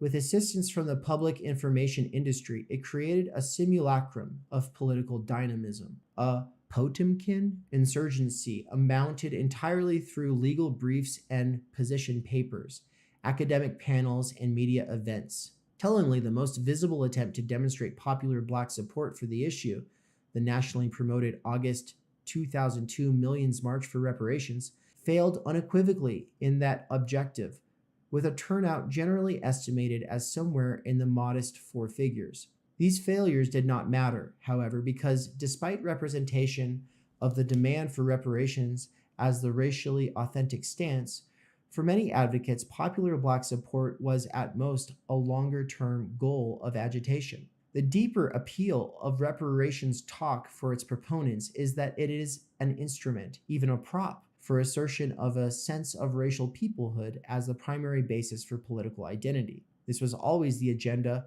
of the separatist nationalists who had nurtured the reparations idea in the fringes of Black political life for more than a generation, as Martha Biondi, John Torpy, and other scholars have noted. And those nationalists have characteristically finessed the seeming conundrum that the programs they propound as racially authentic, including reparations, lack popular support from living Black people by interpreting that absence of support as evidence of the brainwashing or psychological damage inflicted by American racism. That is one of the maneuvers to look for in almost any ideology. If you see the failure of the ideology as proof of the ideology, then obviously it's going to do really well if it's got completely unrealistic ideas for what needs to happen, right? So, I mean, that goes for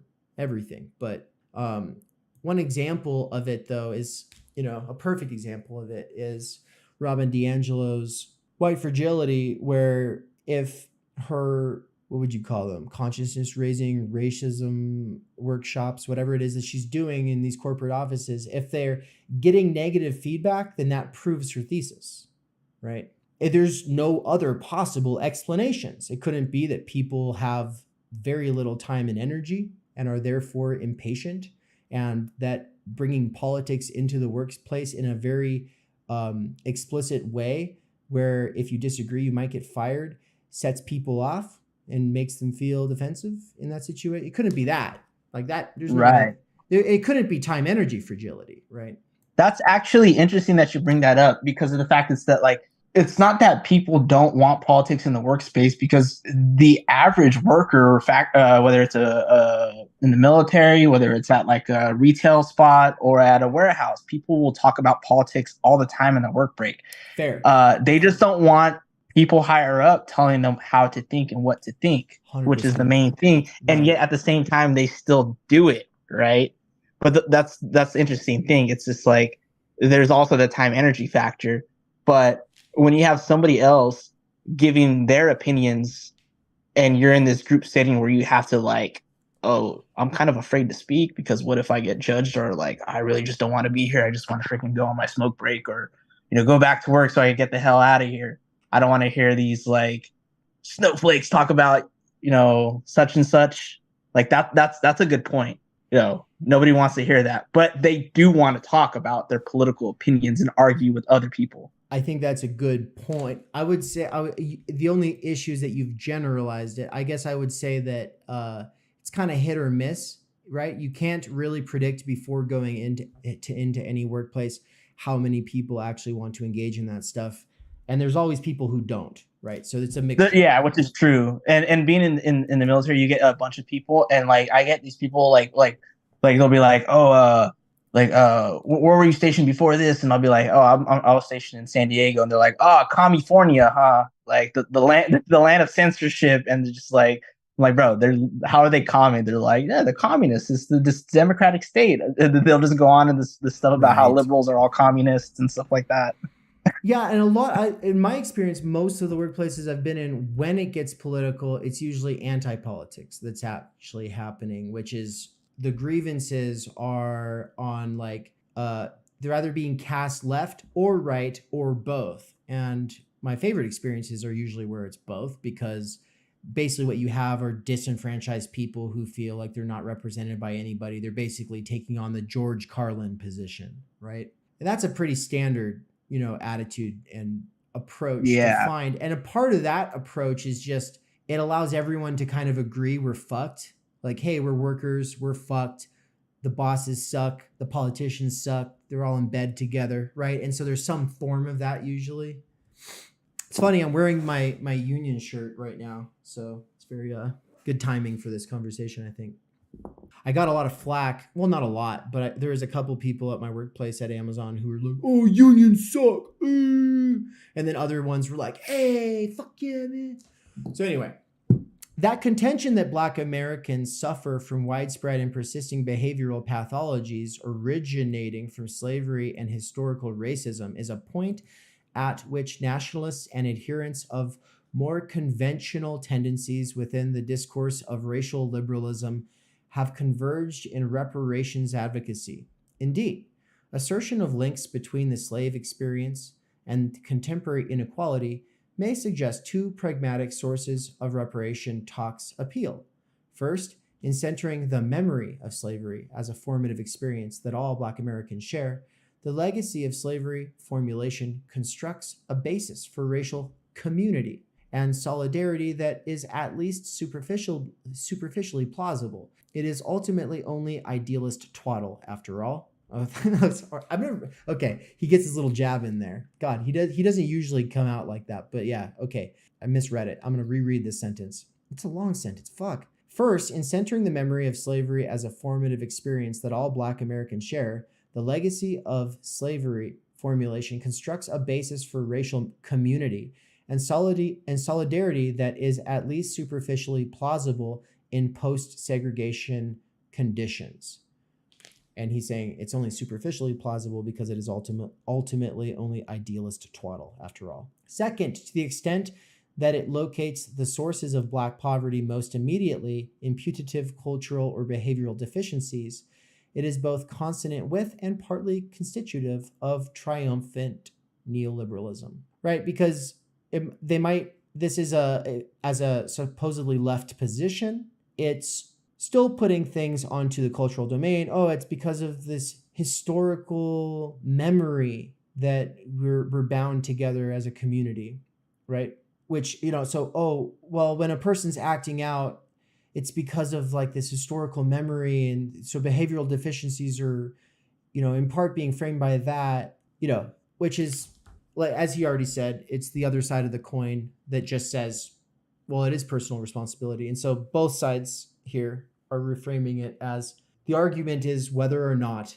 it all comes down to discrimination as the only reason for injustice, right? From the damage thesis to the neoliberal race line, the notion that the experience of slavery left an intergenerational imprint on Black Americans' patterns of social organization, behavior, and attitudes has been recycled in various iterations, at least since E. Franklin Frazier's research on the Black family in the 1930s. As Darrell Michael Scott argues, however, it was only in the post-war period that the view took hold that distinctively Black family forms, more accurately, patterns of household and kinship organization that occur in greater frequency within the Black population than among whites or the general population, have reflected and produced social pathology. Scott connects that turn to the emergence and consolidation of post-war racial liberalism and its focus on racism's putatively damaging effects on Black psyches and eventually culture.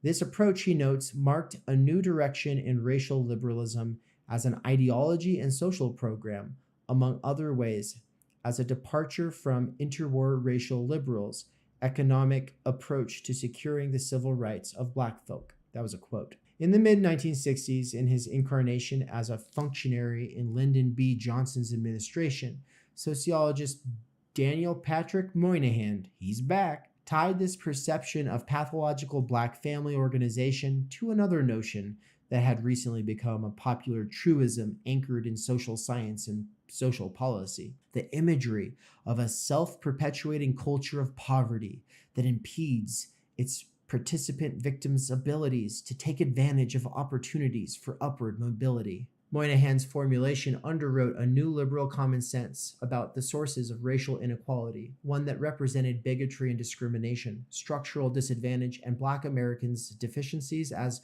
mutually signifying elements informing causal accounts of racial inequality and its nexus with social policy. This made possible an essentially racial interpretation that avoided the post-war stigma attached to biologistic racism because it represented the supposedly self-defeating Black cultural characteristics not as racially innate, but as having been engendered by racial subordination. However, this narrative in effect racializes culture by representing it as a transhistorical, independently causal force that confers upon a discrete, racially labeled population durable social and mental characteristics, values, attitudes, behavior, held to constrain its social capacities. There was a parenthetical. What did it say? The substantive meaning of the cliche, take on a life of its own.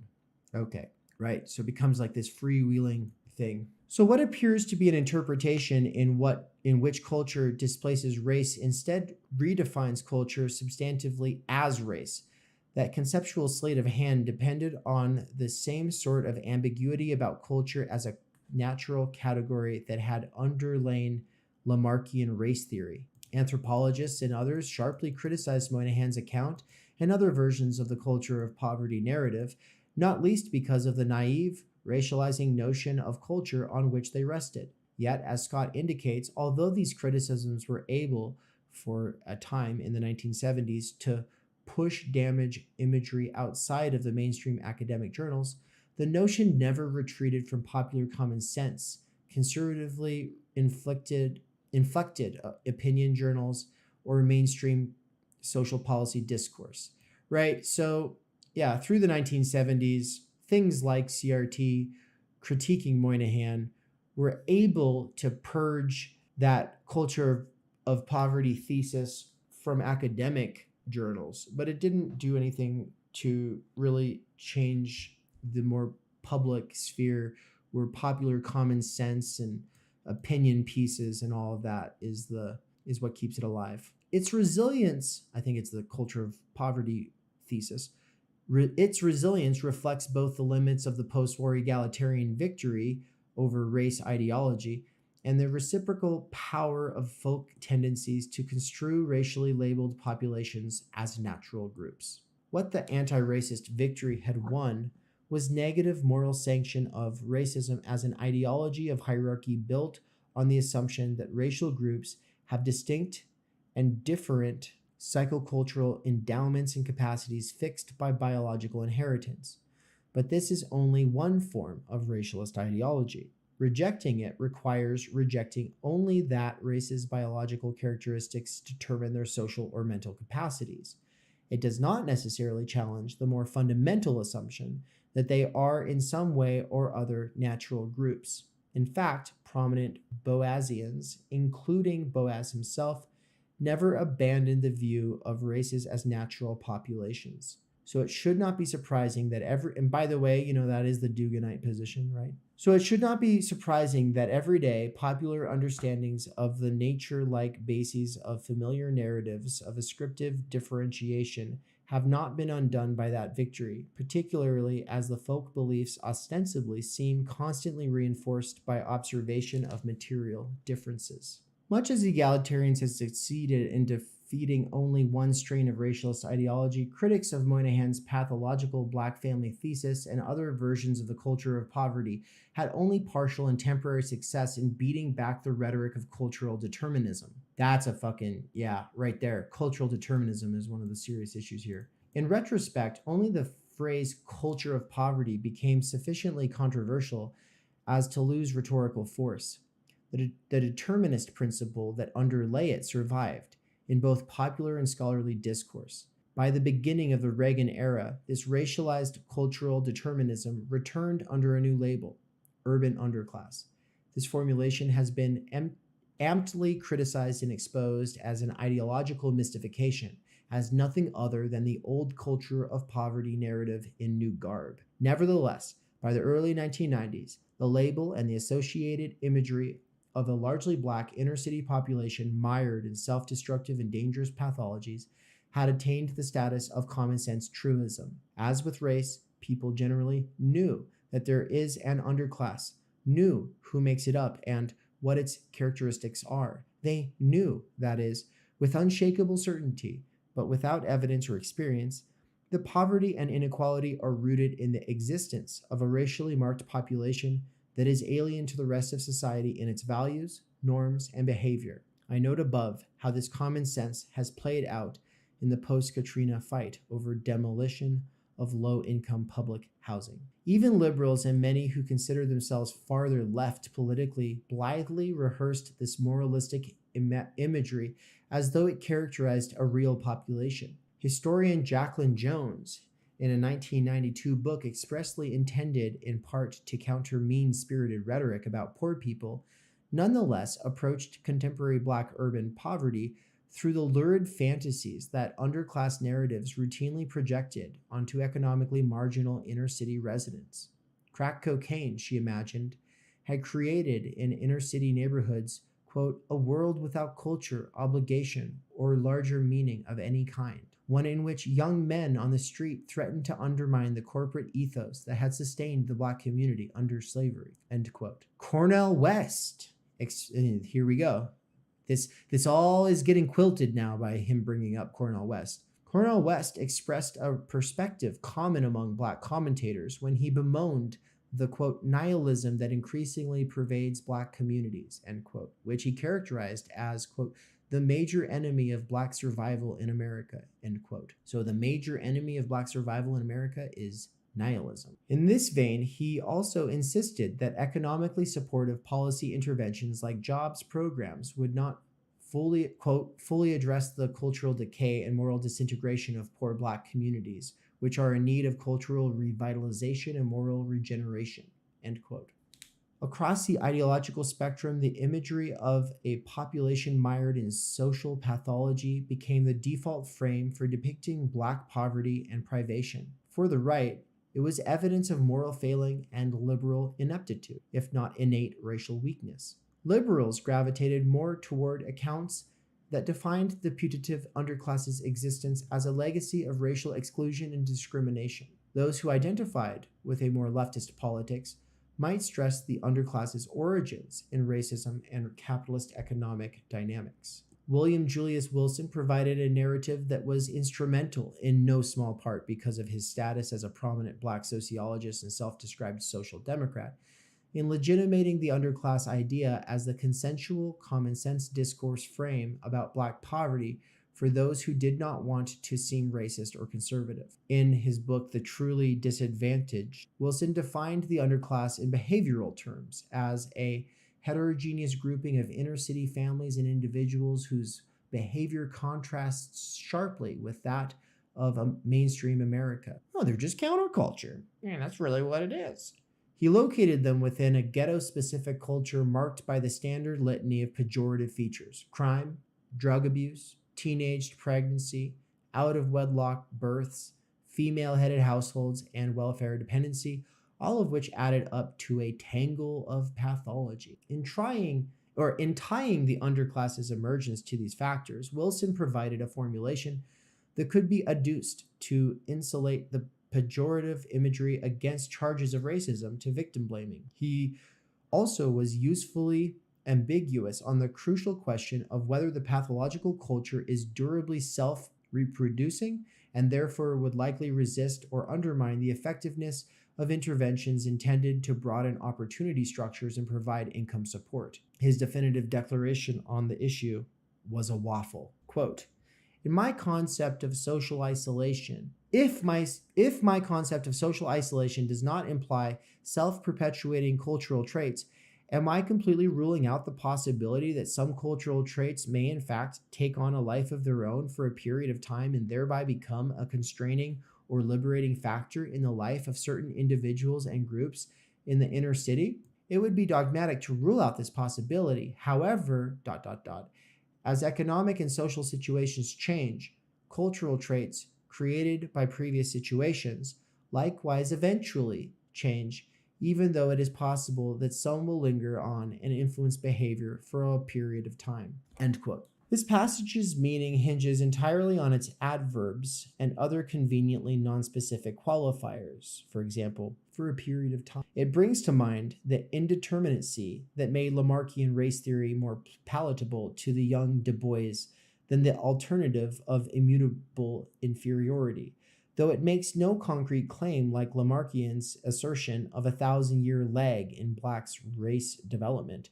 which Du Bois rejected. It is not cynical to suspect that Wilson's formulation is strategically crafted in that respect. It proffers the oceanic assurance of the culture of poverty's commonsensical familiarity without the awful roar of its nasty ideological underpinnings. Wilson also exhorted liberals to abjure concerns that the underclass narrative unacceptably blames poverty's victims. He did so partly by asserting that their prior reluctance to confront Black pathology had enabled the rise of the more mean-spirited conservative arguments in the first place, in effect shifting the victim-blaming charge onto liberals themselves. He contended erroneously that the controversies surrounding the Moynihan Report had the effect of curtailing serious research on minority problems in the inner city for over a decade, as liberal scholars shied away from researching behavior construed as unflattering or stigmatizing to particular racial minorities. Thus, he maintained conservatives, who framed their arguments more harshly,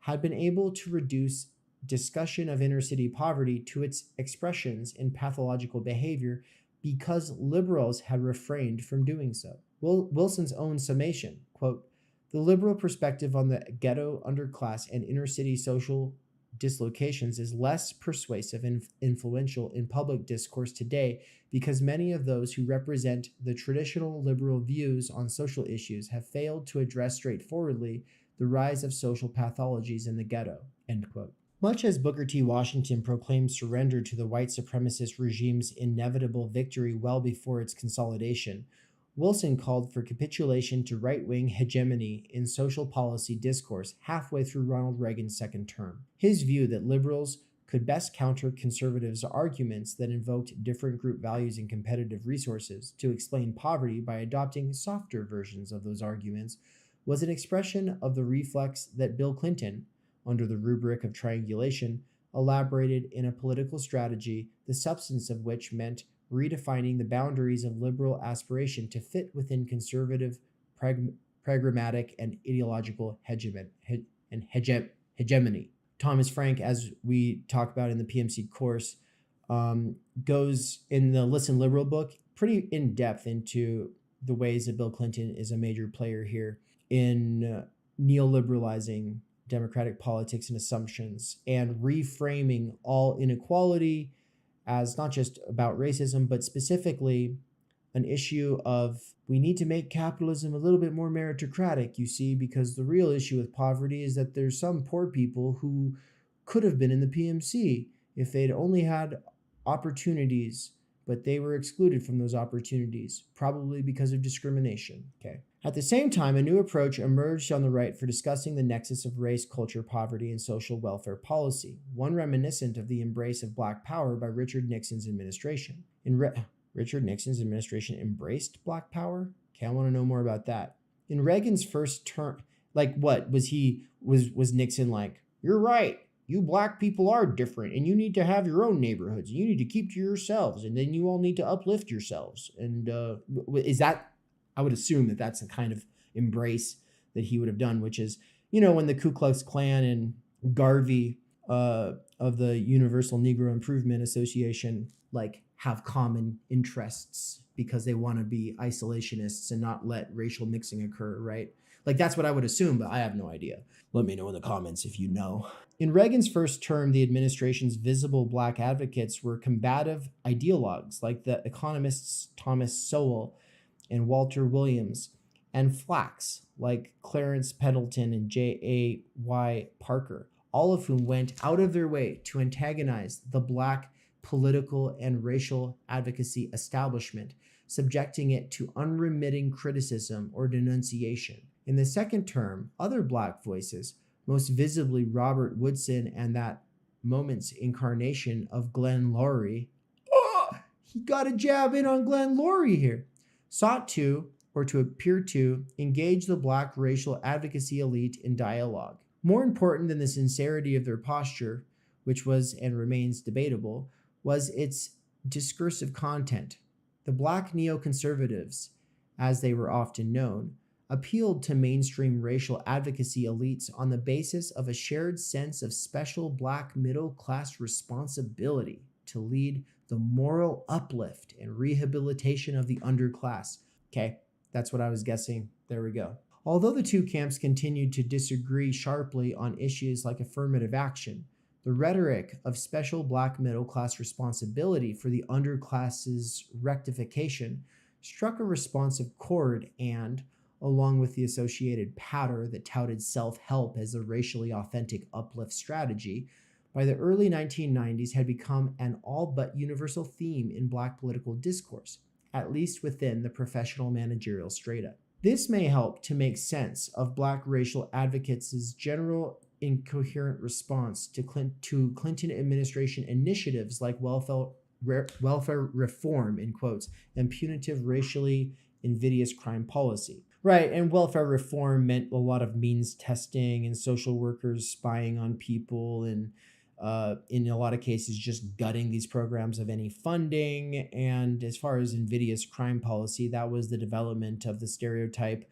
of the super predator that was rolled out and propounded and really driven by our current president, Mr. Biden himself. By the time Bill Clinton ran for the presidency, underclass ideology already was embedded in the center of gravity of mainstream Black political discourse. Clinton prominently sported both the Truly Disadvantaged book and its author during his 1992 campaign, and he counted Wilson as an advisor and included him among the group of academics and Black public figures he projected throughout his presidency. Cornel West, a self-described leftist and freedom fighter, in quotes, argued that structural interventions are inadequate to confront the self-destructed and inhumane actions of Black people, and Black academics and pundits generally embraced some version of the social pathology come special responsibility come self-help narrative about Black poverty. In this environment, there was not much conceptual or political space from which to mount a sharp critique of Clinton's regressive policies and rhetoric. Clinton's perspective and initiatives had considerable support among the Black upper strata, whose pronouncements make up what is represented as Black opinion. I'm going to repeat that because that's really a crucial sentence that I think is a sort of door hinge here into where we're going. Clinton's perspective and initiatives had considerable support among the Black upper strata, whose pronouncements make up what is represented as Black opinion. So what gets considered the Black opinion is defined as whatever is being pronounced by the spokespeople of the Black upper strata, right? That makes sense. Henry Louis Gates and Oprah Winfrey may have been among the more blunt and caustic in expressing their views of Black poor people's defectiveness, perhaps because neither has claimed to be a race leader. However, as Janice Peck notes in her magnificent study of Winfrey as neoliberal icon, they were hardly alone in their support for Clinton's policies, and many others at least quietly acquiesced, in effect accepting the sacrifice of Black poor people, as they had accepted Clinton's sacrifice of Ricky Ray Rector early in the 1992 campaign as collateral damage. 2 years after Clinton's welfare reform debacle, Toni Morrison, another White House favorite, admiringly declared him our first Black president. Oh my God. Really? Anne and I saw his grave in Paris, and there was a bunch of people like drinking and smoking, hanging out all around his grave.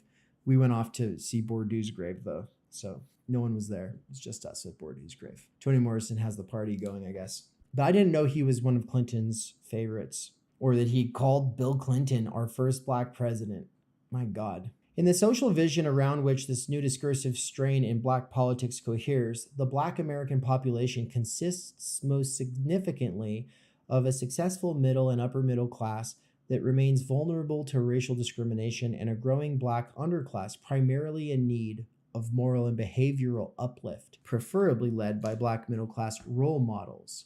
In between them are a gauzy, folkish image of churchly, generically hardworking, quietly heroic men and women who strive, in Clinton speak, to play by the rules and struggle against the odds to live respectably and hold families and communities together, and the socially liminal, politically disconnected youth category, which similarly functions as a prop for moralizing rhetoric. John Singleton's execrable 1991 film Boys in the Hood illustrates the extent to which this cartoonish vision was by then already enshrined as popular cultural common sense. This image of the Black community, however, leaves out the working class and lower middle class citizens who constitute the largest segment of the Black American population. There is no room for them in this picture of Black community because, one, they clearly and publicly assert self-conscious political agency and therefore cannot plausibly be represented as incapable of formulating and pursuing their own interests directly, or as needing middle-class tutelage or spokespersons.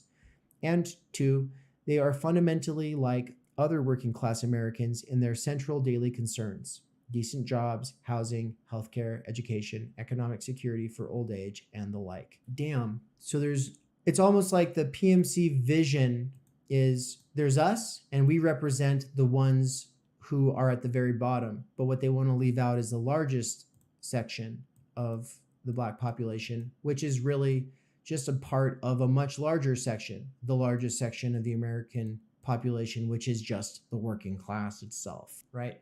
But the PMC, since the 1960s, has seen itself as the spokespeople of the Lupin proletarianized and of the quote unquote underclass or of the quote unquote marginalized, because they just don't want to focus on those bread and butter issues, right? Working class people don't like spokespeople. Like, I think that's probably one of that is basically said right here. He's saying that the majority of Black people are working class people, and they can express their interests directly through the working class, and don't feel the need for middle class tutelage or spokespersons. Even granting its substantive denial of the existence of the significant bulk of the Black population, however, a fundamental analytical tension remains at the core of this discourse. Okay? If the social positions of the groups held to constitute the Black community are so dramatically different, how, without resort to racial essentialism, could they reasonably be assumed to share a political perspective and agenda? This question raises problems of intellectual respectability and interpretive consistency, because embrace of openly essentialist notions contradicts the discursive conventions among liberal and leftist academics that race is a social construction, and the academy is a primary domain for the new Black political discourse's production and circulation. Pressure to address this tension has underlain appeals to conceptual dodges like strategic essentialism and intersectionality, as well as the elaboration of academic subfields like critical race studies and Black cultural studies. The parenthetical in that sentence is said after strategic essentialism, he said, which supposedly enables a suspiciously Protestant stance of embracing essentialism in practice, but not in principle. This idea of strategic essentialism, I would just add, is one that was developed by Gayatri Spivak. Gayatri Spivak is big in post-colonial studies, but has no love for the working class. And Vivek Chibber tears her apart, she and Homi K. Bhabha, throughout his works, right? But Vivek Chibber is the more radical side of the Jacobin people that's also on the more academic side of things, and he is the editor of the journal Catalyst, right? And then he's also published a couple of other Indian authors who are also critics of Homi K. Bhabha and Gayatri Spivak. And so, yeah, this idea of strategic essentialism is basically saying, yeah, essentialism's bad because it's been used by the phallogocentric, discourse. It's been used by it's been used for white supremacy. And so the solution is, even though we know that essentialism is wrong, both in as far as its truth claims go, as well as morally wrong in a lot of cases, nevertheless, we need to strategically use essentialism to counter the essentialism being pushed by the institutions on us as marginalized people. And you can see why a person would say that. That's kind of like saying, yeah, to some degree, you do have to use the tools of the master to overthrow the master, right? The issue is it just opens the door to essentialism all over again. These all seek to resolve the contradiction on the plane of high theory through flights onto a level of abstraction high enough to blur the intellectually and politically messy distinctions of concrete life, such as the complexities disclosed through close examination of the nexus of race and politics in post-Katrina New Orleans. Concern with negotiating that contradiction was also reflected in political scientists' efforts to assess the proposition that increasing economic stratification among Black Americans in the post-segregation era had accelerated interest differentiation within the Black population. Studies by Michael C. Dawson, Catherine Tate, and Carol M. Swain addressed the issue more directly. This scholarship defined its objective as ascertaining the extent to which differentiation by economic status or other criteria affected Black adherence to race-conscious politics. but each prejudged the conclusion by positing a category of collective or generic racial interests as the baseline from which deviation should be measured, and by treating the legitimacy of the nominally race-conscious political agenda as a given. That is, their approaches did not interrogate the foundations of what they characterized as the racial agenda,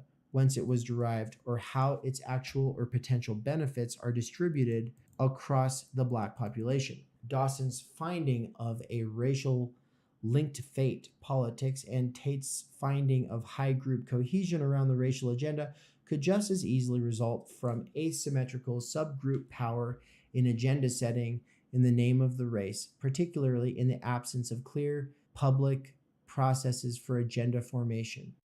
Okay, I had to go grab some of these like blue light glasses because my eyes were starting to hurt. And so Nancy and Andrew, what the hell is he talking about here on this last giant paragraph? Yeah, so pretty much like can you hear me?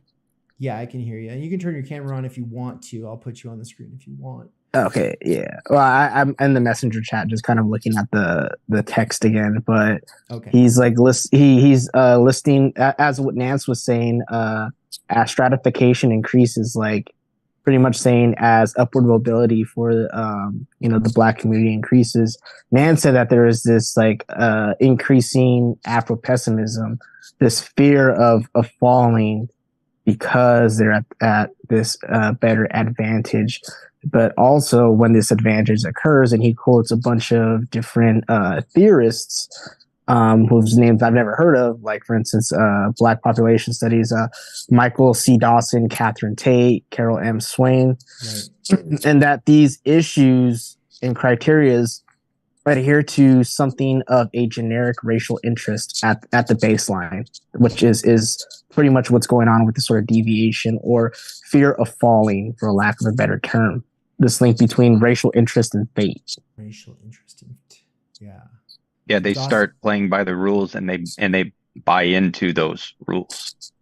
Right, like going back to that makes them feel like they are indeed deserving to be the representatives and all of that. Okay. And it flattens all the intra-category dynamics, and it's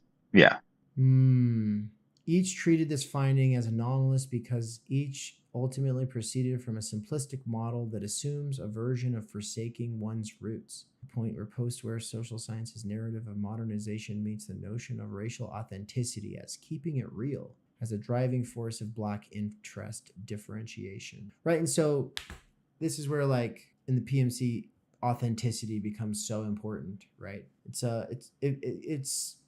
where virtue hoarding meets authenticity testing and trying to perform whatever the authentic voice is supposed to be saying at the time, right? And you can see that obviously someone like Dr.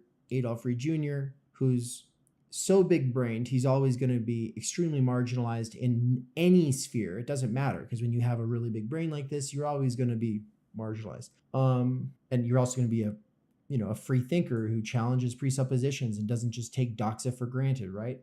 So of course he's chagrined probably his whole life by this idea of the authentically Black position, right? Emergence of the conveniently amorphous category of celebrity commentators known as, quote, Black public intellectuals, end quote, or I should have just said it's in scare quotes, also was partly a response to the challenge of crafting a rhetorical basis for a politics of Black racial solidarity in the post-segregation neoliberal political world. The model posture of the public intellectual is a freelance racial voice, a sage who is enmeshed in the articulate and successful strata, but is also a conduit to the sensibilities of the Black mass that lives outside national civic life and whose thinking and aspirations are alien and obscure to the society at large. The Black public intellectual career path also runs disproportionately through faculty employment, so much so that it has become increasingly common to encounter graduate students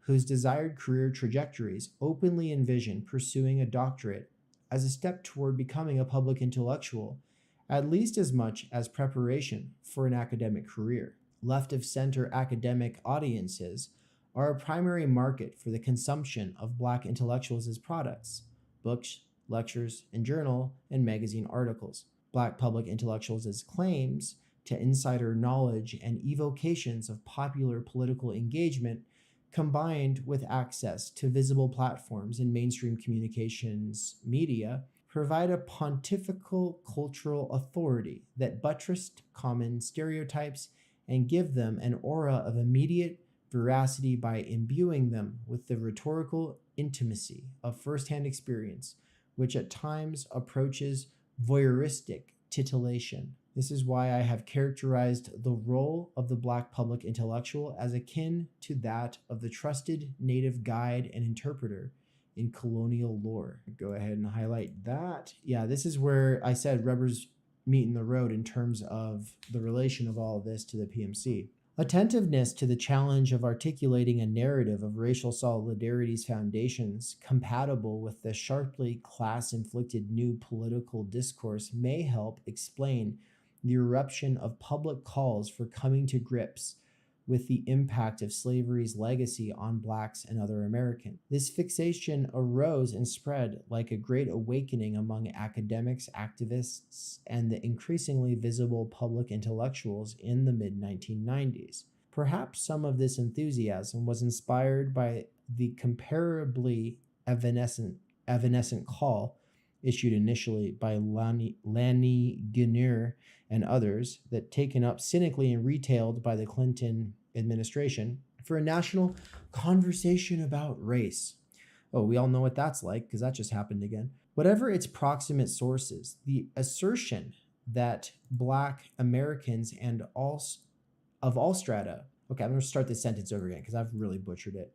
Whatever its proximate sources, the assertion that Black Americans of all strata, from the most successful and accomplished to the least, in some way or other are afflicted with the trauma of ancestral enslavement, also attained the status of common sense truth that attaches to formulations incessantly rehearsed in the various outlets of the public information industry, newspapers and magazines, broadcast networks, public opinion polls, and the like. The successful in this view face the trauma arising from direct or indirect discrimination manifest, for example, in glass ceilings, susceptibility to racial profiling, and police brutality, real estate redlining, disparities in health outcomes, often seen as partly somatic expressions of the trauma itself, wealth, income, and other more finely parsed markers of economic security and status, as well as difficulties in hailing cabs or being buzzed into boutiques.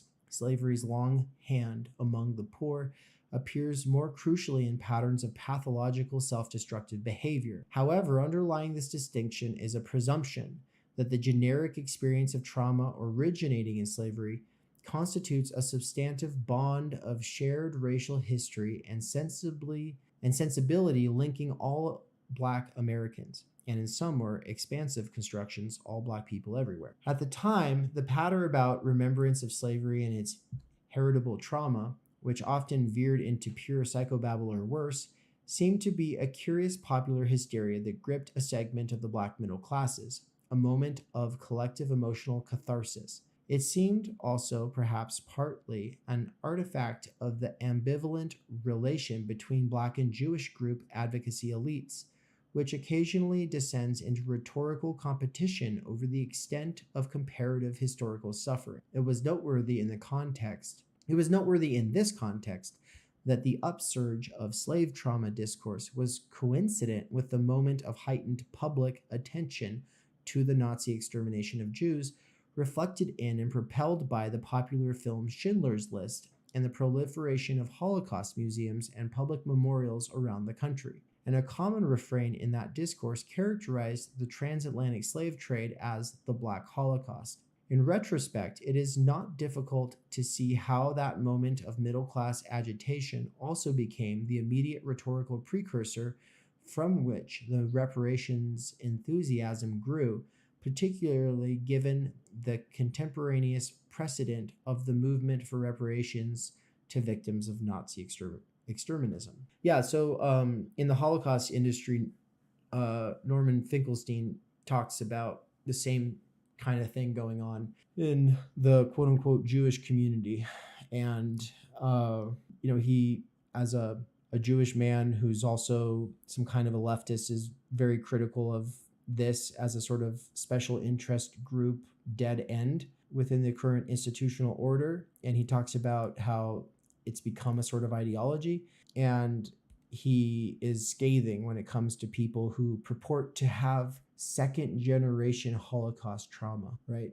So he's going after people who are talking about being second generation Holocaust survivors. Well, this is obviously similar, so that's why I brought it. With respect to charting the forces shaping contemporary Black political discourse, however, it is more significant that both the fixation on the trauma of slavery and the moment of reparations fervor also overlap and express a deep ideological commitment to racial metaphor as the sine qua non for discussion of Black American status and aspirations in American politics. This insistence of the primacy of the race line, the narrative of racism or racial disparity, as the interpretive frame for any inequality or claim for injustice involving Black people, became increasingly prominent as slave trauma rhetoric morphed into reparations talk. It is also at the root of the contemporary attractiveness of Du Bois's color line apothegm.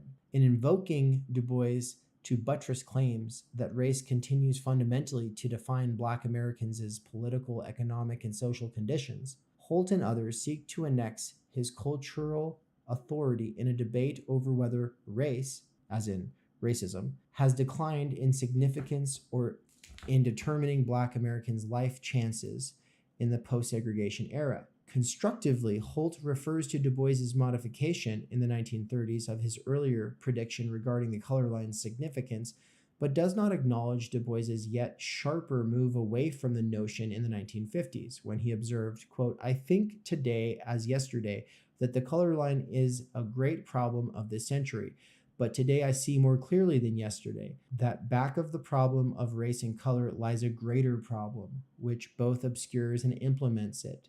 The fact that so many civilized persons are willing to live in comfort, even if the price of this is poverty, ignorance, and disease of the majority of their fellow men," end quote. Contrary to Du Bois, Holt asserts in his concluding assessment that racism, although often camouflaged, quote, "permeates every institution, every pore of everyday life, justice in the courts, earnings on our jobs, whether we have jobs at all, the quality of our life, the means and timing of our death, all form the stacked deck every child born Black must take up to play the game of life," end quote. I draw this contrast not primarily to suggest that Du Bois's 1953 view was right and Holt's is wrong. However, given the historical trajectory of the intervening half century, if Du Bois's judgment was correct then, Holt's is most likely incorrect now. My point is to underscore that Holt's engagement with Du Bois, like that of many other contemporary scholars, is shaped by a specific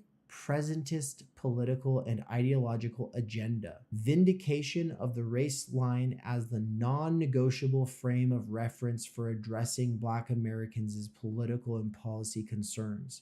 As I have argued, this is a distinctly class-inflected political agenda. From this perspective, the polarity commonly posed between race-based politics and class-based politics is miscast. The race line is a class line. It is rooted in a commitment to a politics of racial elite brokerage or racial representation that, as indicated in the increasingly tortuous and convoluted formulations required to argue for funneling any problem or issue affecting Black Americans into the discourse of racism and racial disparity, is ever more contradictory and inadequate the farther we move from the Jim Crow era in which it was born and evolved. There are several reasons that the race line nevertheless persists as the hegemonic framework for Black political discourse. The institutional and ideological pressures I have described give it the force of habit and the verisimilitude, the similarity, that reassuring familiarity confers. It is anchored within a political economy of race relations that delivers material and symbolic benefits disproportionately to members of the professional managerial strata who occupy the status of brokers or representatives and who insist on it as a default language of Black political aspiration. in endorsing behavioral narratives of inner city poverty and in shifting the language of racial justice's normative foundation from pursuit of equality as an ideal to pursuit of diversity and racial parity, the discourse constituting the race line has accommodated and reinforced consolidation of the neoliberal regime in American politics. Taking this into account also provides perspective on the bases of the iconic appeal of the souls of Black folk, which Du Bois wrote virtually at the beginning of a career that spanned nearly the totality of the segregation era, as well as the specific appeal of the color line and double consciousness formulation. Du Bois wrote Souls during his most politically conservative period, and it is also the text in which he most clearly adopts the voice of the race spokesman. You know, it's funny that it felt like Du Bois disappeared for like half of what we've been reading. I mean, he was really there for the first couple sections, but now he's back. And so we're starting to see how basically Du Bois was the progressive version of the racial spokesperson, and the popularity of the Souls of Black Folk is in part due to the fact that the Black PMC relies on this imagery or the assumptions framed in Du Bois's most conservative period, really, right? And it's conservative. Hold on, let me unmute you. Say it again. I said Du Bois is the vanishing mediator of this text. Yeah, 100%. Exactly. The next section is called The Long Hand of Booker T. Washington. And now, my dear listeners, we are reaching the end. I think there are 2 sections left, but they're not as long as some of these other sections have been. And it's really all starting to come together slowly but surely. In this context, it is instructive that Du Bois's challenge to Booker T. Washington now is the least noted or discussed among the 4 canonical elements of Souls's content. David L. Lewis's chapters in the first volume of his Du Bois biography are a more than welcome exception. From the perspective I have laid out here, Du Bois's critique of Washington has the most direct bearing on contemporary Black American political and ideological life. The debate over Washington's legacy provides a revealing window into the ideological and institutional relations and processes out of which grew the form of political debate and action that defined the universe of racial action throughout the Jim Crow era and beyond. The form of elite brokerage politics that was the essence of Washington's program assumes that Black people do not function as full citizens, and that structured relations of accountability need not mediate relations between putative leaders and led, between the leaders and the led. This view, as I have shown, persists into a post-Jim Crow environment in which there is no longer any credible justification for it, and in which its limitations and inadequacies are all too clear.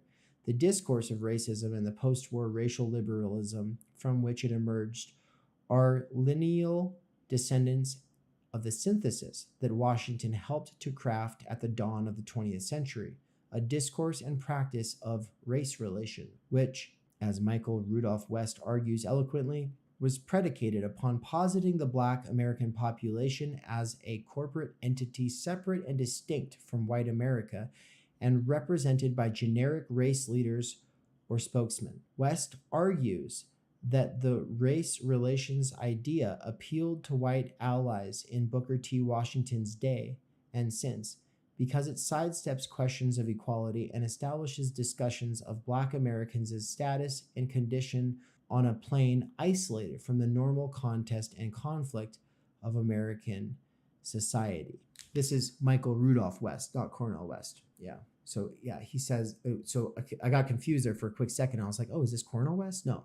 So this Rudolph West argues that the race relations idea appealed to white elites in Booker T. Washington's day and since, because it sidesteps questions of inequality and establishes discussion of Black Americans' status and condition on a plane isolated from the normal contest and conflict of American society. Not only is that true, I would just add the bit about, remember the time that Jim Crow's a reaction to working class collaboration, okay? To working class solidarity, right? Jim Crow's a reaction to the betrayal of Reconstruction is a reaction to that. You know, rad-lib progressive interpreters of history want to say it's just white people's attitudes changed. That's why there was a betrayal of Reconstruction. No, No, they didn't. And Booker T. Washington was liked for his Tuskegee project, which was, pure in intent. He was liked by them, obviously, because his whole thing was intra-class conciliation. Booker T. Washington was saying, look, I know a lot of these poor black people, these farmers, these sharecroppers, they just need to learn how to take on personal responsibility. They need to stop organizing with these more socialistic or populist types. And I'll teach them all how to budget and start their own businesses, right? Like that was the Booker T. Washington approach with his Tuskegee project. So of course the white PMC liked him and was like, oh, cool, yeah, as long as that's your position, we can have a black PMC as well. This politics is also the framework within which the role of generic race leader or race spokesman. This politics is also the framework within which the role of generic race leader or race spokesperson emerged, with Washington as its initial embodiment. It is a testament to the power of ideology that this notion has persisted as a common sense category for so long and has provoked so little skepticism or critical scrutiny. For more than a century, even radicals have accepted it and the principle of unitary, racially authentic politics that it assumed. This discourse's common sense power in black politics stems from its deep resonance with the worldview and matrix of political, social, and economic interests of a social stratum that is embedded, directly or indirectly, within a political economy of race relations. For this stratum, the souls of black folk, which Du Bois conceived partly as a condensation or assertion of a collective voice and a rallying point for a similar, albeit more idealized, stratum of race-conscious elite Black Americans at the beginning of the 20th century, has become an icon of ideological legitimation. I can anticipate objections that my argument here denies the existence of racial injustice and inequality or diminishes their significance in American society. Highlight that last part. So yeah, he can anticipate that he's going to get people who are saying, you're saying racial injustice doesn't exist, which is, by the way, why they canceled him why the DSA canceled him in 2020. I want to make clear that there is no question that advantages and disadvantages, social benefits and harms, opportunities and constraints, and everyday civic regard are distributed in American society asymmetrically in a general pattern in which Black people tend to be represented in significant disproportion on the more precarious, more exploited, less privileged end of the distribution. That is clearly true. Nor are those outcomes the product of random or neutral processes. Individual cases may be more ambiguous, but at the societal level, those inequalities stem from the often complex dynamics that produce, enforce, and contest political, economic, and civic hierarchy in the United States, dynamics that are generative in their outcomes and to a substantial extent have been and remain shaped partly through the metaphor of race. The problem is that the discourse of racism or racial disparity, as the New Orleans case illustrates, does not help either to identify the precise mechanisms through which even many decidedly racialized inequalities are produced, or to guide development of strategies for challenging them. Analytically, its taxonomic impulse abstracts away from the discrete characteristics of relations and phenomena to extract whichever of their features can be construed as generically racial. To that sorry, there's a blender in the background, but it won't go on for long. To that extent, it privileges category over content, labeling over description. Politically, as I have argued, racism discourse points in no direction other than calls to combat or compensate for racism or racial disparity. The scope of strategic imagination it allows is limited and has been since its origination with Booker T. Washington and the emerging stratum of race men and race women in the early 20th century, to petitioning ruling elites for consideration on behalf of a Black population presumed to be civically mute. As left political engagement in other domains eroded with the advance of Reaganism, academic Black studies became more prominent as a site for articulating the race line and projecting it as an insurgent political critique. Influences of postmodernism and interpretive postures such as cultural studies supported reformulation on more theoretically elaborate and professionally respectable bases. The inflection toward political engagement that has been associated with Black studies as an academic practice since its creation in the ferment of the 1960s. This is the academic environment that gave rise to the Black public intellectual. It is also the context in which Holt and others revisited Black intellectual history as a field of study, in the spirit of authenticating the race line in contemporary politics by associating it with a venerable tradition. The halo of apparent association with Du Bois, however, does not eliminate the crucial questions concerning claims of Souls' pertinence for our time. Does the color line apothegm, the veil metaphor, or the double consciousness formulation shed light on the content mechanisms or trajectories through which existing inequalities, even those that are most clearly racialized, are produced? I'm sorry, what? Did I read that wrong? Does the color line apothegm, the veil metaphor, or the double consciousness formulation shed light on the content mechanisms or trajectories through which existing inequalities are reproduced? Yeah, it makes way more sense when you don't read his little interjection there, which was even those that are most clearly racialized. I mean, I get the point though. It's an important point to interject. It just made it confusing. So he's saying the main concepts developed from Du Bois's The Souls of Black Folk, he has been saying throughout this that they had a very specific historical context, and that the people who have been trying to use this text to sort of solidify themselves as a spokespeople in this venerable tradition, their standpoint and an interpretive approach has been presentist, meaning that they read everything transhistorically. They don't look at context, and they definitely don't think about this socio-political and economic context. Instead, they focus on culture, values, attitudes. What programmatic insight can any of those formulations provide to assist in combating inequality and injustice in the present? What affirmative vision does any provide of a more just world, not to speak of strategies for pursuing it? I believe that I have demonstrated here that those questions have a single answer, none worth mentioning. Nor could Du Bois's formulations have more to say to our times and the problems facing us. His perspectives and concerns were oriented toward events and perspectives, problems and debates that made up his contemporary world. The belief that greats can speak across the ages is either a hortatory political device or naive idealism. I will eventually take issue with him on that, but I understand where he's coming from and we'll keep going with it. One paragraph left and then we're donezo, Washington. Timeless varieties are the province of fortune cookies. Okay, and he's right about that.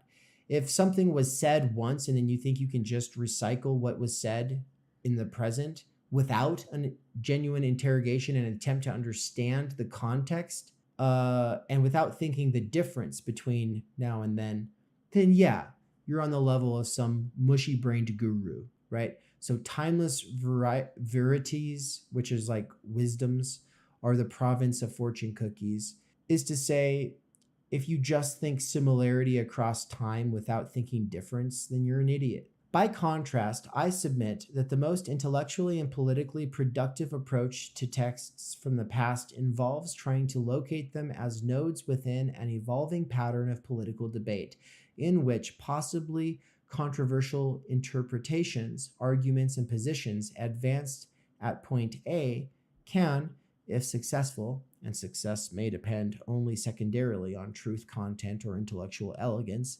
become the common sense understandings that form the baseline for debate and practice at point B. This approach, which I discuss more extensively in the introduction and conclusion to W.E.B. Du Bois and American Political Thought, presumes that the enterprise of the history of Black American political thought should be approached pragmatically as the history of ideologies. That is, with an assumption that authors in the past were primarily motivated by trying to understand and do things within their contemporary worlds, and that their thinking was largely shaped by the discursive networks available to them and the challenges and options they faced. Moreover, the character and sources of their perceptions of those challenges, including perceptions of their relative weight and urgency, must be part of the focus. How one conceptualizes and assesses the social and political landscape and defines and orders its dangers and possibilities is likely to be shaped significantly by one's own social position and insight into the often complex relation between social position and social perception is a necessary element of making sense of the thinking of an individual or a discourse community. If it is reasonable to talk about a tradition of ideas, I believe that tradition lies in the generative debates that have culminated in making the world as we know it. That was gonna, let me that before I go. Let's go. Did I fuck up? No, I think I did. This is Madhu Dubey's section. Oh, fuck. This is probably a pretty important section, though, of the book. Modern and postmodern projects of racial representation. So this would be related to the PMC stuff. I just thought that it was something that was spoken about last. The lingering investment in the idea of Black cultural specificity, as well as in the very problematic of racial representation, generally winds up reinstating the essentialist notions of community that postmodern cultural critics strive to surpass. This is easily evident in the writings of Bell Hook and Cornel West, who have gained the highest visibility as authorities on postmodernism in the sphere of Black culture. Hook and West figure centrally in this essay, Spaces in Snake. Okay. Well, there's basically, this is a very important essay. Yeah, okay. So really, the main essay that's going to deal with that, with West and Hooks, is in this part 3, the post-Jim Crow era, a postmodern moment in Black literary and cultural studies. Oh, fuck. Okay, well, I was wrong. I'll have to try to edit out the part where I brought up Bell Hooks, or maybe I'll just mention it in recording. But let's go back to the section we're at. Okay, I'm going to reread this loud, but it's not recording. Wait, it is recording. Fuck! All of this is recording? I thought it was muted on the OBS side. That whole time I was recording. Jesus. All right. Whatever. By contrast, okay, no, hold on. Okay, so yeah, that's it. What, Andrew? What are your thoughts? This whole text, or I mean, I guess we were just talking off script about, or off air about, right? His writing style. It's just like he's definitely. I wouldn't say he's using jargon as much as he's very academically oriented, and he has a strong academic voice. So he's like acclimated to his specific audience and the people that are within the discourse. Right. He's talking to he's referencing and in dialogue with a lot of liberal writers on race. And as we mentioned, or as I mentioned, as in a comment while you're reading, you brought up how Du Bois is getting referenced back into the text since we haven't heard from Du Bois or about Du Bois since we started this morning. We could see him as the vanishing mediator, as like what's really going on today. It's the overdetermined element of Du Bois' ideas. And you mentioned was Frederick Douglass too, as far as this sort of Black pull yourself up by your bootstraps PMC type figure come along as well in a construed overdetermination form that takes place in a neoliberal culture that emphasizes on inclusivity, hyper individuality, meritocracy. And it's like, if you're affected by disparities and other things, it's like, oh, it's because of certain stigmatisms, certain ideas and biases that are affecting your community or being affected to your community by other people that need to be educated. So we're doing our job to educate them in the corporate environment, in the school system. And so we need to do our job. And then you have the opportunity to pull yourself up and do better, because we're here to support and be your ally. So there's that essentialism that comes along with that. But that's what he's kind of critiquing.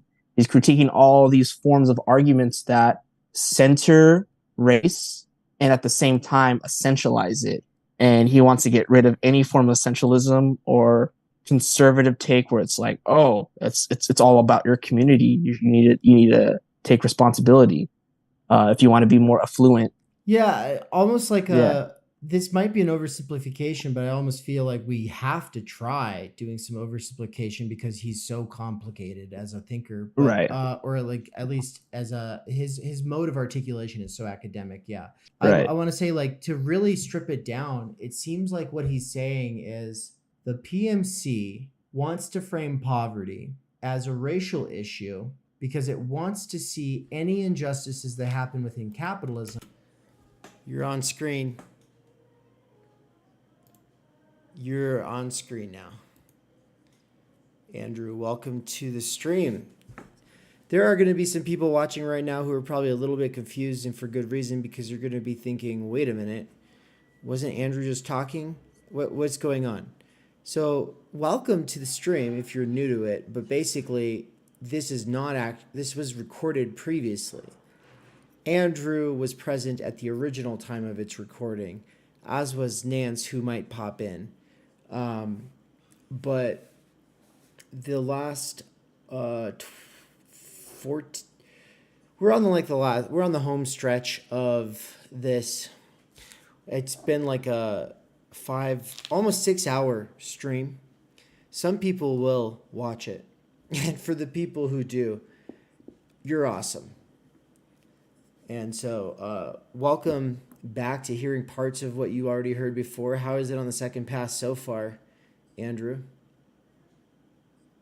It was actually pretty good, and from what I was listening to, I was like, oh yeah, I remember exactly listening to this, especially the part about like upward mobility, and then because of that, the certain Black community that were like in more affluent societies or like, you know, areas, that there was this fear of losing that rather than like realizing the disproportion. And so rather than creating or building connections, it's like they maintain that ideology or fear of losing themselves due to the conditions of the ideology or the narrative that comes about in Black oppression.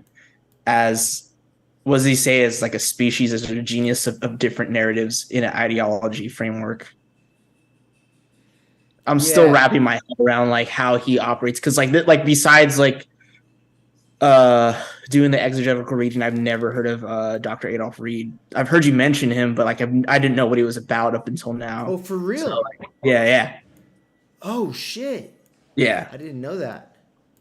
That's, it's nuts for me to think that some people are getting introduced to him for the first time here in the way that I was to him through Michael Brooks, Yeah, it's definitely different, and I think it's good to it's definitely good to have, because it's like, again, one of those thinkers that's, he's not approaching it from id pool. He's definitely critiquing id pool, and like when he talks about capitalism, right, he had this weird nuanced definition of capitalism that's different from the supposed like Marxist definition of it, and Marxist rather than Marx, because I don't think Marx had a definition of capitalism. He just had a analysis of capitalism via the smallest viewpoint, which is the commodity and its development through labor power and class struggle.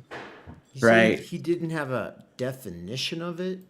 Yeah, like and I think that's one thing that like people like, you could say like, oh, it's private property, like it's a mode of production of private property, but like I don't think Marx would define it as that. I think Marx sees it as more as like sort of growing processes through his form of dialectical materialism and historical materialism, but not a succinct like axiomatic definition. Yeah, it's interesting. There is this sort of, I think, simplified worldview Marxist definition of capitalism, right? But you're right that the critique of political economy is mainly just taking the core presuppositions and, the theory of political economy, of capitalism, to a logical conclusion, unfolding them dialectically, working out their contradictions, and inquiring to the conditions of possibility, right? Exactly. And this is what someone like Karatani is doing. And he uses conditions of possibility because he's like, let's read Kant through Marx and Marx through Kant, and flip Kant upside his head, but yeah, that's true. And like the point like I was trying to make is like, I'm seeing like a different way of analyzing American capitalism without resorting to the Marxist lens. Not saying that it's a bad thing, but like there's another viewpoint and maybe we could see how maybe Adolph Reed's limits could lead us to Marx, right? But from a different vantage point. Yeah, I think that Adolph Reed is like so many other authors where it's like he's got his area of expertise and he's really good for that. And I don't know that he really points beyond more than social democracy, but I think that he Yeah. also talks about being strategic and not having unrealistic demands. And I think that there's a wisdom to understanding the actual degree to which we are fucked and then thinking within the Right. coordinates of what we have for now while trying to make sense of a way forward. I don't think that he would, accept this as the end of history or something like that. I just think that he's not going to LARP out in the street saying rah rah revolution, and he does back someone like Bernie. And so people go, oh, well, he's a sock dam. And it's like, well, I'm sorry. Anybody with any fucking brains backed Bernie. That's not a, Yeah. that's duh. Because on the one side, maybe the policies you like them. On the other side, it's just, we're talking about someone who speaks to the working class and who's willing to say, fuck both parties. That's, Right. that's a powerful and important thing, And back when Bernie was a thing, it was like every sort of American Marxist was all about Bernie to an extent. And it's just only now we could say fuck Bernie just because like he's got more allegiance to the Democratic Party and he's really not as like big on calling out people, like because like one thing is like he was calling out Trump and like, well, everybody backed it, but now it's like more about like anti-Trump rhetoric and anti-Republican rhetoric than it really is about like, we need to tax the rich and the Democratic Party isn't doing it enough. He stopped critiquing the left when he got blamed for Hillary's loss, right? Right. Which was obviously not his fault, but he didn't want to get blamed again. That's that's an interpretation that's been impactful for me for sure. So, but other than that, yeah, like this definitely is an interesting book, and like even the critique of what was it, Cornel West, right? That doesn't he call out Cornel West in this one? Hey, Andrew, there's crazy buffering on the he does call it. Well, he call out. I don't know, call outs. He's not calling him to task or like moralizing about him, but he is talking about the phenomenon, and that he does bring Cornel West into it, Right? But, because Cornel West said something about like, oh, that the black community suffers from nihilism, right? And I think I commented on that in the exegetical reading. Yeah, that was something that stuck with me too. Like, it's just so. I have to close this stream out in a minute, Andrew.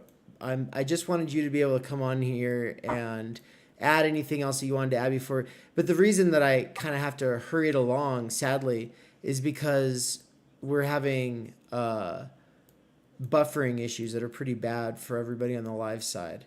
So okay, we've got like what 1, 2, 3 people saying that basically there's like 5 seconds of video and then 15 seconds of buffering, which has got to be obnoxious. So I'm sorry to everybody on that.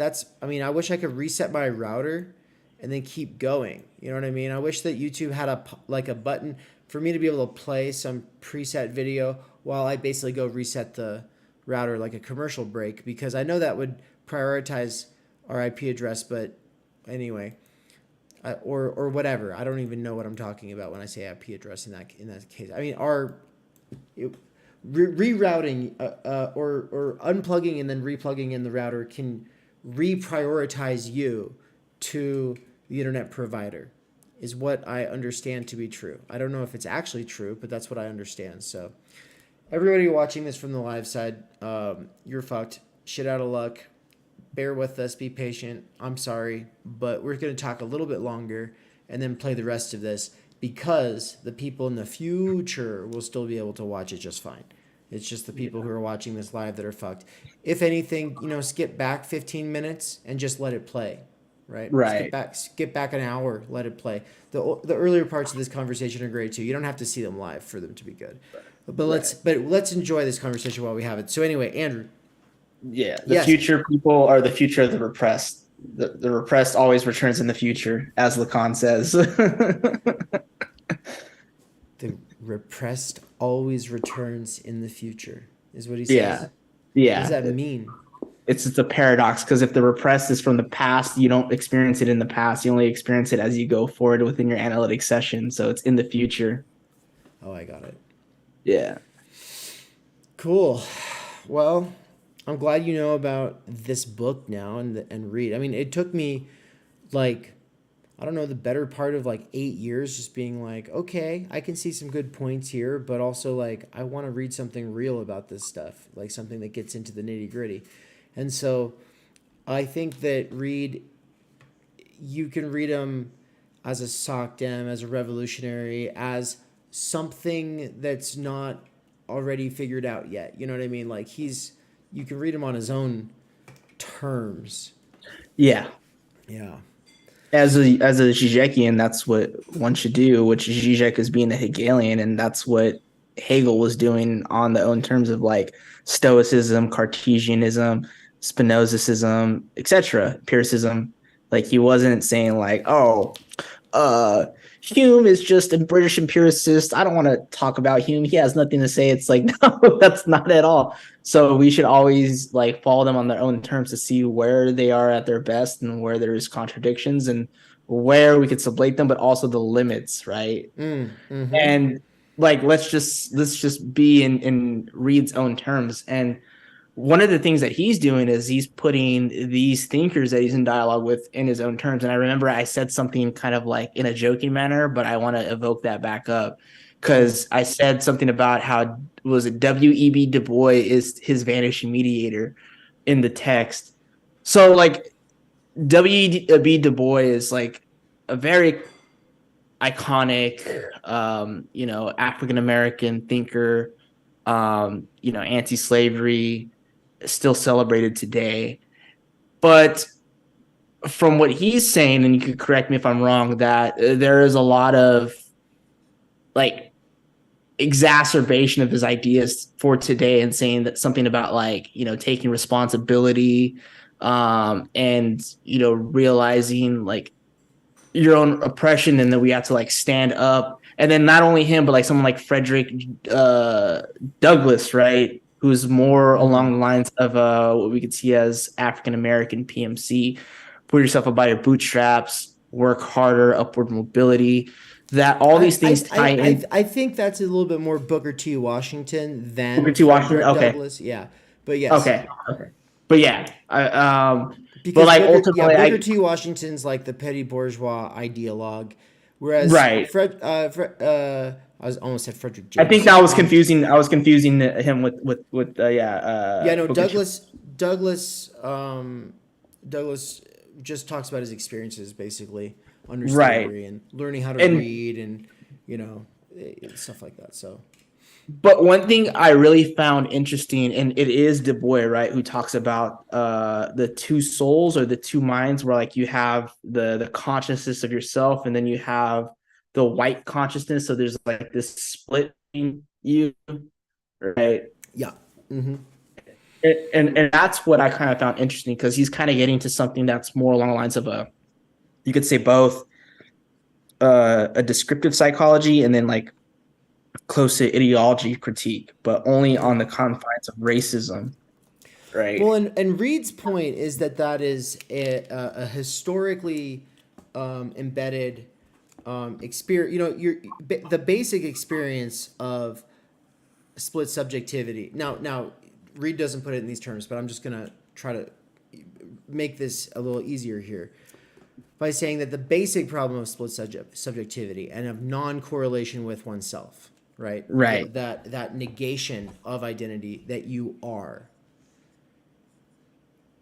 Right. And I tied it in with Fanon a bit, and you said like something that you weren't sure, but then when I explained it later you agreed.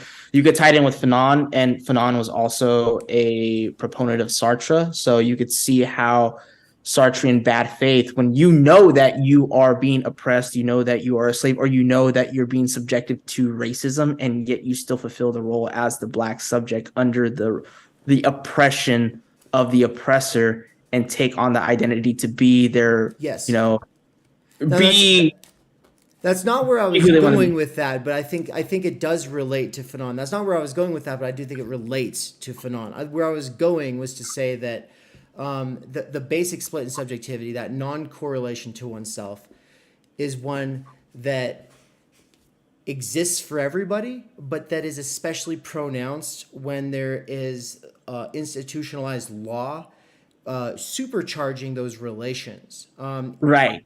To make you an other in a society, right? And so Yeah. the double consciousness and the veil come about, and the color line come about as a direct response to legally enforced segregation. And Yeah. that this is Reed's point, is that the people who act like nothing's changed are acting like the laws are still in place, that they have not been Right. dismantled. And in some cases, there, what was a struggle to dismantle what made the color line the most important thing that needed to be focused on at the time, is now what's being fought to have put back, which is race codified into law. Right? Which is what happens when you say, oh, we're going to give money to people in Oakland, but only if they're black. Oh, Yeah. what do you do? You're all of a sudden you're going to have that same fucking bullshit where you got Chinese people filling out applications being like, well, I'm definitely not white, and I should be able to get this. And it's like, this is a form of means testing, right? Yes. The issue is that it's saying there are legitimate forms of poverty and there are illegitimate forms of poverty. And so, and that's like, interesting that he brings that up, where he wants to like set the grounds for that, because then you get into I mean, you mentioned split subjectivity, and I don't know if you mean it in the Zizek and Lacanian sense, but if we were to enter that route, I want to enter it in like someone like Sheldon George's ground, who is a Lacanian thinker on the topic of race and racism, and he ties it in with jouissance and scapegoating, and even with sexuation and castration, that it is the black being as the other, holistic other, that is alien from me, in the same way that when you look at the Nazi, the Jew is considered that alien whole other, that even though I know they're a person like me, they're somehow different, and they have this kernel of jouissance that is being taken away from me, and so I have to scapegoat them as the cause of my demise. And so you see that in the black jouissance. But what other than to not say that they're taking away my enjoyment, but my enjoyment is to make them feel impoverished, but also to put that in a pedestal, so that way we could get enjoyment by like boosting up how lacking they are, even though we're the ones that lack. But it's like, oh, if we just fill our void with indirect racism of just like boosting up their poverty, boosting up their historical narrative of suffering through slavery, through Jim Crow laws, etc., and put it in a liberal lens in which you got these genius of narratives that Adolph Reed is talking about, well, then you get different signifiers that bleed into the unconscious of the black subject, and they develop a discourse of the other, which is white supremacy in that sense. Right. Right. And so this is, who is the author you're talking about? Sheldon George. He's a good colleague of Derek Hook. Derek Hook is a popular Lacanian. He's Derek Hook a lot. is. I didn't realize you were. You saying Sheldon George works with Derek Hook? Yeah. Give me a minute. I'll show you the book right now. I can pop it up on the screen. For anybody who wants to read this, who's watching it live, it's an anthology. It's called Lacan and Race. It's edited by Derek Hook and Sheldon George. Nice. Sheldon has a handful of essays in here, and Todd McGowan's got the first one. It's on racial fantasy. So sick. Yeah. I'll need to check that out. We've lost like all of our viewers because of the buffering issue. So, right. I love you. I appreciate you for coming on. This was a good time. But I think we should probably close it out now. I will let the rest of it play here while I eat my dinner, my very, very late dinner. But I'm glad you were able to make it to the live end here of the essay. Right. No, definitely. It was sick. Do you have anything else you want to say before we close out? No, I think that was pretty much it. Dope. All right, man. Have a good night. All right, man. You as well. Later. Peace. Everybody, I'm just going to let this finish, but I also think that the buffering might be super obnoxious, and so I'm just going to write over here. Oh, shit. How do I get out of the screen now?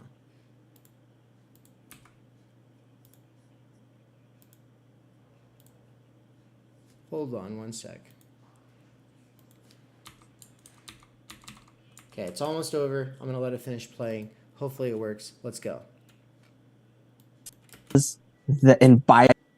basically, this is a very important essay. Yeah, okay. So really the main essay is going to deal with that, with West and Hooks, in this part 3, the post-Jim Crow era, a postmodern moment in Black literary and cultural studies. Oh, fuck. Okay, well, I was wrong. I'll have to try to edit out the part brought up bell hooks, or maybe I'll just mention it in recording. But let's go back to the okay. One reads aloud, but it's not recording. Wait, it's recording. Fuck, oh, it's recording. On the Oh, yeah, that whole time. Jesus. All right, whatever. By contrast, okay, no, hold on. Okay. So yeah, that's it. What, Andrew, what are your thoughts? This whole text?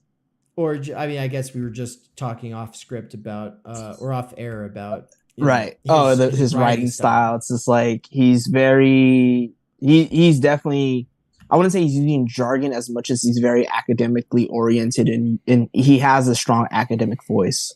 So he's like acclimated to his specific audience and the people that are within the discourse. Right. He's talking to about, he's referencing and in dialogue with a lot of liberal writers on race. And as we mentioned, or as I mentioned, as in a comment while you're reading, you brought up how Du Bois is getting referenced back into the text, since we haven't heard from Du Bois or about Du Bois since we started this morning. We could see him as the vanishing mediator, as like what's really going on today. It's the overdetermined element of Du Bois' ideas.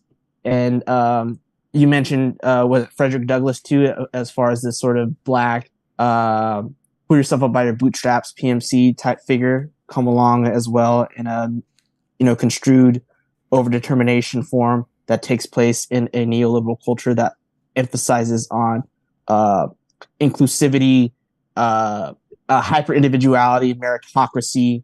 And it's like, if you're affected by disparities and other things, it's like, oh, it's because of certain stigmatisms, certain ideas and biases that are affecting your community or being affected to your community by other people that need to be educated. So we're doing our job to educate them in the corporate environment, in the school system. And so we need to do our job. And then you have the opportunity to pull yourself up and do better, because we're here to support and be your ally. So there's that essentialism that comes along with that. But that's what he's kind of critiquing. He's critiquing all these forms of arguments that center race and at the same time essentialize it. And he wants to get rid of any form of essentialism or conservative take where it's like, oh, it's all about your community. You need to take responsibility if you want to be more affluent. Yeah, almost like this might be an oversimplification, but I almost feel like we have to try doing some oversimplification because he's so complicated as a thinker, but, right? Or like at least as his mode of articulation is so academic. Yeah, right. I want to say, like, to really strip it down, it seems like what he's saying is the PMC wants to frame poverty as a racial issue because it wants to see any injustices that happen within capitalism as the product of attitudes, beliefs, and practices. And that the way I just framed that counts for both the left and the right. On the right, they're going to say that Black poverty, because they don't think about poverty, they just think about Black poverty. It's the fault of Black people's beliefs, attitudes, and practices. not taking personal responsibility, not making the relationship work, doing drugs, whatever. And on the other side, it's going to be, which would be the left side, it would be Black poverty, because they don't want to think about poverty, is the fault of the beliefs, attitudes, and practices of white people. Right. Now and historically. So both sides are belief, attitude, and practices washing, which is to say culturally reducing these fundamental socioeconomic political issues as cultural psychological issues. Right. And you could even see how it affects even when you have Black PMC, right? I mean, look at someone like Candace Owen. Yeah. Yeah. She and Glenn Loury are examples of right-wing Black PMCs. Of course, Glenn Loury's a lot less stupid than Candace Owens. He's actually, he's a formidable thinker in his own right. He's actually, he's a Black intellectual, and a lot of Black intellectuals aren't actually very intellectual, but Glenn C. Loury seems to be pretty intellectual, and his conversations with John McWhorter are often pretty based. But the problem is he's selectively focusing on certain issues, and his approach to selectively focusing on certain issues tends to do this thing. It frames it frames things on this either yes, it is the fault of Black people, or no, it's the fault of white people. Of course, he wants to take a bigger, there is this push on the conservative side to start talking about the working class, and so. I think we're starting to see that coming from people like Glenn C. Loury, where he'll say, what's good for a white working person is good for a Black working person. Like, he'll say something like that. And it's like, wow, the main intellectuals on the political spectrum's right today are saying something that you'll be hard pressed to find a left progressive academic, saying. But it's the typical right-wing appropriation of populist rhetoric. That's all that's really going on there. So. And that's the thing is, like, when people go into being critics of identity politics or being critics of this sort of homogenous, authentic Black community spokesmanship or whatever, they go in the direction of popular critics. And who are the popular critics? Right. Except for they're usually these kind of just, like John McWhorter. He wrote this book, Losing the Race. And really, if you think about it, he boils down the reason that, think about the title, Losing the Race. What is the point of losing the race? He's basically saying that Black people are failing because of a belief in victimhood, a defense of segregation or of isolation, and anti-intellectualism. Like, that's his that's his thesis for that book that was published in 2000. Right. And I like how you brought that up, though, because that goes in hand with something I wanted to mention, but I forgot about because I just wanted you to continue reading, save it for later. But his critique of Cornel West and talking about how the Black community suffers from nihilism. Now, Cornel West is a philosopher, so I'm just going to assume like his definition of nihilism is going to be in the lines of continental philosophy's use of it. And I want to pick up Nietzsche's definition of it. Talks about it in The Will to Power as the highest values devaluating themselves, right? So if that's the case, well, what were the higher values of the Black community if they were not always already being oppressed by the political economy itself and the conditions that allow that to persist? What were these values if not the values that were already bestowed upon them? It's like, Cornel West, wake up, bro. Wake up. That's funny, man. Because you got to think like, what? Did Black culture have its values more centered and like alive and well, 50 years ago, 100 years ago? Right. Yeah. And actually, Adolph Reed elsewhere, I think, says, he's very explicit about this, that there is this rising celebration in the Black PMC of how Jim Crow made it so that Black people had a bit more of a solidarity. And so it's like, there's actually, he goes into all these different books that romanticize the Jim Crow era, that romanticize segregation, because that's when we knew who we were, right? And so then that's also the push for black only dorm buildings on campuses, and the a black ethno state within the United States. All those kinds of reactionary identitarian calls for something that probably couldn't happen. But even if it did, like, what's the problem with an ethno state? Like, well, it's the problem of it.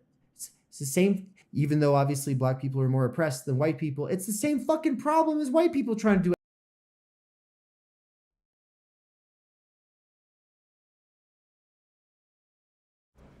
I don't know what just happened.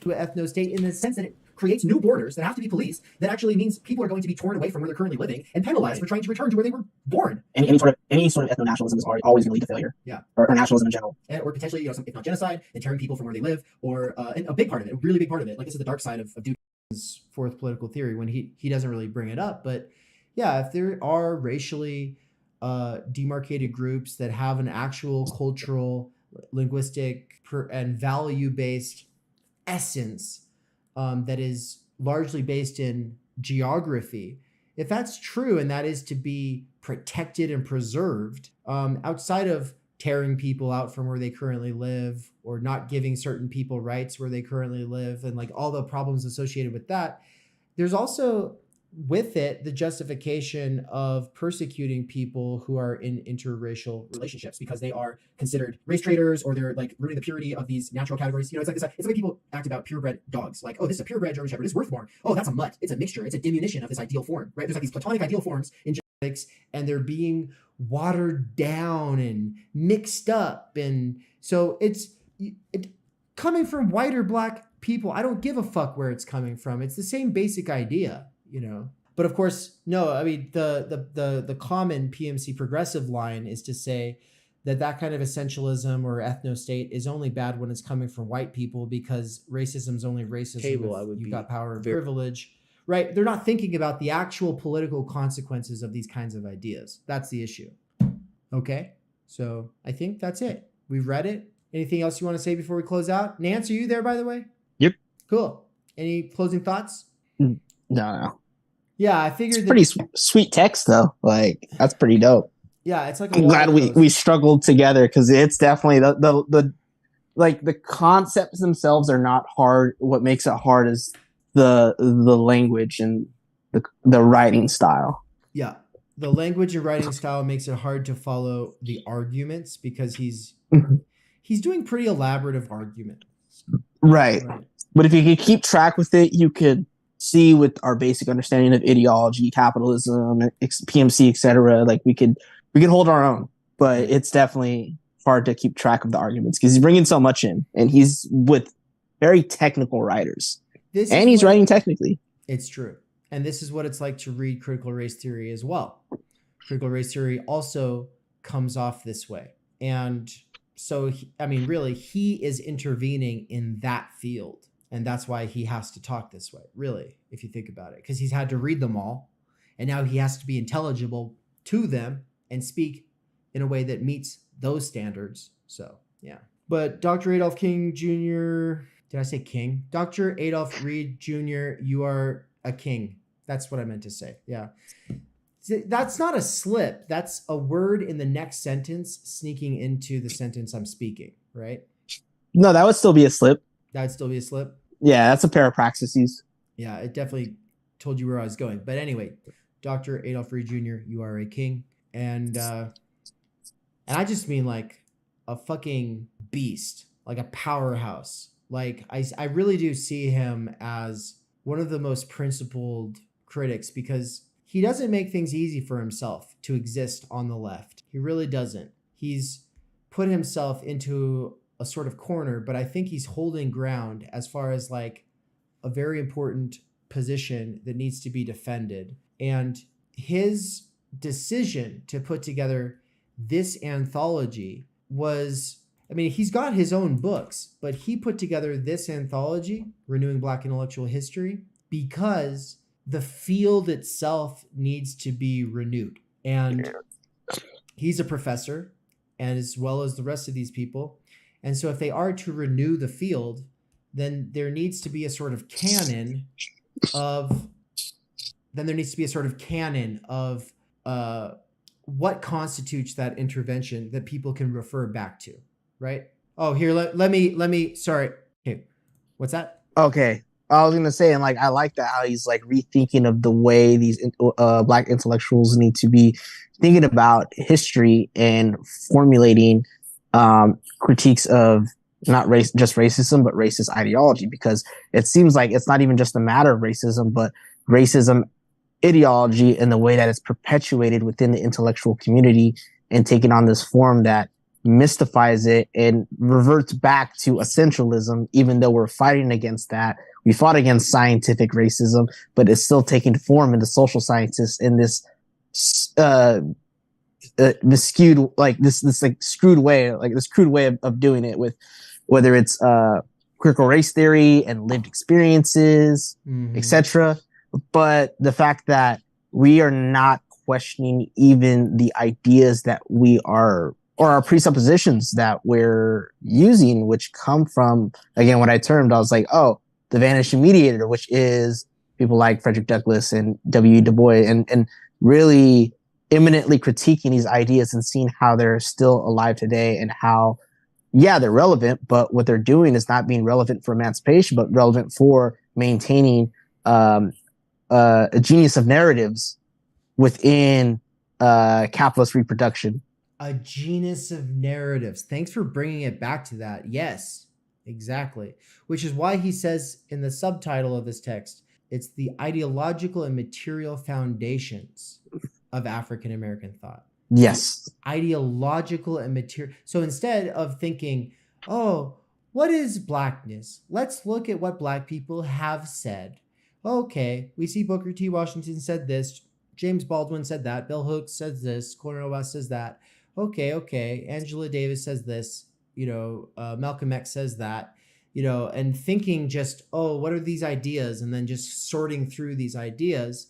Instead, he's saying, no, but like, what is the ideological and material foundations of what has come to be known as African American thought, which is to put it back on its feet, so to speak. Yeah.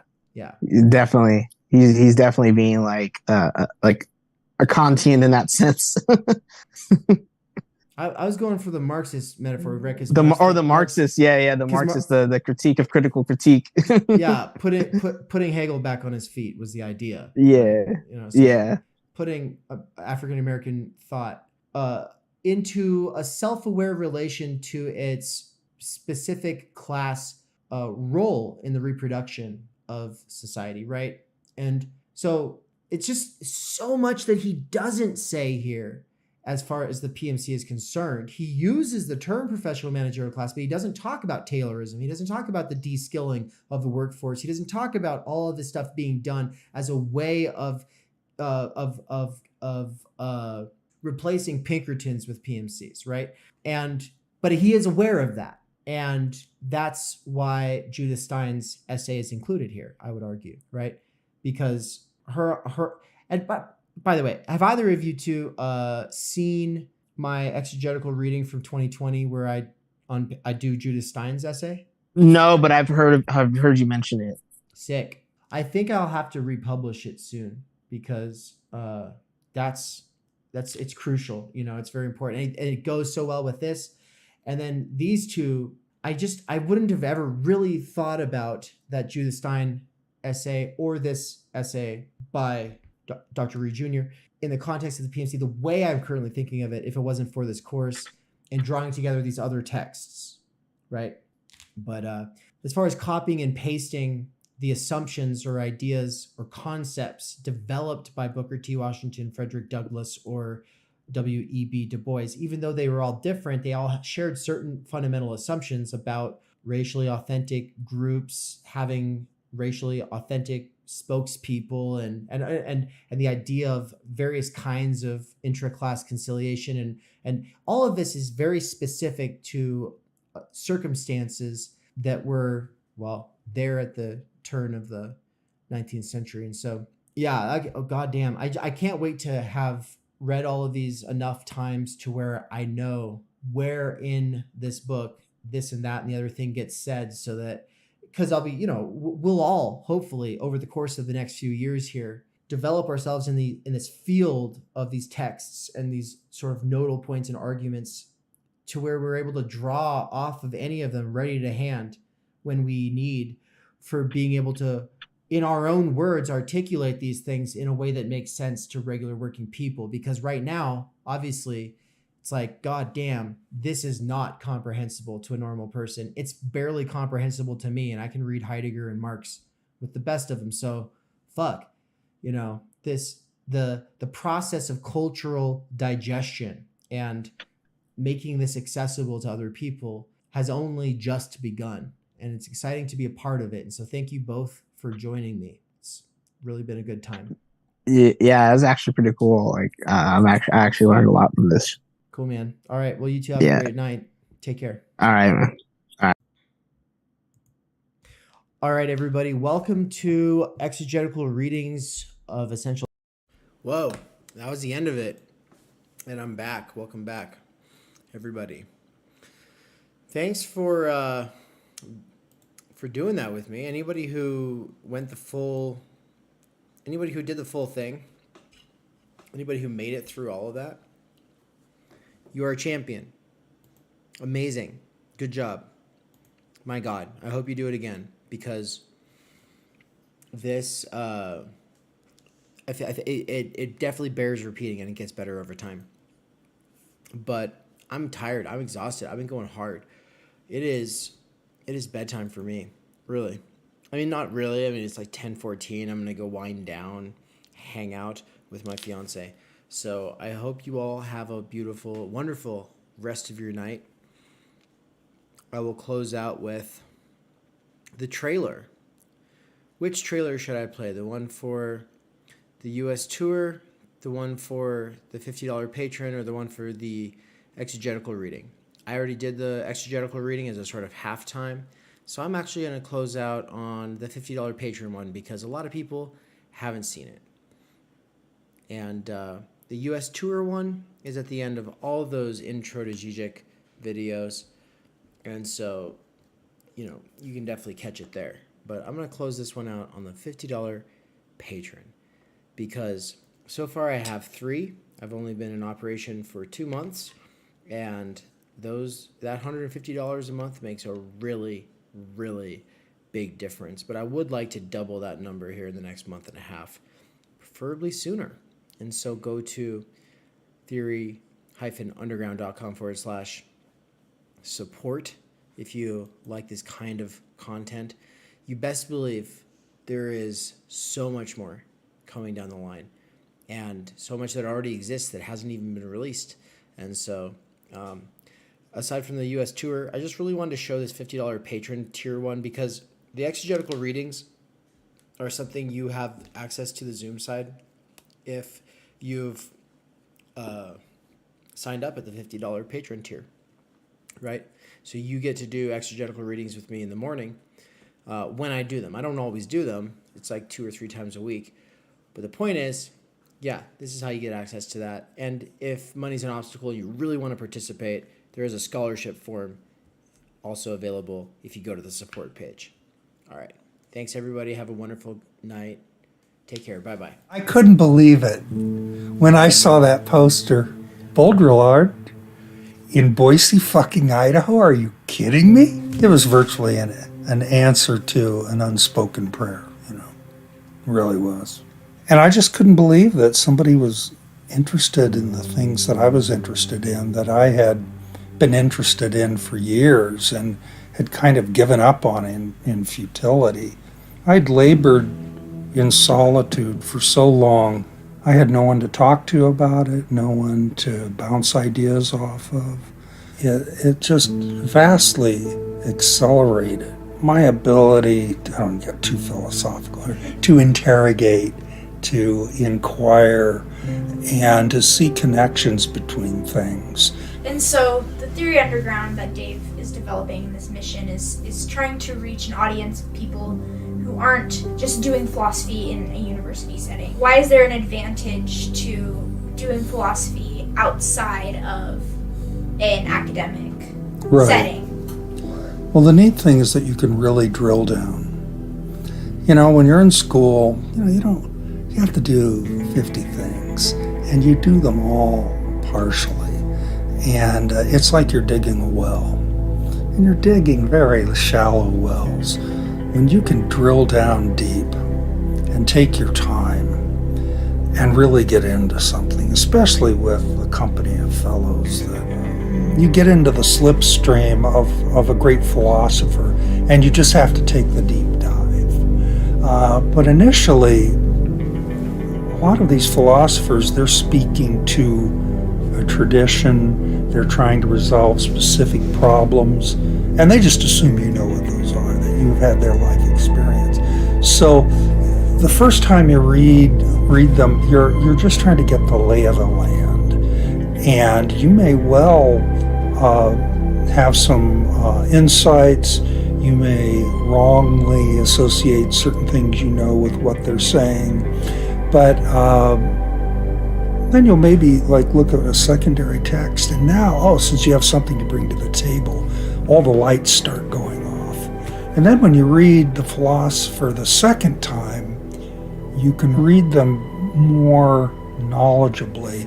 And so you're looking for things, you're better able to follow along, you're not left behind so much. The third reading, though, and these are for profound books. I mean, you don't have to read everything like this.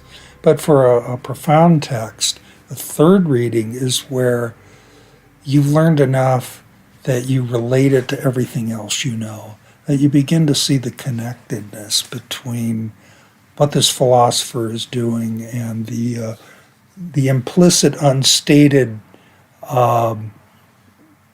situation that they were speaking to initially. You know something about that, and you see the connection between that and all sorts of other things, and you connect it to your life and the way you live and move through the world and the way you see things, people, and you are not just absorbing, you're creating, you're a co-creator. When it's all said and done, you just have to put it into your own words. And there's a danger of reductionism there, but when you put it into your own words and you're bringing all these different strands together, it's really phenomenal. And that's what the third reading does. So, a few years ago, Dave, running the Theory Clip channel, had a Patreon going and Right. discontinued accepting money from people. But since then, you have continued to make a donation monthly. And Right. It's obviously very meaningful to Dave, meaningful to me as well, being Dave's partner. Right. And so, why do you do that? Essentially. Well, Dave brings people together. Whatever Dave is doing is valuable, and my life was completely changed, and I'm grateful. I can't afford to give Dave $50 a month, but I do because it brings me joy. Every time I get my Social Security, the first thing I do is send $50 to Dave, and my heart sings. And it's a sense of gratitude. I don't feel obligated to do it. I want to do it. And I want to do whatever I can to help Dave do for other people what he did for me. I want that to continue. And it's truly, I take great joy in it. It's the best $50 I spend a month. Really is.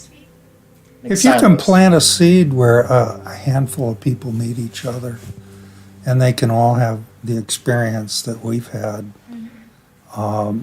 face to face with each other, that would be awesome.